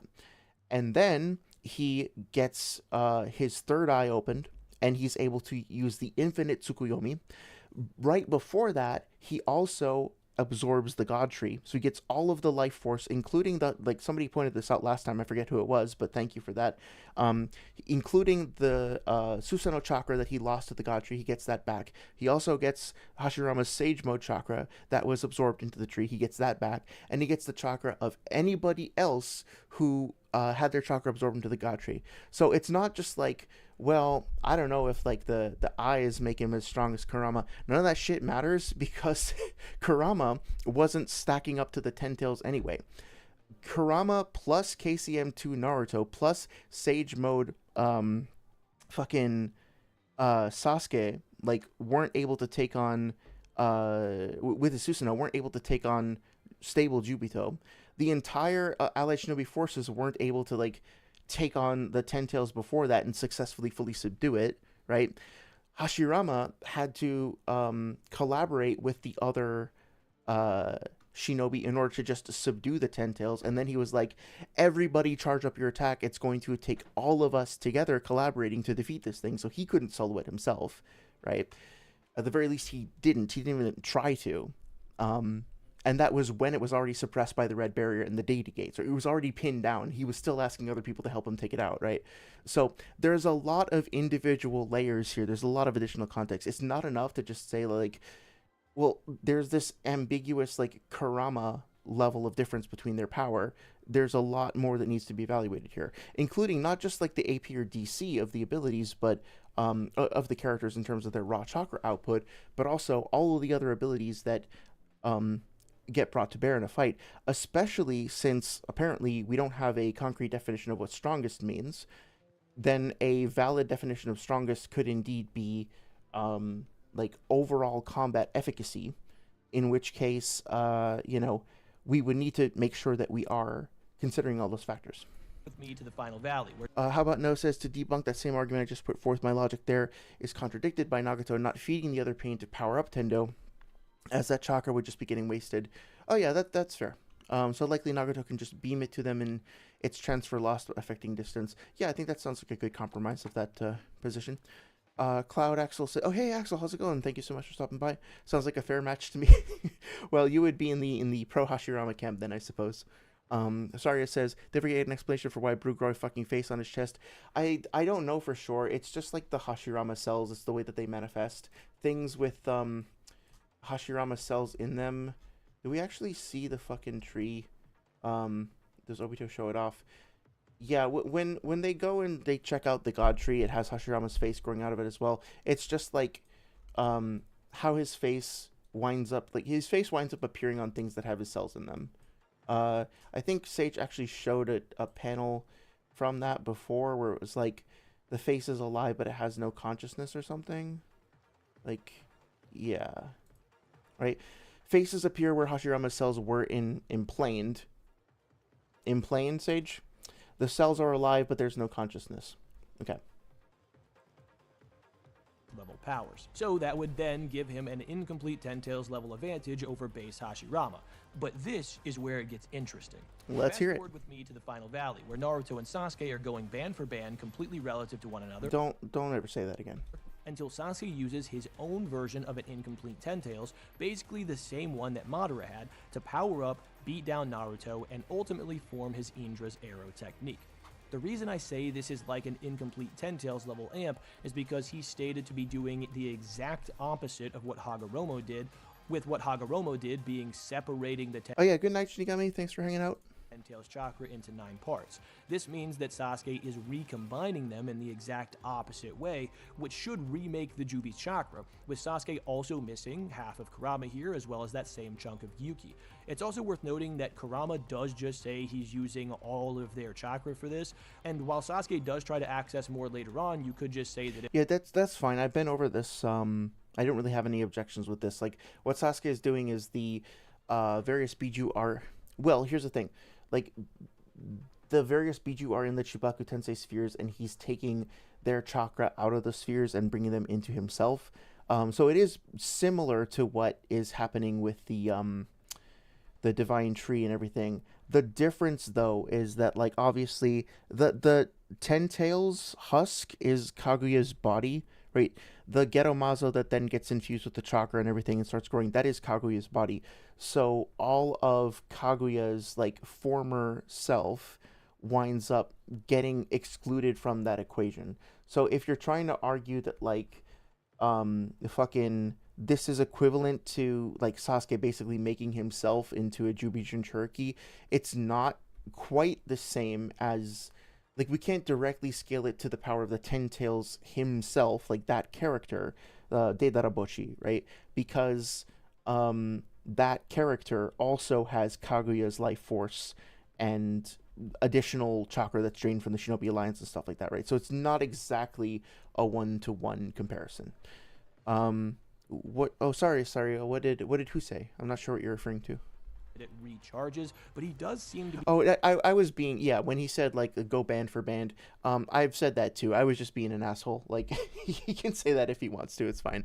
It's just, it's kind of funny to me, like, how, like, hip-hop terminology has kind of crossed into the Naruto community. Like, I've caught myself saying cap out loud.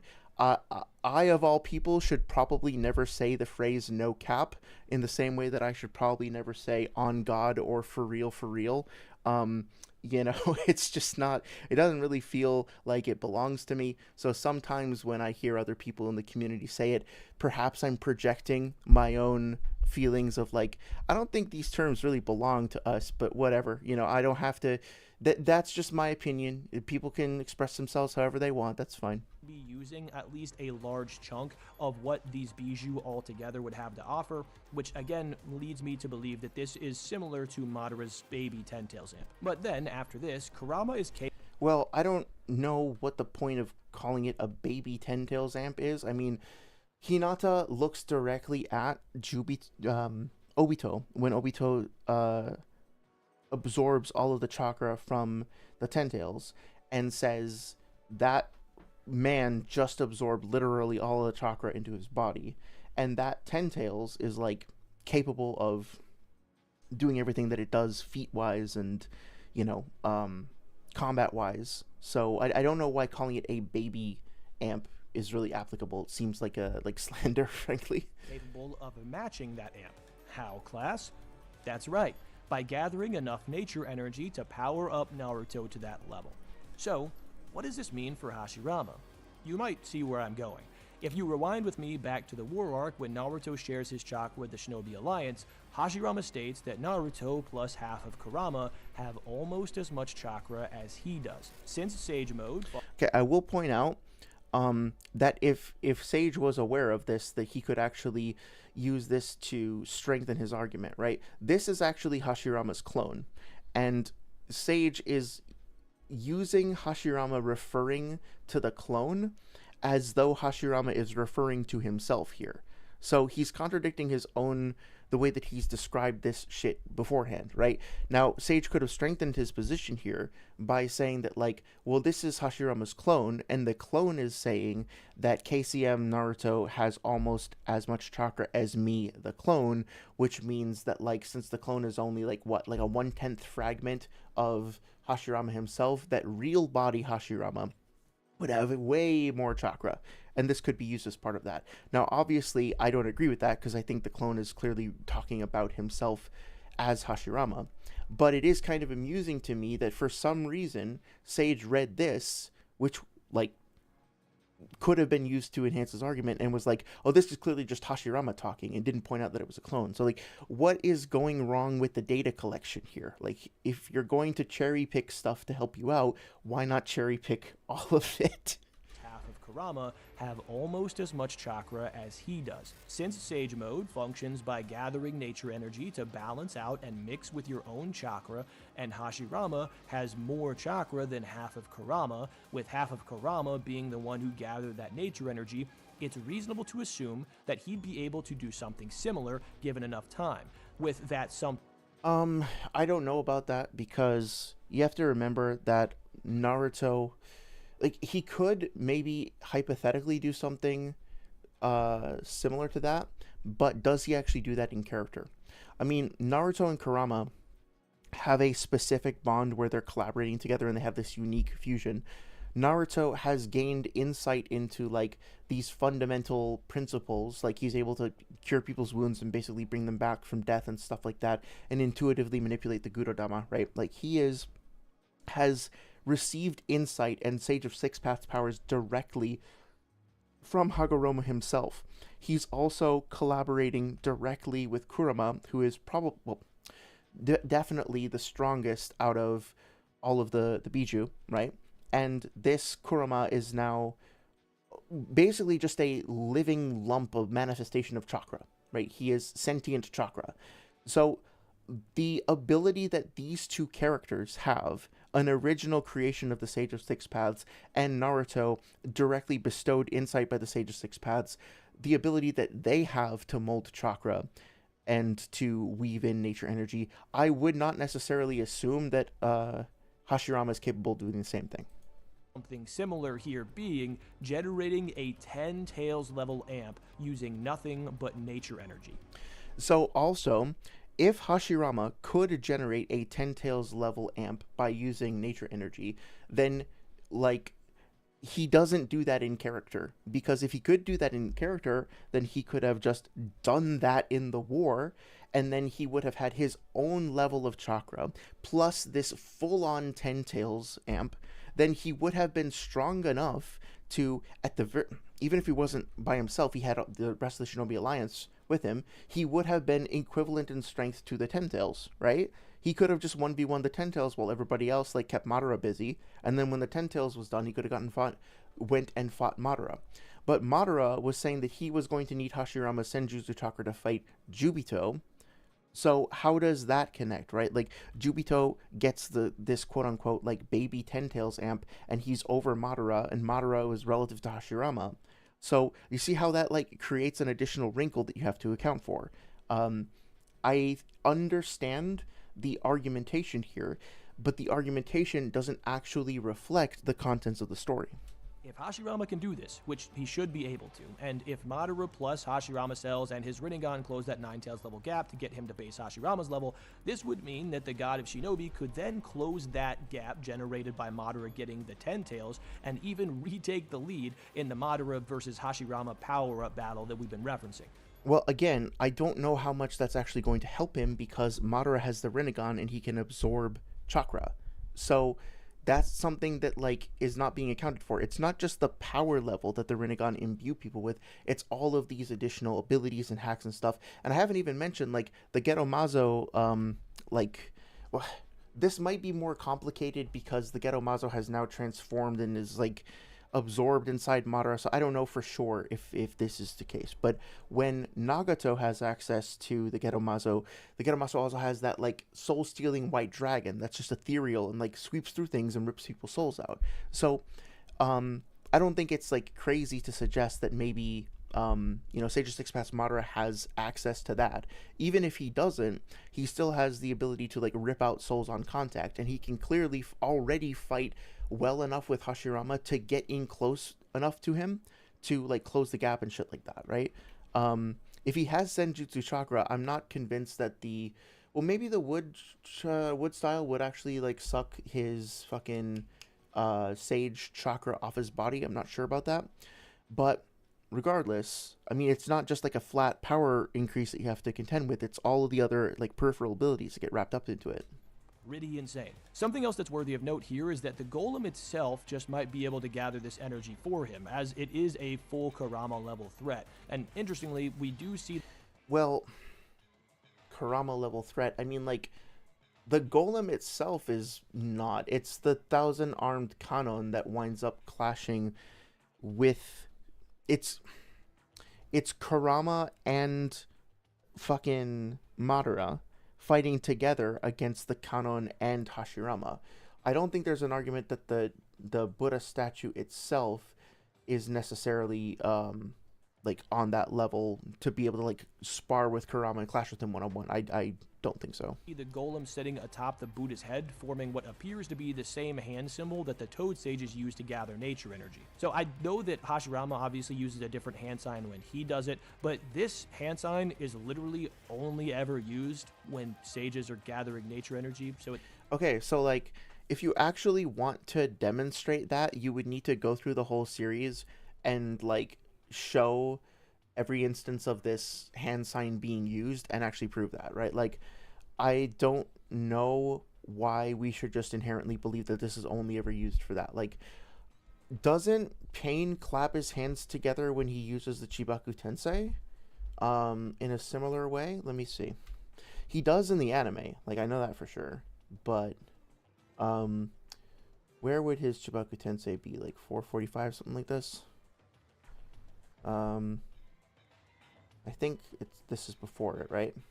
Oh yeah, this is the soul-stealing white dragon thing I was talking about, by the way. This is in chapter 445? 447. This thing. Now, granted, it's coming out of the mouth of the Geromazo, so maybe, like, if the Geromazo changes its form, it can't do this. I mean, the counter-argument to that is that we never see this used against the Shinobi Alliance, and it would be really fucking convenient if it could do it during the Shinobi Alliance, so this could just be a case of, like, Kishimoto forgot. I'm not sure. But whatever. Let me go back, because clearly, for fuck's sake, I don't want to go to your fucking casino, bro. Stop. Let's see. Well, no, it's a little bit different, right? He puts his hand close together, and then he throws it up. In the anime, he, like, puts his hands together and he, like, screams, but that might just be a difference between the manga and the anime. Yeah. Just so you can see what I'm talking about.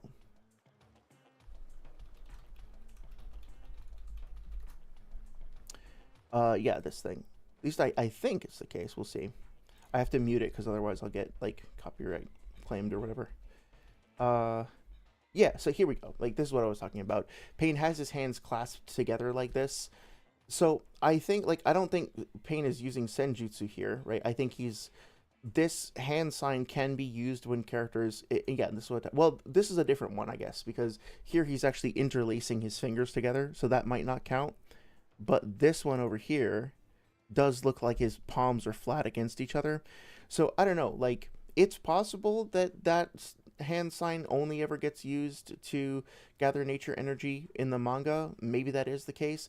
But if you really actually want to substantiate that point, I think it's much more helpful and honest if you actually go through and evaluate it. Also, like, across the whole series, which takes time, I know, but still.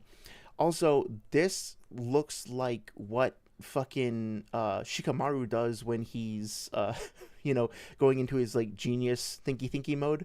So, does this really make sense? Like, is it fair to assume that since we only ever see this hand sign used for Shikamaru's like genius focus mode, that the golem here is also going into genius focus mode? I don't know. Probably what's happening here, and there's no reason why the Golem and Hashirama should be limited to literally one hand sign for it. Maybe that hand sign's better, I don't know. But at worst... Well, I mean, like, no reason that you can think of, but that's not really an evaluation of the way that hand signs work. Like, hand signs in Naruto do specific things, and they have specific meanings and functions, so basically just throwing it out there like, well, I don't personally see why this character couldn't just be an exception to this and decide to use both hand signs, even though hand signs have specific meanings. It's like, again, you might be correct, but this is not actually an analysis or like a good faith evaluation of hand signs in general. If you really actually want to understand this, you have to understand how hand signs work in principle, like across the series, right? Hey, Ryoman, how's it going? Thank you so much for stopping by. Ryoman says... Oh, wait, hang on. First, sorry, I said, meanwhile, Naruto's clones straight up fight each other because he can't get along. Yeah, yeah, that is pretty funny. Sage-sama has Hashirama below Hokage Kakashi. That's...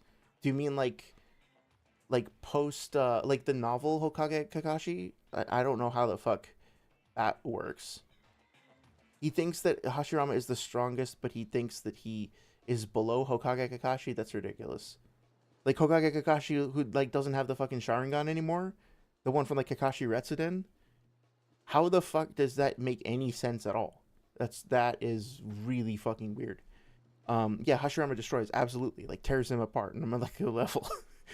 Sorry, says, I think that Avengers level threat has just plopped itself into every single fandom. Oh, really? I haven't seen much of the trailer yet. Is it really like that dire an implication? Oh yeah, thank you. How about No for the Chibaku Tensei chapter? I appreciate that. How about No says also Sage of Six Paths, Chibaku Tensei involves clapping hands. Oh, okay, great. Yeah, that's right. Like Sasuke does that too, right? So in Boruto, right, when he does that against somebody, I think. I might be misremembering. No, I think no, obviously he doesn't because he only has one fucking arm, right? So I'm wrong about that one. Slap, slap, slap, clap, clap, clap. Which Akatsuki members aren't virgins? None of them. Well, that'll be the topic for next stream. I gotta think about it.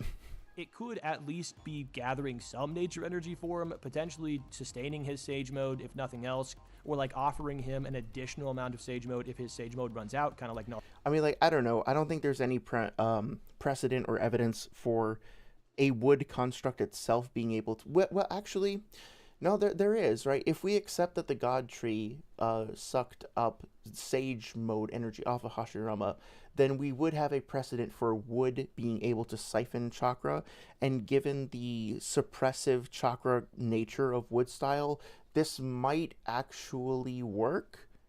We do see Fukasaku, like, doing this for Jiraiya or whatever, like, perching on the shoulder, and, like, actually, like, the more that I think about this, the more I like it. It's kind of a cute, like, argument that references, you know, some of the similar iconography. So, yeah, I'm willing to compromise on this and say, look, I don't think Sage did his homework sufficiently here. I don't think this argument is sufficiently curious and thorough enough to really present an adequate overview of the topic.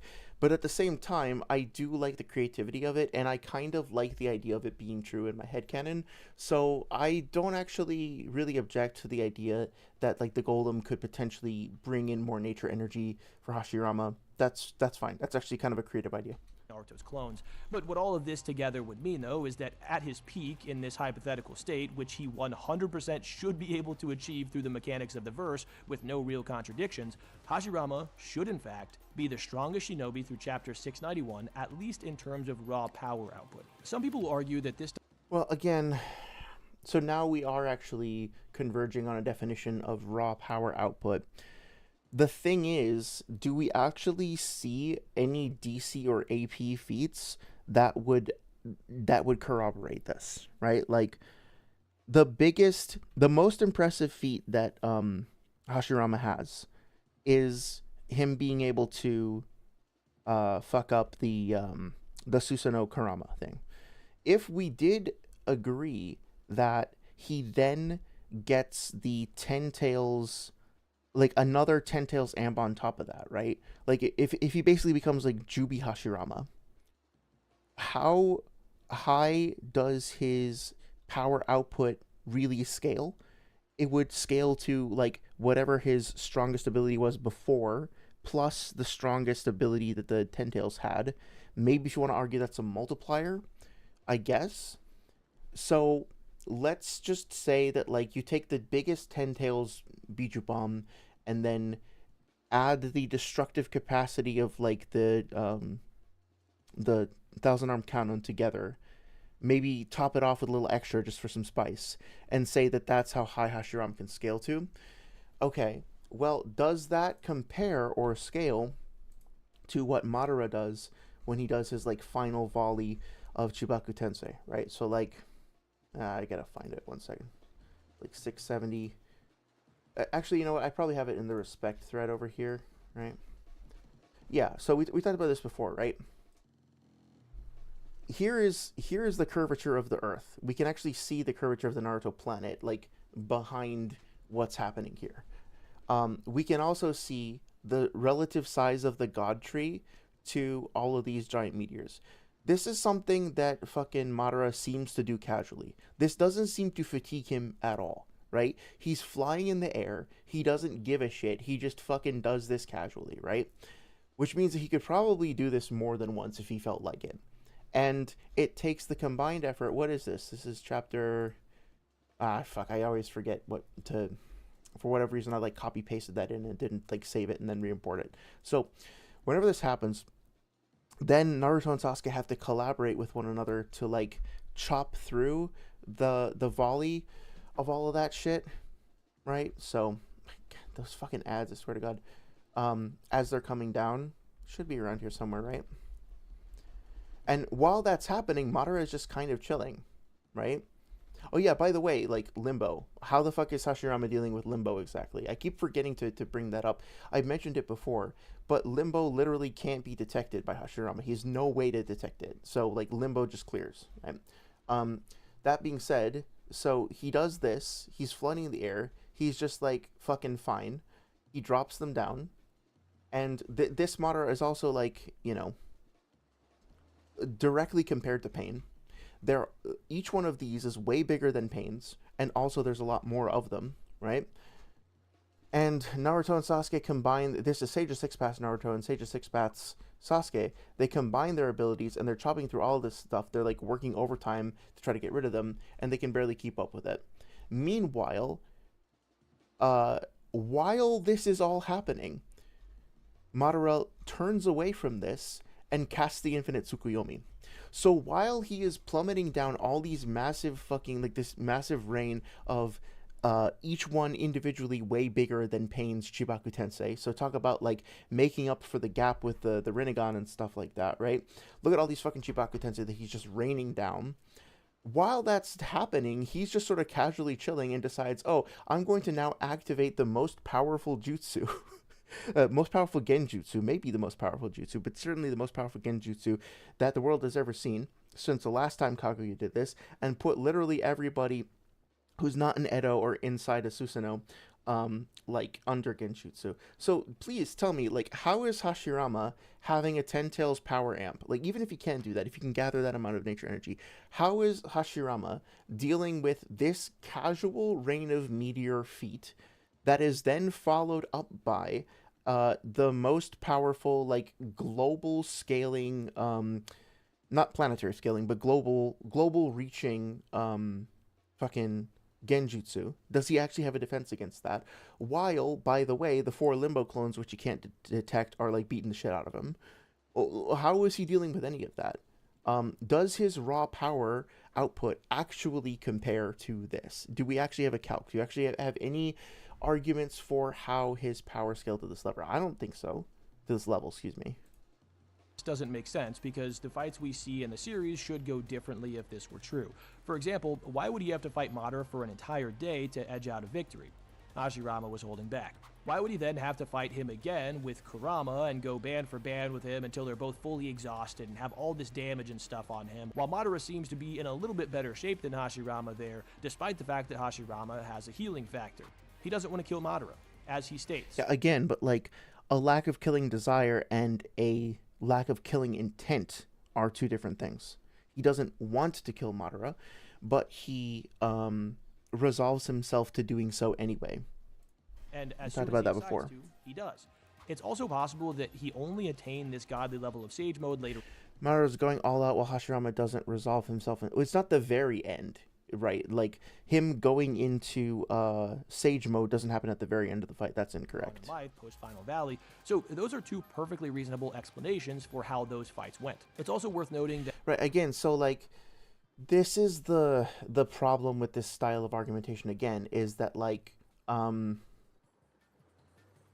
sorry, I'm getting a little distracted by the picture on screen. But again, like, what Sage is doing here tactically is he's trying to debunk a potential debunk instead of actually, like, showing how the shit compares to the scaling in the series. One second. as TG has pointed out before, As it's TG has very pointed likely out. that Hashirama had to fight Kurama more than once during the Valley of the End fight, with Hashirama also not wanting to kill Kurama. Appreciate the shout out to TG, even though you called him a garbage regurgitating mama bird earlier on. At least you're shouting him out now. But rather subdue him. We know that he wants to subdue him and capture him because he Yes, literally okay, we've been did over that with this. all of the tailed beasts. So to put this in perspective, a holding back Hashirama had to fight Madara plus a creature likened to a natural disaster capable of taking on 6 Bijou at once while at half power, also stated to be able to turn the planet to ash over and over. Okay, like, that, honestly, that's all I really need to say. Like, the fact that he's unironically using the turn the planet to ash thing, like, in a video in the big 2026 is, like, such a self-report. If you're gonna talk about databook statements being, like, factual, inherently more likely to be true than not, and then that's one of the statements that you reference, you really just have shot yourself in the foot. I can explain why if you want me to get into it, but yeah, like, Kurama does not have the ability to easily turn the world to ash. Like, this statement from the third data book is definitely not an accurate representation of at least his, like, raw DC or whatever. Over again, like a boss fight round where the boss has multiple lives. And again, despite holding back and having to run the fade against Madara and Kurama repeatedly, Hashirama still stood victorious. And this is incredibly impressive because he didn't tap into that form. Why? Yeah, but again, like, that's cool. He had some victories. That's great. But this doesn't actually account for all of the increments that fucking Naruto gets later, right? Because he didn't have to. But what about his fights in the war? Why doesn't he do it then? Well, he's nerfed. Yes, the Edos are stated to have been brought back near their previous power, but A, how near are we talking? And B, This time, the increased precision of the Imperial is backfired. We were born to this world with power closer to our true potential.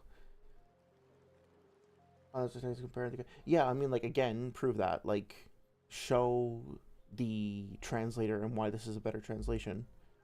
But that being said, like, do you understand, like, what I'm saying about this argumentation? He's like, he hasn't really actually gone through and provided, like, an accurate scaling of all of the different abilities and upgrades and boosts that Madara has. He doesn't think he needs to, because if people object to why Hashirama didn't succeed at X, Y, or Z thing, he can just say, oh, well, he was nerfed or he was holding back.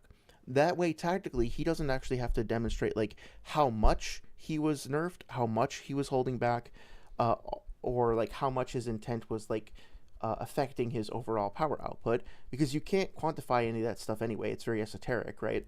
But what it does is it doesn't actually enhance your understanding of the series. It doesn't actually give you any more context about the fights themselves or any data based on feats or anything like that.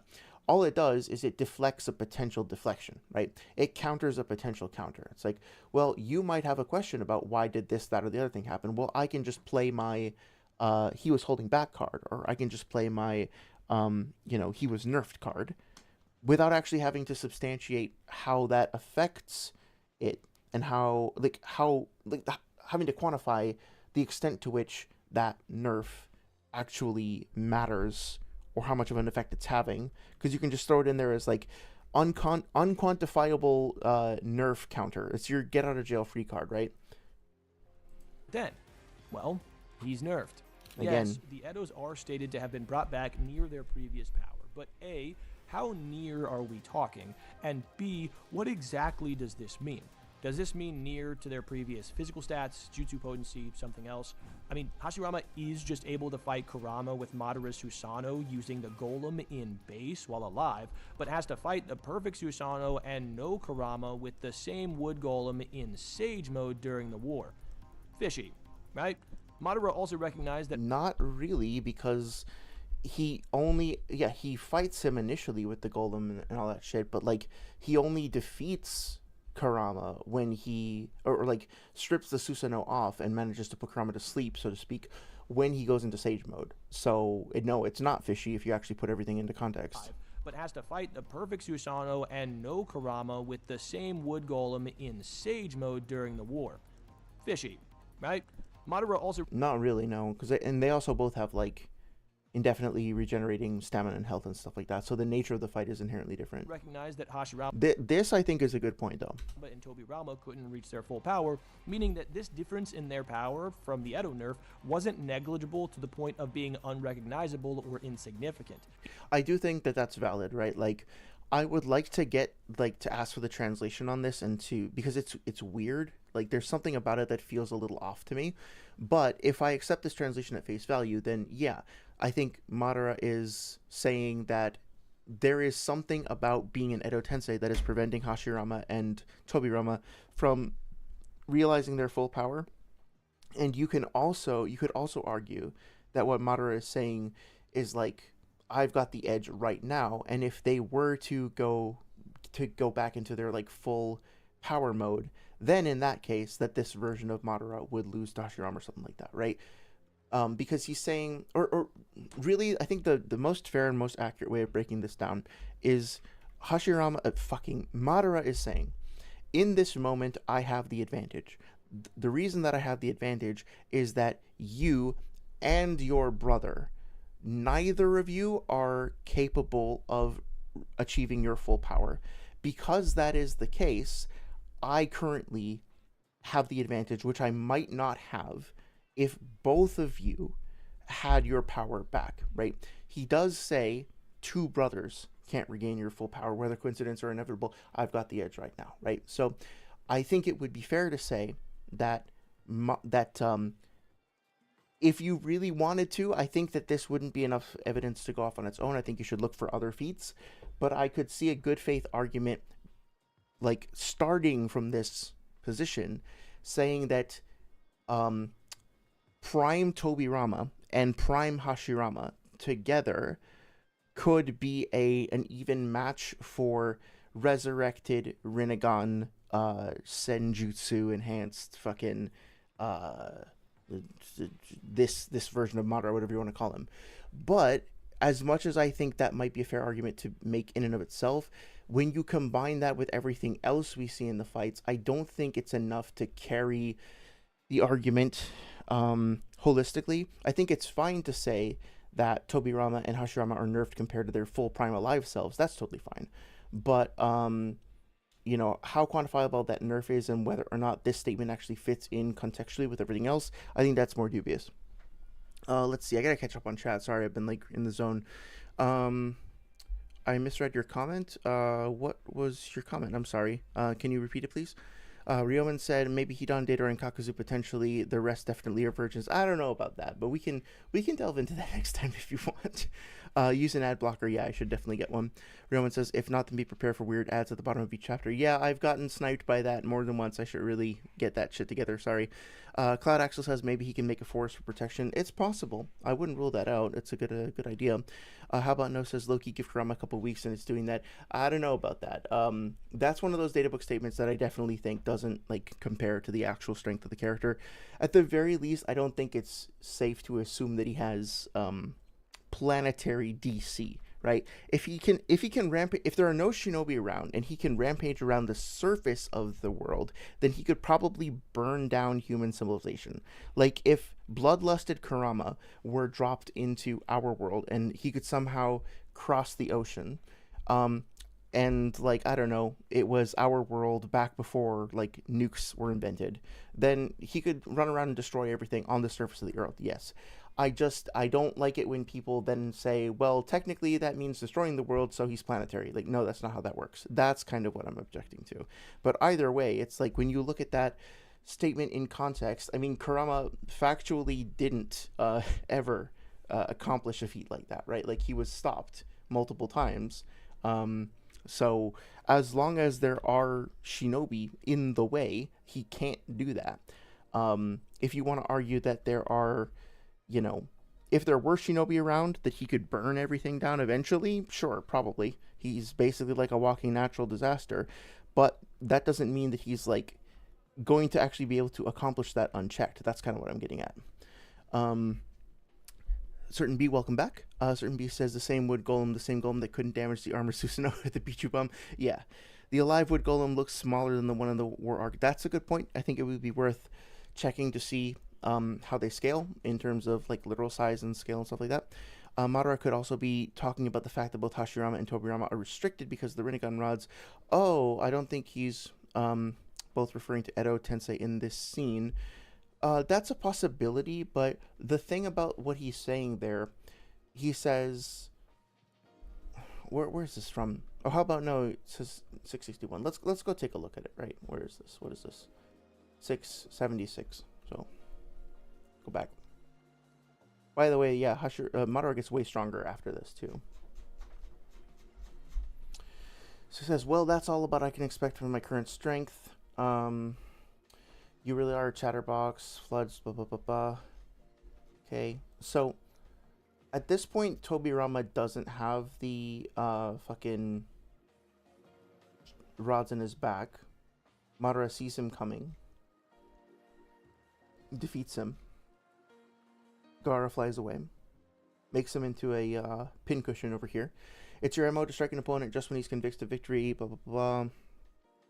I'm the one the heavens are smiling upon. Look at you who used to boast the fastest speed of any shinobi. There's a reason why you two brothers can't regain your full power. Some eyes are opening as well. Yeah, I mean, like, if I'm stepping out of debate bro mentality for a second, I think that, like, what he's saying in the abstract, like, more esoterically, is that, there's like a more cosmic reason why they're not able to live up to their former glory, right? Because he's saying, I am the one the heavens are smiling upon, right? He has exceeded, he's saying, you used to boast the fastest speed of any shinobi. So Tobirama, well, I don't know, you could make this as an argument for the Edo thing too, right? Because Tobirama, when he was alive, he would have been the fastest, which according to Madara's reckoning would mean that he was like faster than Hashirama, at least at one point.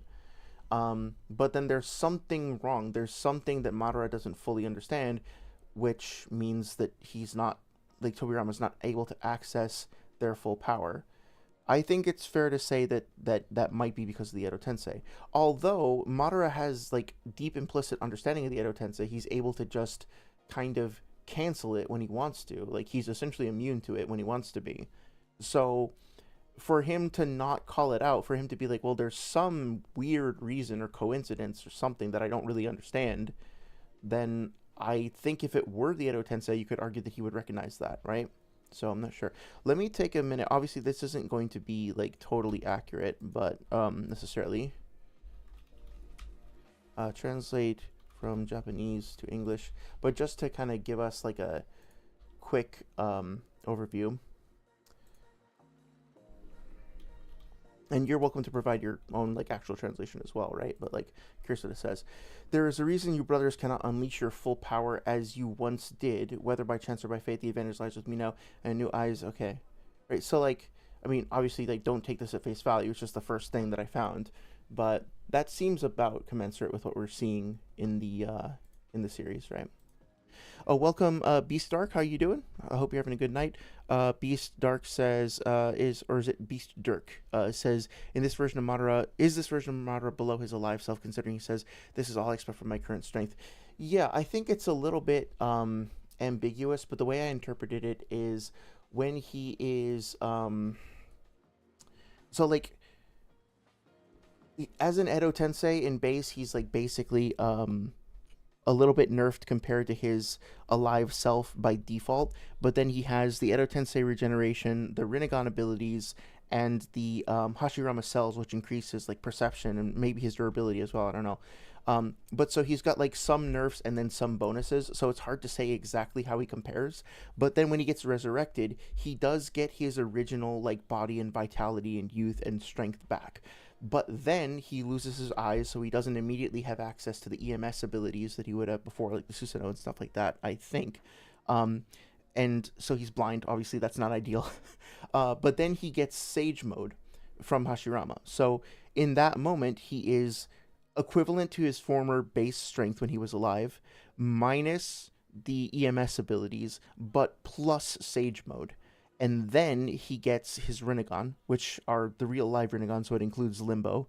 And then he also gets all those additional stacking bonuses. So there's this weird, like, intermediary state where it's not clear exactly how he scales to his alive self. But then, you know, that kind of stabilizes, and then he exceeds his former alive self with these weird kind of overlapping buffs and debuffs. Eventually, like, he does get restored to his base and then gets stronger and stronger and stronger and stronger, if that makes sense.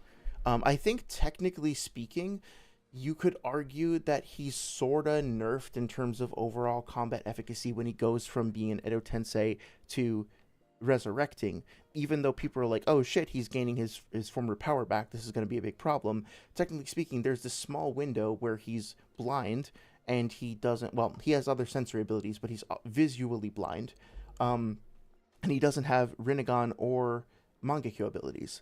So in that moment, he has Hashirama cells that are boosting him, and he has Sage Mode, which is boosting him, but he's also nerfed in other ways. So you could argue that maybe there he's like actually, in some respects, a little bit less effective in combat overall.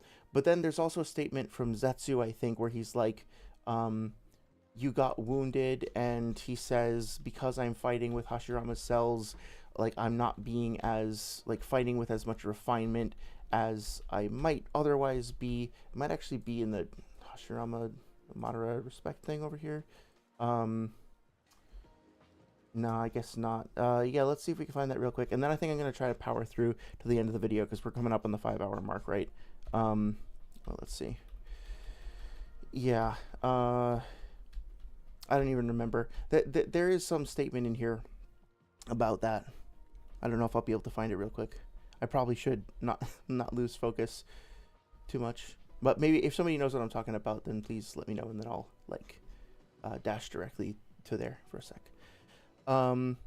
So yeah, let me rechat real quick, and then I'm going to power through to the end of the video. It's really random, says sorry, but I'm playing Echoes of Wisdom, and I noticed the shopkeep in Castletown treat Zelda so differently. Like, if Link says he's changed his mind about buying things when he's a protagonist, he'll be like, oh, dang it, really? Are you sure? Like, straight emotional manipulation. But Zelda, they're like, oh, that's fine, so what'll it be? I guess they're deferring to her royalty. That kind of makes sense.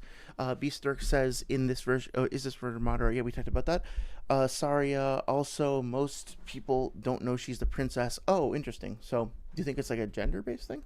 Or they think they can get it over on Link because he's like adult or something? He's impressionable. How about No says, one thing I think the Google translation isn't conveying is, for now at present, with the context of the previous sentence, I do think the implication is that if they did regain their power, it would no longer be the case. Yeah, that makes sense. I think this is actually like a strong argument in favor of the Hashirama position, but it is also like specifically referring to both of them. Like, Madara is talking about both of them, right? So, and then Beast Dirk says, I think his conversation with Tobirama is sort of framed in a way that lets you think Tobirama and Hashirama are not able to regain their prime strength while Madara did. That's totally fair. So I think he gets his prime strength back, and then he gets like additional multipliers and benefits on top of that. I think that's a fair assessment. Okay, so I'm gonna ignore chat for the next couple of minutes. I'm getting really fucking tired, so I really just want to try and power through this as quickly as possible while still giving the arguments the attention they deserve. But still, we're gonna go into a little bit of a focus mode, so bear with me. It's both noticeable and significant based on Madara's statement I just mentioned, as well as the discrepancy in how Hashirama has to fight Madara and how their fights go. Also, why doesn't Hashirama ever use the Buddha statue in his fight against Madara or the Ten Tails as an Edo? Pretty weird as well, right? I mean, we know that Tobirama and Minato can just move all of the shinobi away from the battlefield, so it's not like he'd have to worry about collateral damage. I think all of this points to the idea that when they're brought back near Brought back closer to the original power, not necessarily close. Okay. their former strength physically, and they have access to probably the primary jutsu and stuff like that, but not necessarily brought back fully in terms of their higher end arsenals. And this nerf could also be more significant for stronger characters like Hashirama, as the strength of the user might limit how strong the Edos can be. Something else that my boy Virtue actually pointed out to me. Yeah, I don't know. I think if you really want to make this argument, you should examine like all the Edo Tensei and really put together like a this is how Edo Tensei work kind of argument. I think that there's some missing context here. Okay, so now we finally get the full page. Now I can like sort of retract what I was saying before. Is that it's reasonable Oh my god, so close, so close, so close, so close. The number is right there. It's right there. I was just about to apologize too.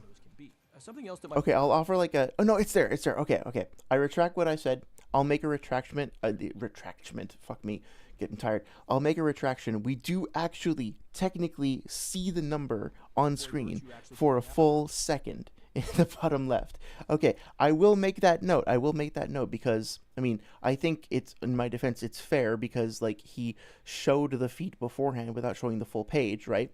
But to be fair, so that I'm not misrepresenting things, I'll put a retraction in the comments section where he did actually show the page. So this is all you got to do. You're already doing it. Just make it apparent.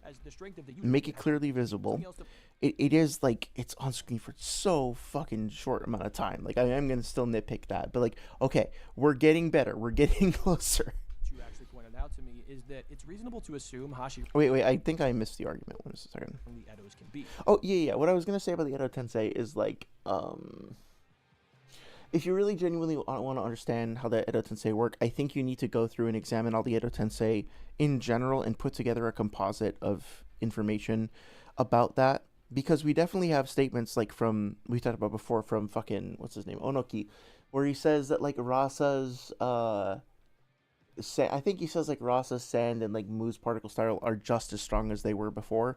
So we do have examples of characters who are Edo Tensei who are still apparently able to access their full strength, and then maybe we have characters who aren't, but like it's worth examining why that is the case, like where that difference is coming from.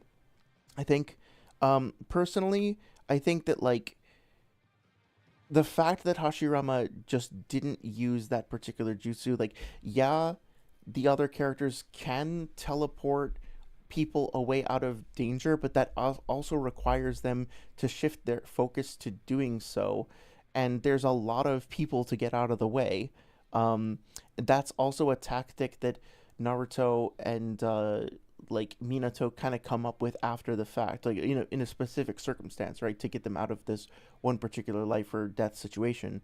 So I don't know, like the fact that they didn't think, oh, okay, you know, we'll have Minato run really far away, and then we'll have them throw a kunai, and then we'll teleport everybody in the battlefield, like, away from the battlefield, just so that Hashirama can go into his thousand-arm cannon, and with everybody, like, out of the way and safe. That probably wouldn't make sense, because then Hashirama would be going up against Obito and the Ten Tails and Hashirama and Madara all on his own, unless then the other characters like came back and reinforced him after moving everybody else out of the way. But the point is that they do want to stay there to actually continue engaging in the fight and supporting them.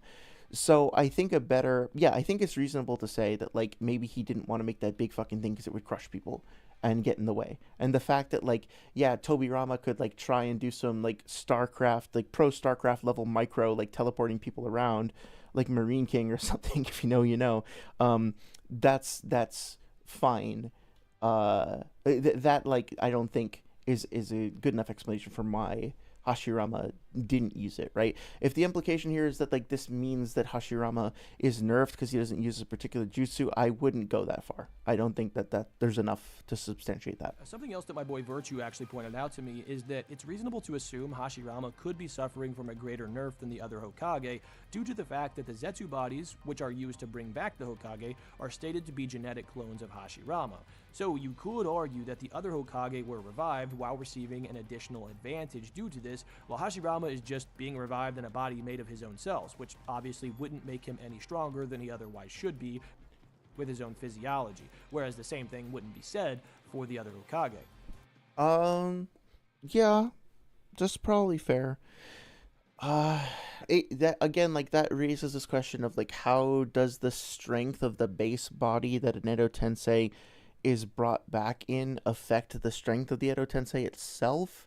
Um, I think that yeah, it's an interesting point, and I think this is why we kind of need to go over the full scope of how Edo Tensei work, because if it is the case that the body used as a substrate affects the strength of the summon, that's a really important thing to understand, and we need to kind of explore that more. So I like this idea. Shout out to Virtue if he's the one who came up with it. My only objection is that like we don't delve into it further. We know that Hashirama's mutant cells amp. Oh, sorry. Certain B says the Buddha statue would not be useful in either of those fights if the Madara fight is trying to get past Madara. The Buddha statue is slow as fuck and 10 tails needed to be sealed away. Yeah, that's a good point. Also, Madara did use his Susanoo blade to cut through the arms of the Buddha before. So, like, Madara can counter it. Everyone they come in I contact. guess you could say it was like him controlling Kurama. So it's like Kurama's arm strength or whatever. But, I don't know. He's also capable of, like, slicing down mountains with just like the wind blast off of his perfect Susanoo. So I don't know. Contact with, so long as their bodies can handle it, with the power from these cells being so strong that it literally overrides the DNA of people who can't handle them, with the only other example of something like that being the Otsutsuki. So wild. But even Orochimaru receives a jutsu potency. I mean, like, yeah, wild, but I mean, you're also talking about like little kids, so I don't know. Via possessing a Zetsu body. So this should actually make a ton of sense, as the vessels for the Edos themselves could affect the strength of said Edos, with Hashirama not receiving anything additional from this, while the other Hokage do. It's also worth noting That's kind of a fun idea, yeah. that he and Tobirama actually might have received slightly defective Zetsu bodies, more so than Minato and Hiruzen did, as their Zetsu bodies literally are missing parts of their limbs. So do what you want with that, but I thought that was interesting. People might also ask how this could possibly be the case if Hiruzen was stronger than Hashirama. Well, he wasn't. Okay, so again, like no page or citation or translator credit again, so it's another L. The strongest of all the Hokage and revered as the professor in action since the Leaf Village's foundation, the third Hokage has witnessed every change in the village and is considered an icon. Okay, so obviously he wouldn't have like witnessed every change in the village because he wasn't there from when it went to not being like I don't know. Was he actually there when the village was founded and everything? Yeah, you get the point, right? Like, if we're going to scrutinize this, we need to scrutinize every sentence, and I don't know if that's necessarily true or if that's hyperbole. We'd have to test it. He retired once and gave the title away, but took the position once more after the tragic death of the fourth Hokage. From this and more, he's a Hokage with the longest time exercising this rank. The language is a little off here, but that's okay. In his later years, he no longer fights himself, and he rarely has the opportunity to display his power. However, he's a ninja who was once called a professor and continues to be esteemed as the strongest Hokage of all time in the eyes of the people.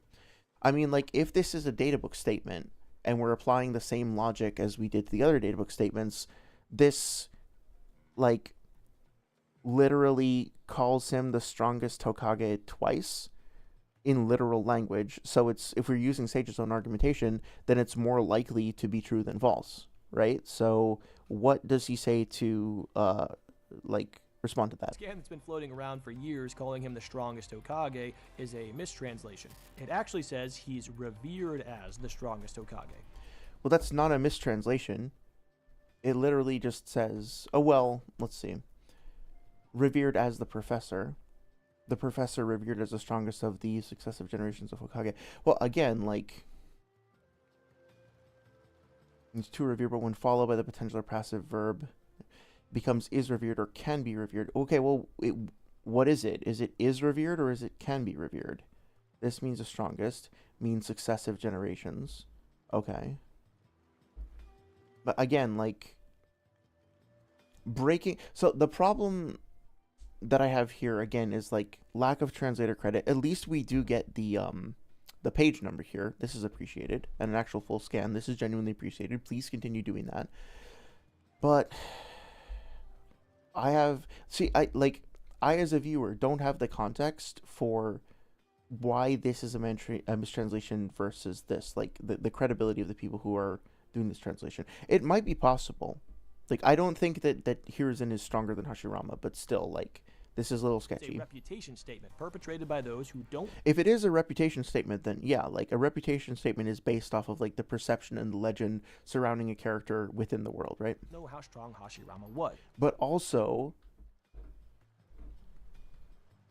I think he's just translating the top part, right? He's translating this. Yeah, this. Yeah, that's what he's translating. So apparently this is a mistranslation, but the translation also says continues to be esteemed as the strongest Hokage. So he's disputing this part of the translation, but what about this part? Strongest Hokage is a mistranslation. It actually says he's revered as the strongest Hokage. It's a reputation statement perpetrated by those who don't know how strong Hashirama was. We know this because Kabuto Okay, so yeah, certain B says the strongest Hokage of all time, revered as the professor. So the revering thing is modifying the professor title as opposed to revered as the strongest. But also, yeah, okay. Yeah, so I guess he just doesn't address the second instance of this. Like, where's the disputation of this? Like, this is the flavor text anyway, and like, if you're gonna argue that anything in the data books is hyperbolic, like consistently, it's the hype text or like the bold text. That's what tends to have the most amount of like egregious statements or whatever, if you want to call them that, refer to them that way.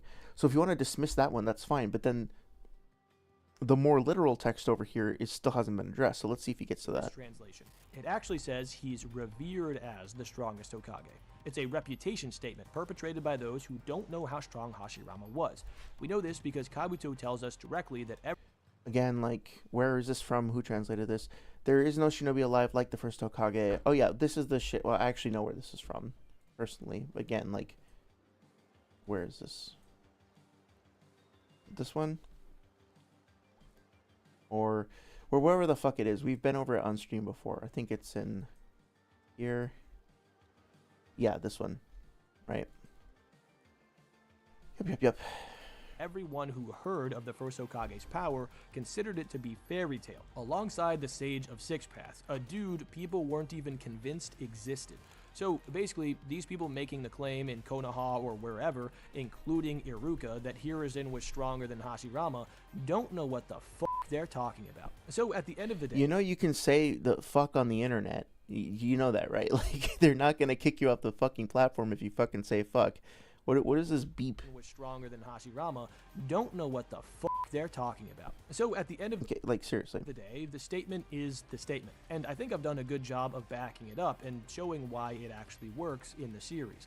As to why That's the core of the issue right there, right? Like, well, no, I was gonna say, like, the statement is the statement. That's the problem. But then he thinks from his perspective that he's done a good job of backing it up in the series. From my perspective, my assessment of this video is that he thinks he's done a good job preempting how other people might shoot his arguments down and then shooting those down preemptively, as opposed to actually, like, again, where is the actual evaluation of Madara's skills and all of his jutsu and how those particular jutsu combine and clash with Hashirama's? Like, where's the actual definition of strongest? If you're going off of raw power, where are the actual DC feats? A lot of this is purely speculative and then includes potential out-of-character feats for somebody using a particular technique that's only unique to Naruto and Kurama, speculating that Hashirama can do it, but that wouldn't be in character for the purposes of, like, a power scaling. Certainly wouldn't be allowed in, like, a power scaling debate. I don't know if you want to include it in a video like this, that's a different thing, but it's important to mention whether or not, like, because it's like the whole thing about, like, Sakura being able to fly through the air because she should be able to kick as strong as Guy, and that's all Guy is doing when he quote-unquote flies with the when he's in the 8th gate mode or whatever. Again, like, just because Sakura might have the baseline requirements to be able to do that doesn't mean she's actually doing that in character. I think I've done a good job of backing it up and showing why it actually works in the series. As to why we never saw this hypothetical ultimate form, well, we did, we saw it with Naruto, but with Hashirama, we never had to see it when he likely had access to it, since it wasn't required against anyone he fought, and when it would have been useful, like in the war, he likely couldn't pull it off due to being nerfed. So the idea that I have from this statement, and what I think makes the most sense, is if you take a hypothetical peak power Hashirama, maximum Buddha statue, full nature absorbed like what Kurama did, he could just stand at the peak of the shinobi world in terms of overall output. And sure, like, let's see how that clashes with Madara casually raining down Chibaku Tensei like that, while also throwing Limbo at him. with him accessing Sage Mode, he is able to fight Ten Tails level characters, as they're not invulnerable to it like they are to ninjutsu. Now, that doesn't mean that he beats everybody, but he should be able to at least contend with people on this tier outside of just getting blitzed or, being overwhelmed by hacks. But this Yeah, but the lack of being blitzed or overwhelmed by hacks still doesn't mean he's the strongest, right? Like, I think Sage understands that, but still, just important to clarify that. video was brought up and written because of that statement, because I found it to be incredibly interesting, and I wanted to give you my best guess as to what it could mean. But in closing, I think that we Yeah, so that's kind of why I said the other day, like, sometimes I feel a sense of pathos with Sage, and sometimes I feel like maybe this guy is struggling way more than he needs to. Like, let's just take this at face value and assume benefit of the doubt, right? incredibly interesting, and I wanted to give you my best guess as to what it could mean. So let's try to put ourselves in Sage's shoes, right? He's reading through the data books. He comes across this statement that says Hashirama is the strongest. And he's genuinely curious and he wants to understand what this means and genuinely, like honestly, try to, in good faith, represent this to the community. Now, he has come to the conclusion that the data books are inherently to be trusted unless proven otherwise. That in all likelihood, any given statement that he finds has to be true. So he starts from this really difficult position of, well, on the one hand, I have the entirety of the series itself and all the feats and all the scaling and all the stuff that actually happens in the manga that I can go off of. But I've already accepted that this authoritative, literal expository text is making this statement, and I already know that that statement has to be true because of those, or at least more likely to be true, right? So now what the fuck do I do with this? Like, how do we deal with this? Clearly, this is weird. This is interesting. Like, why is this statement being made in the first place? Well, I have to assume that it's likely to be true based on my prior conclusions. Now I have to do all of this fucking work to figure out how to reconcile this, figure out how to make this fit, figure out how to make this work. Well, there's a much easier, simpler, and more straightforward way to accomplish that, which is just to read the entirety of the data books and develop an actual nuanced understanding of whether or not databook statements should be taken at face value. The problem here was not even necessarily with a lot of the arguments. I do disagree with some of them. I agree with others. I think there's some decent points made. I think there's some less decent points made. The problem here is that none of this discussion had to take place because it's all based on this bullshit. Well, let me clarify. I think it's an interesting discussion. I think it should take place. That's fine. We can talk about whatever. And I learned stuff from listening to this video, and so it's fine, right? But you can save yourself so much time and mental anguish and so much work having to really sweat to try to figure out a way to reconcile all this stuff if you just don't start off with the preconceived notion that we have to take the data books literally unless we happen to find a good reason to be skeptical towards them. Just that biased preconception winds up making the whole thing more difficult. And if I put away my own personal feelings about this and just take Sage at face value and assume that he is genuinely trying to understand this in a good faith way, then it sounds like he has just been struggling and grappling with this impossible situation. He's gotten himself into a situation where he's like, fuck, I know that the data books have to be true, but if that's the case, then what does this mean? How do I figure this out? How do I reconcile all this stuff? And I'm not trying to be shitty or condescending. I'm it's a real fucking problem. It's a real challenge. But it all comes from this adherence to, we have to, protect the house of the data books, if that makes sense. But in closing, I think that we can all recognize, despite being the strongest, we sadly never got to see Hashirama at his strongest. Mostly because he never had to be. I guess that's fitting for a man who stood head and shoulders above the ninja world, one who deservingly bears the title, God of Shinobi. I mean, yeah, I think going on at this point would probably just be reiterating what I was saying before. I think I've made my point. Let me catch up on chat.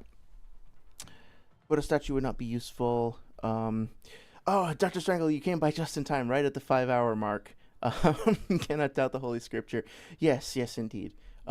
Because of the ripple effects, the problems that it will create, right? So, Certain B says in this video, he makes the claim that Naruto absorbing the nature energy translate to Hashirama being able to do it because Hashirama has half of Kurama and chakra, right? But the Naruto that is doing that, the feat is not the same Naruto as the chakra on par with Hashirama. Yeah, exactly. Yeah, I think we talked about that before, but yeah, that's a very good point. Ryoman says, all that to get slammed by Goat Vito. Yeah, exactly. So look, I feel like this is, if I'm just being totally honest, like this is not, I don't feel like as great about this stream as I have about some of the other ones. Mostly because I feel like there was a couple of instances where I might have been unfair. Like when I was like, hey, you didn't show the pages over here, whatever. He does wind up showing the page later on. Overall, I don't have as much problems with this video as I did with the debates. So maybe I should have focused on the debates. I do think that there are some interesting points that come up, and I don't like this section over here wasn't as like offensive to me nearly as like this part, so to speak, because I think like talking about the potential just to try to give a fair review here, talking about the potential for Hashirama to use Sage Mode. Okay, look, I don't agree that he can in character, but at the very least it's like an interesting principle. Speculating about characters' shared abilities through shared principles, that's fine. It's worth talking about. I disagree with the conclusion, but that doesn't feel to me to be like misleading or dishonest or whatever. That's just a disagreement of opinion. Initially, I was pretty skeptical about like the hand sign here. I think that this could be delved into more, but again, like my problem here is like a lack of more detail as opposed to like the stuff that's being presented as being inherently objectionable. So I forget how harsh I was when I talked about this stuff, but I'm willing to backtrack that and be like, the arguments are creative. I haven't heard it before, so whatever, I'll get points for that. I appreciate him shouting out TG despite the slander that he threw his way before. Appreciate him shouting out Virtue, so that's a nice thing. Edo Tensei thing, I think there could be some valid points, especially this thing over here. I think that's valid. Again, I don't think you can really come to a full conclusion about like Edo power nerfing or whatever unless we do a full evaluation of what it means to be an Edo Tensei. I think there is more work to be done here. I could accept the argument that this is outside of the scope of this video, so it's iffy, but it's okay. Let's see. The stuff that I really found objectionable and I really wanted to drive home as being like, well, this is part of the problem, is mostly the stuff about like the clones. Honestly, if I were to redo this stream, I would probably just focus on the clones situation over here and then go to the debates. But the real reason I objected to this is because I consider it to be an example of cherry picking, filtering the data, and leading the evidence instead of letting the evidence lead you. I think the biggest takeaway message and the biggest like issue that I have with the way that arguments like these in Universal Naruto, Lightspeed Naruto, etc. come about is that once you've identified a position that you want to defend, you, like, I'm using the royal you here, like the collective you, right, may be inclined to just look for a few pieces of evidence that support your position, then double down and hold the fort, and then if you think of potential attacks that could come to assault the fort, you think of ways to swat down those attacks, as opposed to looking at all of the evidence. What I'm trying to get across here, what I want the take-home lesson to be, regardless of whether or not you agree with any of my individual takes on it, individual arguments, if I was being too spicy or too unfair, I apologize, but like, I think that hopefully we can agree that it is better and it serves everybody better, including your audience and yourself, your content creators, whatever, if you look at all of the evidence together as a tapestry, as a collective, and then draw conclusions from that, as opposed to just focusing like with a laser specific focus on specific things and then just doubling down and defending those points. makes your life so much harder, and also leads to other people potentially being confused if you start off with a preconceived notion and just work at defending that notion, as opposed to being open-minded and being willing to question it if contrary evidence comes up. So hopefully that made sense. I feel like I rambled a lot tonight, and my head is like really foggy, so hopefully somebody gets something positive out of that. I'm open to talking about this again on next stream and going over like the stream, the debate stuff, but I'm also feeling like maybe I've said my piece on this and we can move on. So I know I say this every stream and then I don't do it, but I think I will actually put up a poll this week, and you guys can let me know if you want to go over the debate stuff.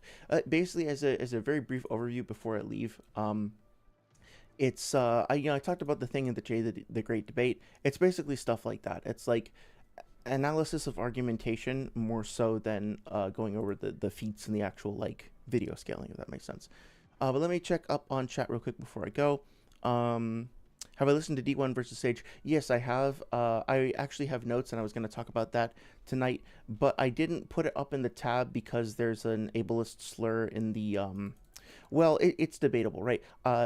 D1 calls himself by another name. I consider that name to be disparaging to neurodivergent people. If D1 is neurodivergent himself and he identifies with that term, it's not for me to say that he can't use it, but I do not like to see it used, and so I haven't had it on display this evening. But it was one of the things that I was going to talk about, and I'm happy to in the future if you guys want to hear it. That was a whole fucking roller coaster for sure. I'm not ever gonna play the whole thing on stream because of how many slurs and how much hostility and toxicity there was. But there are very interesting points that come up that are worth talking about on stream and discussing as a group, I think.